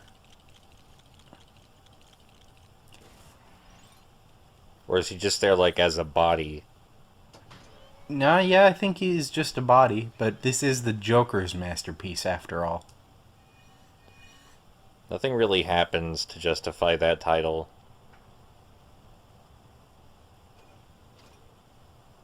Moving boxes via crane seems way too normal for the Joker. Doesn't he have henchmen? Yes, when you are playing the hero story. But what are the henchmen doing now? Obviously they're elsewhere. Are they just robbing banks?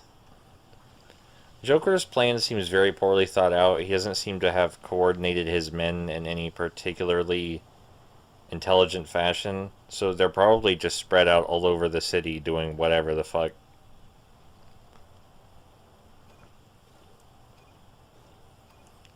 I do like the way the crane moves, not the crane itself, but the cockpit looks nice.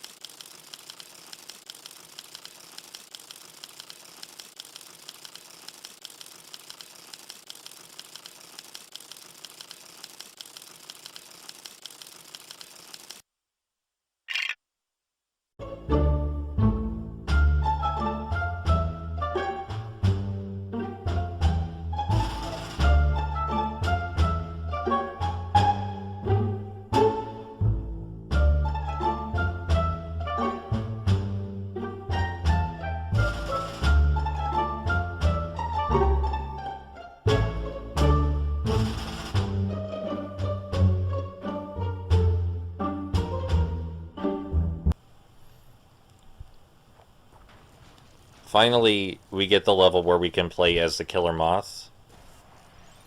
I've been waiting for this my entire life. I like playing as Killer Moth. He doesn't have any particularly outstanding characteristics. He has guns. He does not grapple well. And he can glide. You say guns, but I see just the one.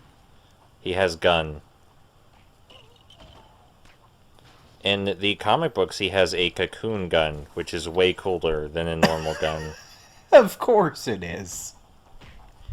It's much cooler than a normal gun, and I wish he had the cocoon gun instead. But then you'd have to have custom mechanics. And there are already how many villains? Well, they could still just hurt like normal bullets, but they could at least be a different color or a different texture or model or something. Maybe make like a t-shirt gun sound instead of a bullet sound. You There's know, like a t-shirt gun in Lego? Not anymore. There was a t-shirt gun in Lego and now there's not? They rejected my t-shirt gun idea. I'm still pretty pissed about that. Oh my god. Thought that's what Lego Kuso was for. It's a reference. So, you're just standing there for several seconds? Yeah, that blew up the bomb, which had a fuse on it for some reason. So, something cool about Killer Moth is... Also, look at this massive shootout between the Joker's goons and the police force. This is where Joker's goons were the whole time. Oh, well, thank fuck. And then they just go away.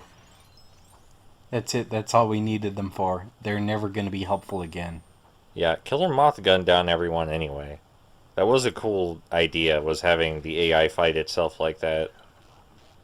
But this section right here, up here, where we have to fight several snipers as we jump across, this is much harder, so maybe they could have been here for this instead. Mm-hmm. So the Killer Moth, he can actually pull his wings up and deflect bullets like that. Mm-hmm. With proper timing, and that is insanely cool. So it's the next best thing to being Batman. I don't think Batman can pull his cape up to deflect bullets. No, doesn't he just do that when he's in battering mode? Batarang mode? When he's launching batarangs in this game. I don't remember him being invincible when he's shooting batarangs. I do. Have we played different games? I don't think so. Maybe I've just never been shot while using a batarang, as unlikely as that sounds. It's possible? It sounds possible. Maybe I'm just not... I just haven't been paying attention or something. It's been about a year since I've played this game, so I could be wrong on this. But I definitely feel like you're vulnerable while you use batarangs or batarang-like objects. If not in this game, then definitely in future LEGO games. I like that he folds his... Look at how he folds his antenna down while he's in the helicopter and tell me that's not the greatest thing. No, it definitely is. I like this park. It's disgusting. So what's your PB? My personal best in LEGO Batman? For this chapter, at least. Probably the current recording we're playing right now. Solid. Because it's not like I've practiced LEGO Batman to record ever before this, you know... Nice combo. It's much easier to do this fight with the helicopter, but I decided I would rather not, and I would rather just beat up everyone with Killer Moth instead. Frankly, I don't see any better option. I remember when I unlocked Killer Moth for free play when I was playing this game as a kid, and I was like, oh, hell yeah, a character that can glide all the time no matter what. And then I immediately realized how not cool that was because the level design was built around the idea that someone would be able to glide at all times, and so gliding was not fun. It's unfortunate. A lot of the later LEGO games seem to forget they give you characters that can fly, and so when you go back through free play, you can switch to a flying character and skip most of the puzzles.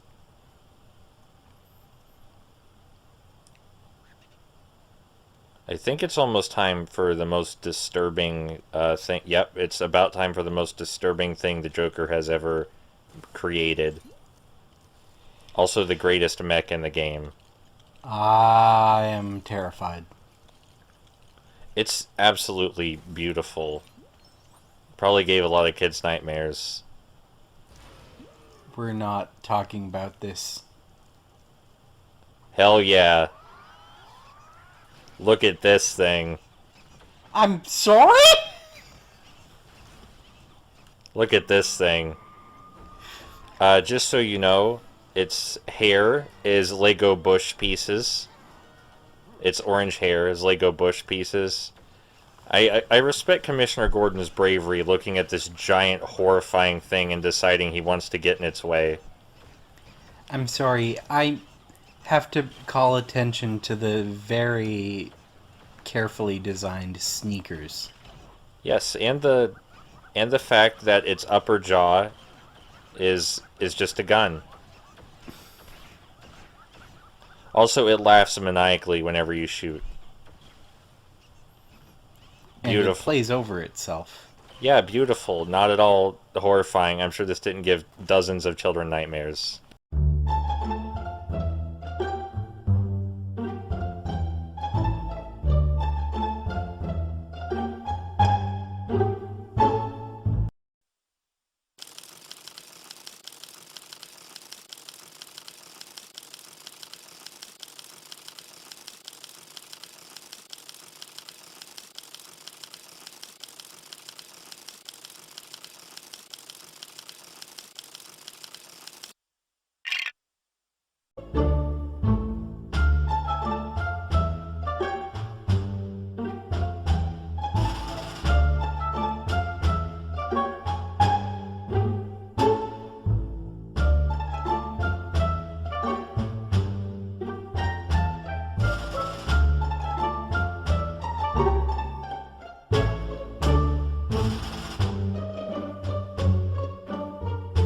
They could have animated that gargoyle if they wanted. Yeah, I have no idea why the gargoyle just instantly transformed like that. It's a very bizarre decision. And, So, it wasn't even on screen for long enough for you to know what it looked like before that. I mean, if you intake the information really fast, or you knew it was coming like I did, then you probably would have focused on it, but otherwise not really. So, probably the coolest thing about this level is this section right here, where you have this shootout with snipers shooting you from above. and you're down here taking shots at him. And also the terrain. Yeah, that's an accident though, but that's probably the coolest thing about the level, and it's done now. So there you go. Well, everything's downhill after Killer Moth. I really like that this church has stained glass windows of dragons. That's fucking metal. Yeah, I love religion in the Lego world. It's pretty weird. It's pretty out there.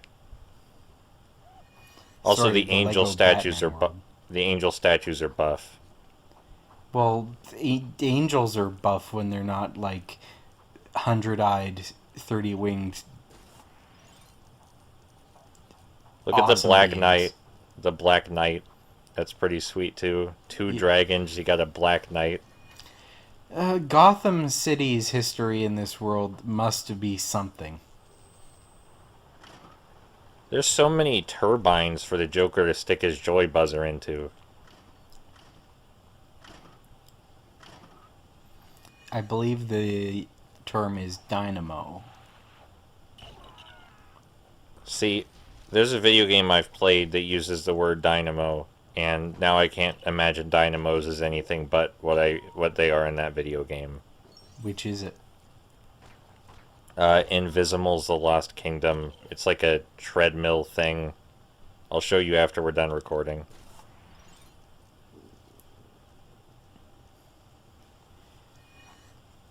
I had to manually switch to the Joker and make him jump off. If you were curious, he would not get off by himself. Joker always needs help getting off. Tries to seem like he knows what he's doing, like he's this big criminal mastermind, but as you've seen, his plan makes no sense, and he can't even get off properly without Harley. It's disgusting.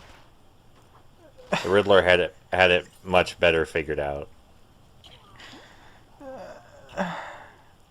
You know, the Riddler, he's got the brains, and he may not be the best melee combatant, but he's got his cane, and he knows how to get off with that cane. Like, he grabs on with that cane, and he knows how to get off when it's time to get off. You don't have to manually get him off for him.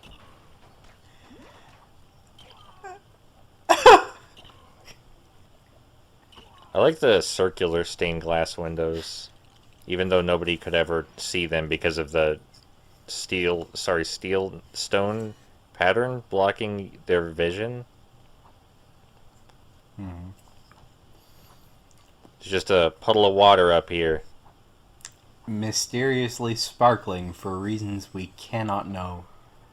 Well, it's a Mr. Freeze interactable. Of course it is, but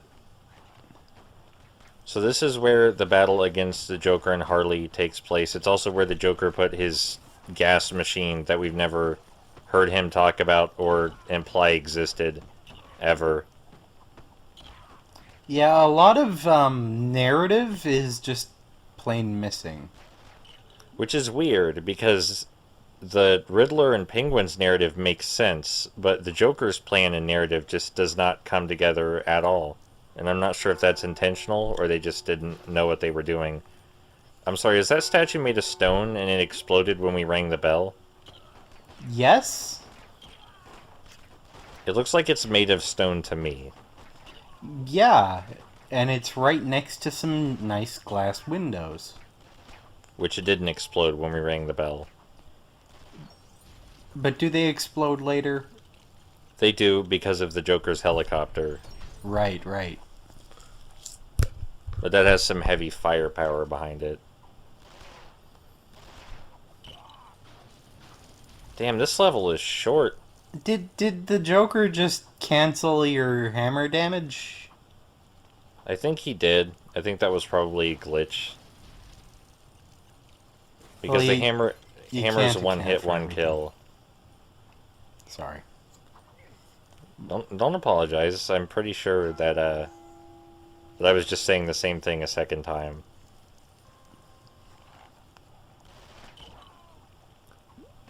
I love the huge amount of enemies in this game. I'm definitely gonna miss that. It's sad that we're done with that now. What's the most unfortunate thing about it is Harley keeps putting away her hammer. Yeah, she should just really have that out at all times.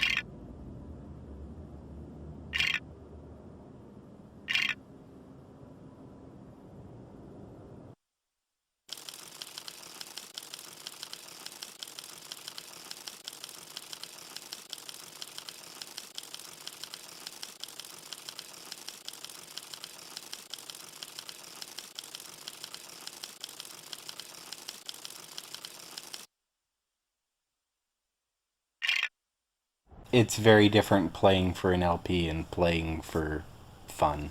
And playing for achievements? I wouldn't call this level playing for fun. Anyway, welcome to Wayne Manor, and this is the reward you get for getting true hero status in every hero mission. It's a timed mission? Well, you're supposed to speedrun it. Like, you're supposed to try and beat your best time and compare your time with other people's. So it's a timed mission. I guess, but there's no time limit or anything. The only difference is it provides you with a timer instead of you having to do it. Well, So- game timers are notoriously not worth keeping track of. Do you like gardening? Oh, it's my favorite thing. I love the segments with Poison Ivy. Because, John Burton apparently thought what would be great is to drive around Batman's yard with a lawnmower and meticulously run over every single flower in the slowest vehicle in the fucking game. He thought that would be really fun. That would be a great reward for getting true hero status. You know, This is- all of everything is solved and now you have to do work. That's the point of that's the message. Life goes on. I think this is supposed to be fun. So we're supposed to collect 1,000,000 studs, and in practice that's actually collecting a bunch of purple studs. Normally the collect 1,000,000 studs mission means that they're just studs lying around everywhere. But in this one, every purple stud is hard-earned. Also, it's very empty and sad in this location. It's a very empty and sad place. There isn't any terrain around the manor. I think it's supposed to be like a Lego set floating in space. Also, most of the Wayne Manor level does not take place in the manor. It takes place inside of computers. Because whoever designed this level wanted to make references to other video games. So we turn on the computer and we sit in a chair and we get teleported in. And everyone's favorite home computer game that is notorious for being available on home computers is Mario Bros. You know Mario Bros, that famous PC game that has been on every PC ever known to exist, and not an exclusive Nintendo property that has never been on PC. We all know it's on PC, though. Not legally. Not legally, but... You know... So, you have to meticulously destroy all the blocks and grab the purple studs that come out. And there's obvious references to Mario Bros, like smacking your head into the brown blocks to make them blow up and other shit like that. It's supposed to be a side-scroller. Side-scrollers aren't my favorite genre, but I remember them being, I don't know, fun. If this looks fun, stop me. Well, it looks out of place. It looks a little bit like maybe the game mechanics that the game has are not meant for this sort of thing, and maybe they could have thought of a better bonus level than this, is what I'm feeling. I love to have instant drop donut blocks. That's my favorite thing about the donut blocks in Mario, is that they drop instantly and kill you just on the spot. Yeah, you have to be very cautious on them. You don't have a moment to breathe. Bye, Penguin. Oh my god, the fact that you have to switch so much to break the blocks. Like, what's the purpose of me having to switch to Sonic Batman to break that block in a bonus level, which is supposed to be fun and carefree? And inspired by Mario. And inspired by Mario, where Mario switches to his Sonic outfit. Oh, thanks for shoving me off, dickhead. Yeah, it's frustrating when your partner gets knocked off the stage, and more frustrating when they don't, it looks like. Yeah, I wish they were gone. I wish that the second character was gone during this entire section. I very much want that. Well, then you couldn't have co-op with your sibling. If you tried to play this in co-op, I think you would end up yelling at your sibling. That's the fun of it. It is just immensely frustrating. It's like Mario Party. I like Mario Party. I do too. Because you yell at your sibling. See, like, I don't know. I play normal Lego levels, and I just have fun. I'm not having any fun here. Oh, wait. Okay, that's a mechanic I haven't seen in a Mario game. Not until recently, but recently there have been giant blocks that you can jump on or ground pound, and it makes other blocks appear. So I noticed you blew something up and blew yourself up doing it. Yep. Was there a net gain? I'm sure there was. I don't remember what it was, though. Poison Ivy's dead. So, I had to re-record this level a few times because I practiced it.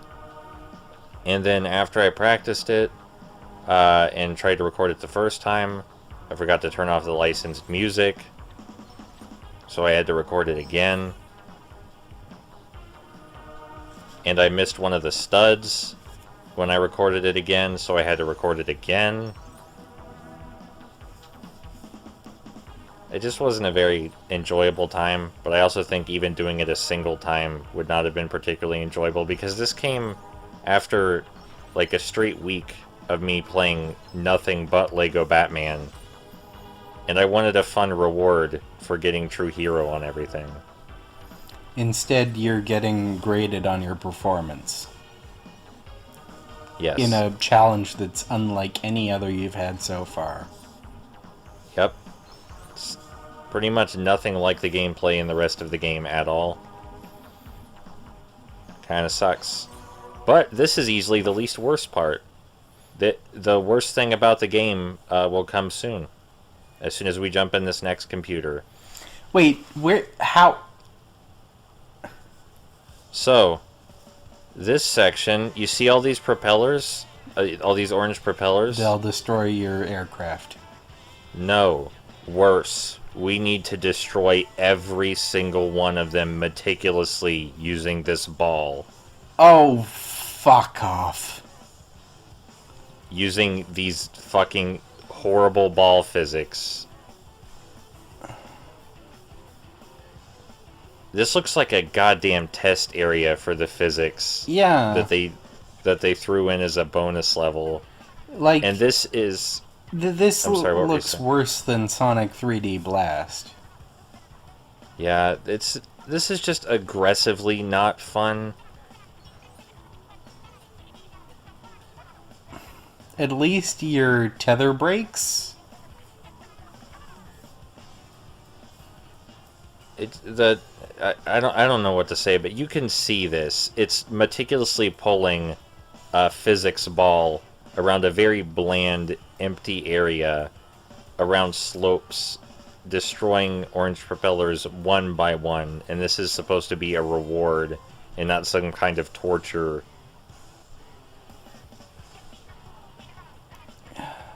God, it's not like a boss rush or anything.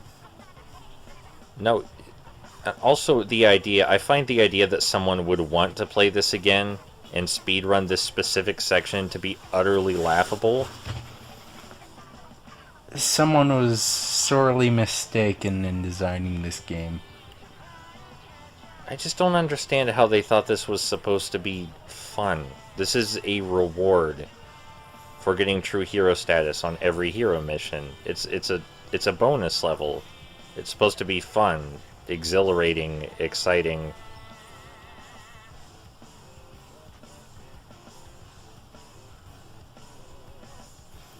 God damn. So, fun thing about this, this footage right here is actually my brother playing. Oh my god. Because after the fourth time I tried and failed to record this, I was on full fucking tilt, and I could not play this goddamn physics ball section. I couldn't do it anymore. I was so fucking pissed. Oh, that's water? Yeah, that's water. And you have to make it back up the ramp, which, by the way, is way harder than my brother makes it look. The key to getting back up the ramp is not trying to get up the ramp. You just have to not think about it. And then you get the... Wait, that was still on the... physics. Don't worry about it. Don't worry about it. Physics are great. But yeah, this footage. It's not me playing. I tried to record it. I couldn't handle it anymore after the fourth failure. I got so frustrated with the game that I called it Rego Balmam, because I was at a level of incoherency that I couldn't form words properly. So instead of Lego Batman, it became Rego Balmam. That's how upset I was. Amazing. This is some real level design, I gotta say. It's some fucking torturesome bullshit, is what it is.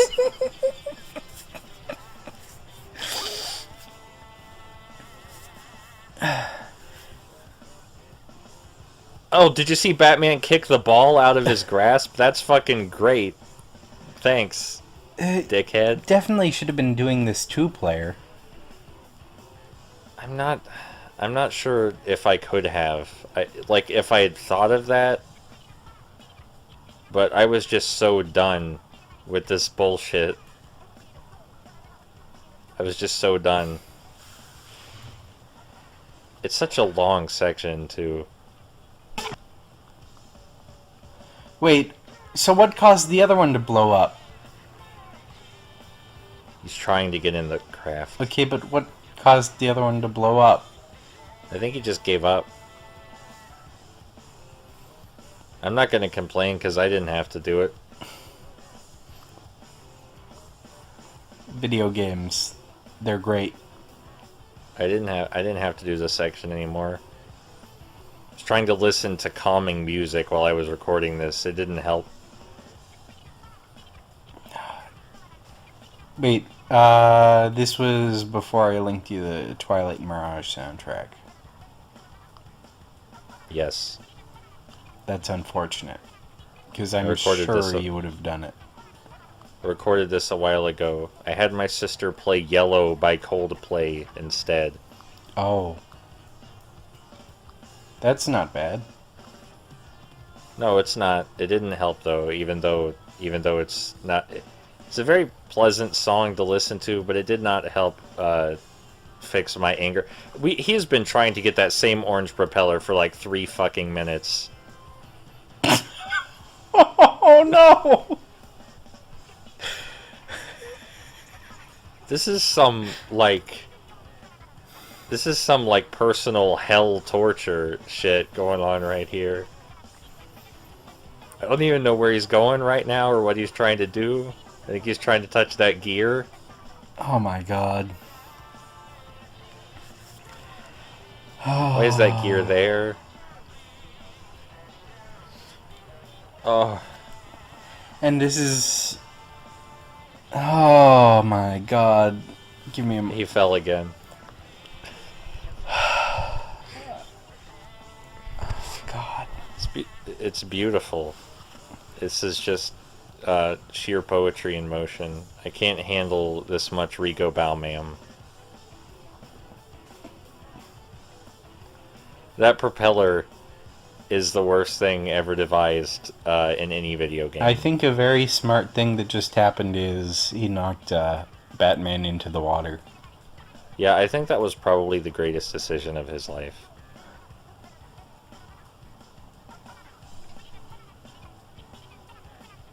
Oh my god. Look at him trying so hard to get the goddamn ball into the propeller. Fucking finally, okay. Oh, It's done. but it's not done. It's done. No, as far as I'm concerned, that was it. As far as I'm concerned, destroying that propeller was it. Challenge over. Great job. Thanks for coming, everybody. Challenge over. I'm gonna stop recording now. I'm gonna stop I'm gonna press stop. I've pressed stop.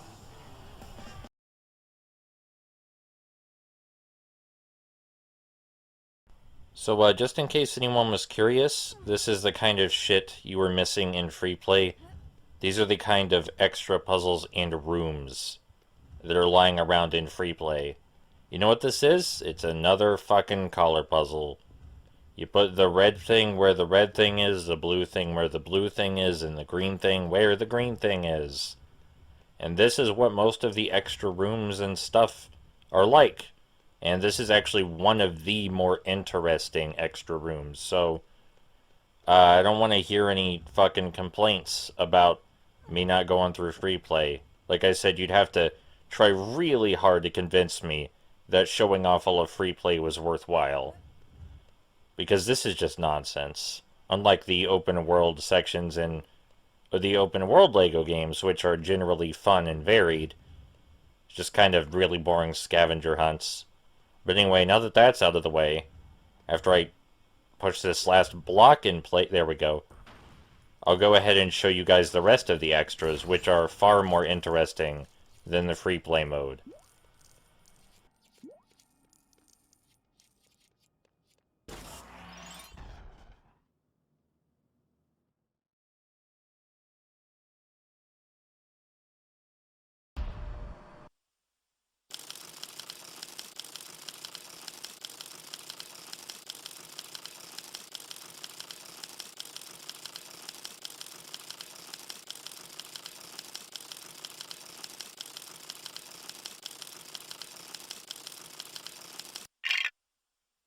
In a LEGO universe, anything is possible. Someone has shat studs all over the prison complex. Go get 'em. Alright, so, you may not recognize the character I'm playing as. That's because it is a custom character. And, of course, I gave him a batarang, because throwing batarangs at objects is the easiest way to break them open and collect studs. This is true for many games. Especially LEGO the Movie video game. Throwing the batarang at breakable objects is the fastest way, outside of using a vehicle, to gain studs. And in some cases it may be faster than using a vehicle. Play some soccer. Some soccer against people that aren't trying very hard, but still. Now, unlike the good side bonus level, this level is actually fun to explore, to play around in, and to break stuff in. It's just generally a good time, this level is. So, kind of wish the hero side was this fun. But maybe they're making a commentary on how it's more fun to be bad. I don't think that's the case, though. This isn't some Postal 3 shit. It's LEGO Batman. Anyway, this area we've just come into is a half-assed reference to Pac-Man, where there are infinitely spawning invincible enemies in the center that can only be destroyed with the use of power-ups. It's a cute idea, and half-assedness aside, indestructible enemies aside, it is a fun area to explore. And also, unlike the good side, I could see people genuinely having a good time trying to beat their high score in this one. I also liked using the grappling hook to get over the walls. There's no need to escape from combat, but if you want to, it's there. I do generally try to avoid dying in LEGO games, just period. I don't think it's fun to die over and over. I think that takes away a lot of the depth of the game mechanics if you just don't care about dying. But obviously the reason death has no consequence is because people play this game with their young kids and shit. Like really young kids. So this is the end of LEGO Batman, huh? The original one, at least. I wouldn't exactly call it a failed experiment. I would call it a very adequate game. Okay to good, I think I said during the Killer Moth boss battle. Maybe good is a little generous, but it's definitely not a bad game. And considering it's my least favorite, I definitely expected to be a lot more negative about it. Like the way I felt during the good side bonus mission, I thought that's how I would feel about the whole game. Thankfully not. The game was a lot better than I remember it being, and even the things I personally dislike about it which aren't bad seemed less noticeable this time. I do absolutely think there are worse LEGO games than this. This one just happens to be my least favorite. If I had to pick a LEGO game that I think was the absolute worst, it would be the Sonic Dimensions LEGO Dimensions pack. I don't like that one either, but I like it a little bit more than this. But for as much as I bitched about the parts of this game that I didn't like, I would still play it on an 8-hour-long car ride to an important person's house on my PSP. I feel like that's not bad. Now, granted, if I had the DS cartridge handy, I would just play that instead, because I like the DS version more, but beggars can't be choosers, and I know where my PSP is, and I have the LEGO Batman PSP UMD working, so... Anyway, I think that's enough out of me. I hope everyone enjoyed the journey, and this definitely isn't going to be... Excuse me. This definitely isn't going to be the last you see of LEGO games on the channel, especially given recent events in my life, so I guess if you like LEGO, that's really good news for you, huh? I'll see you guys around.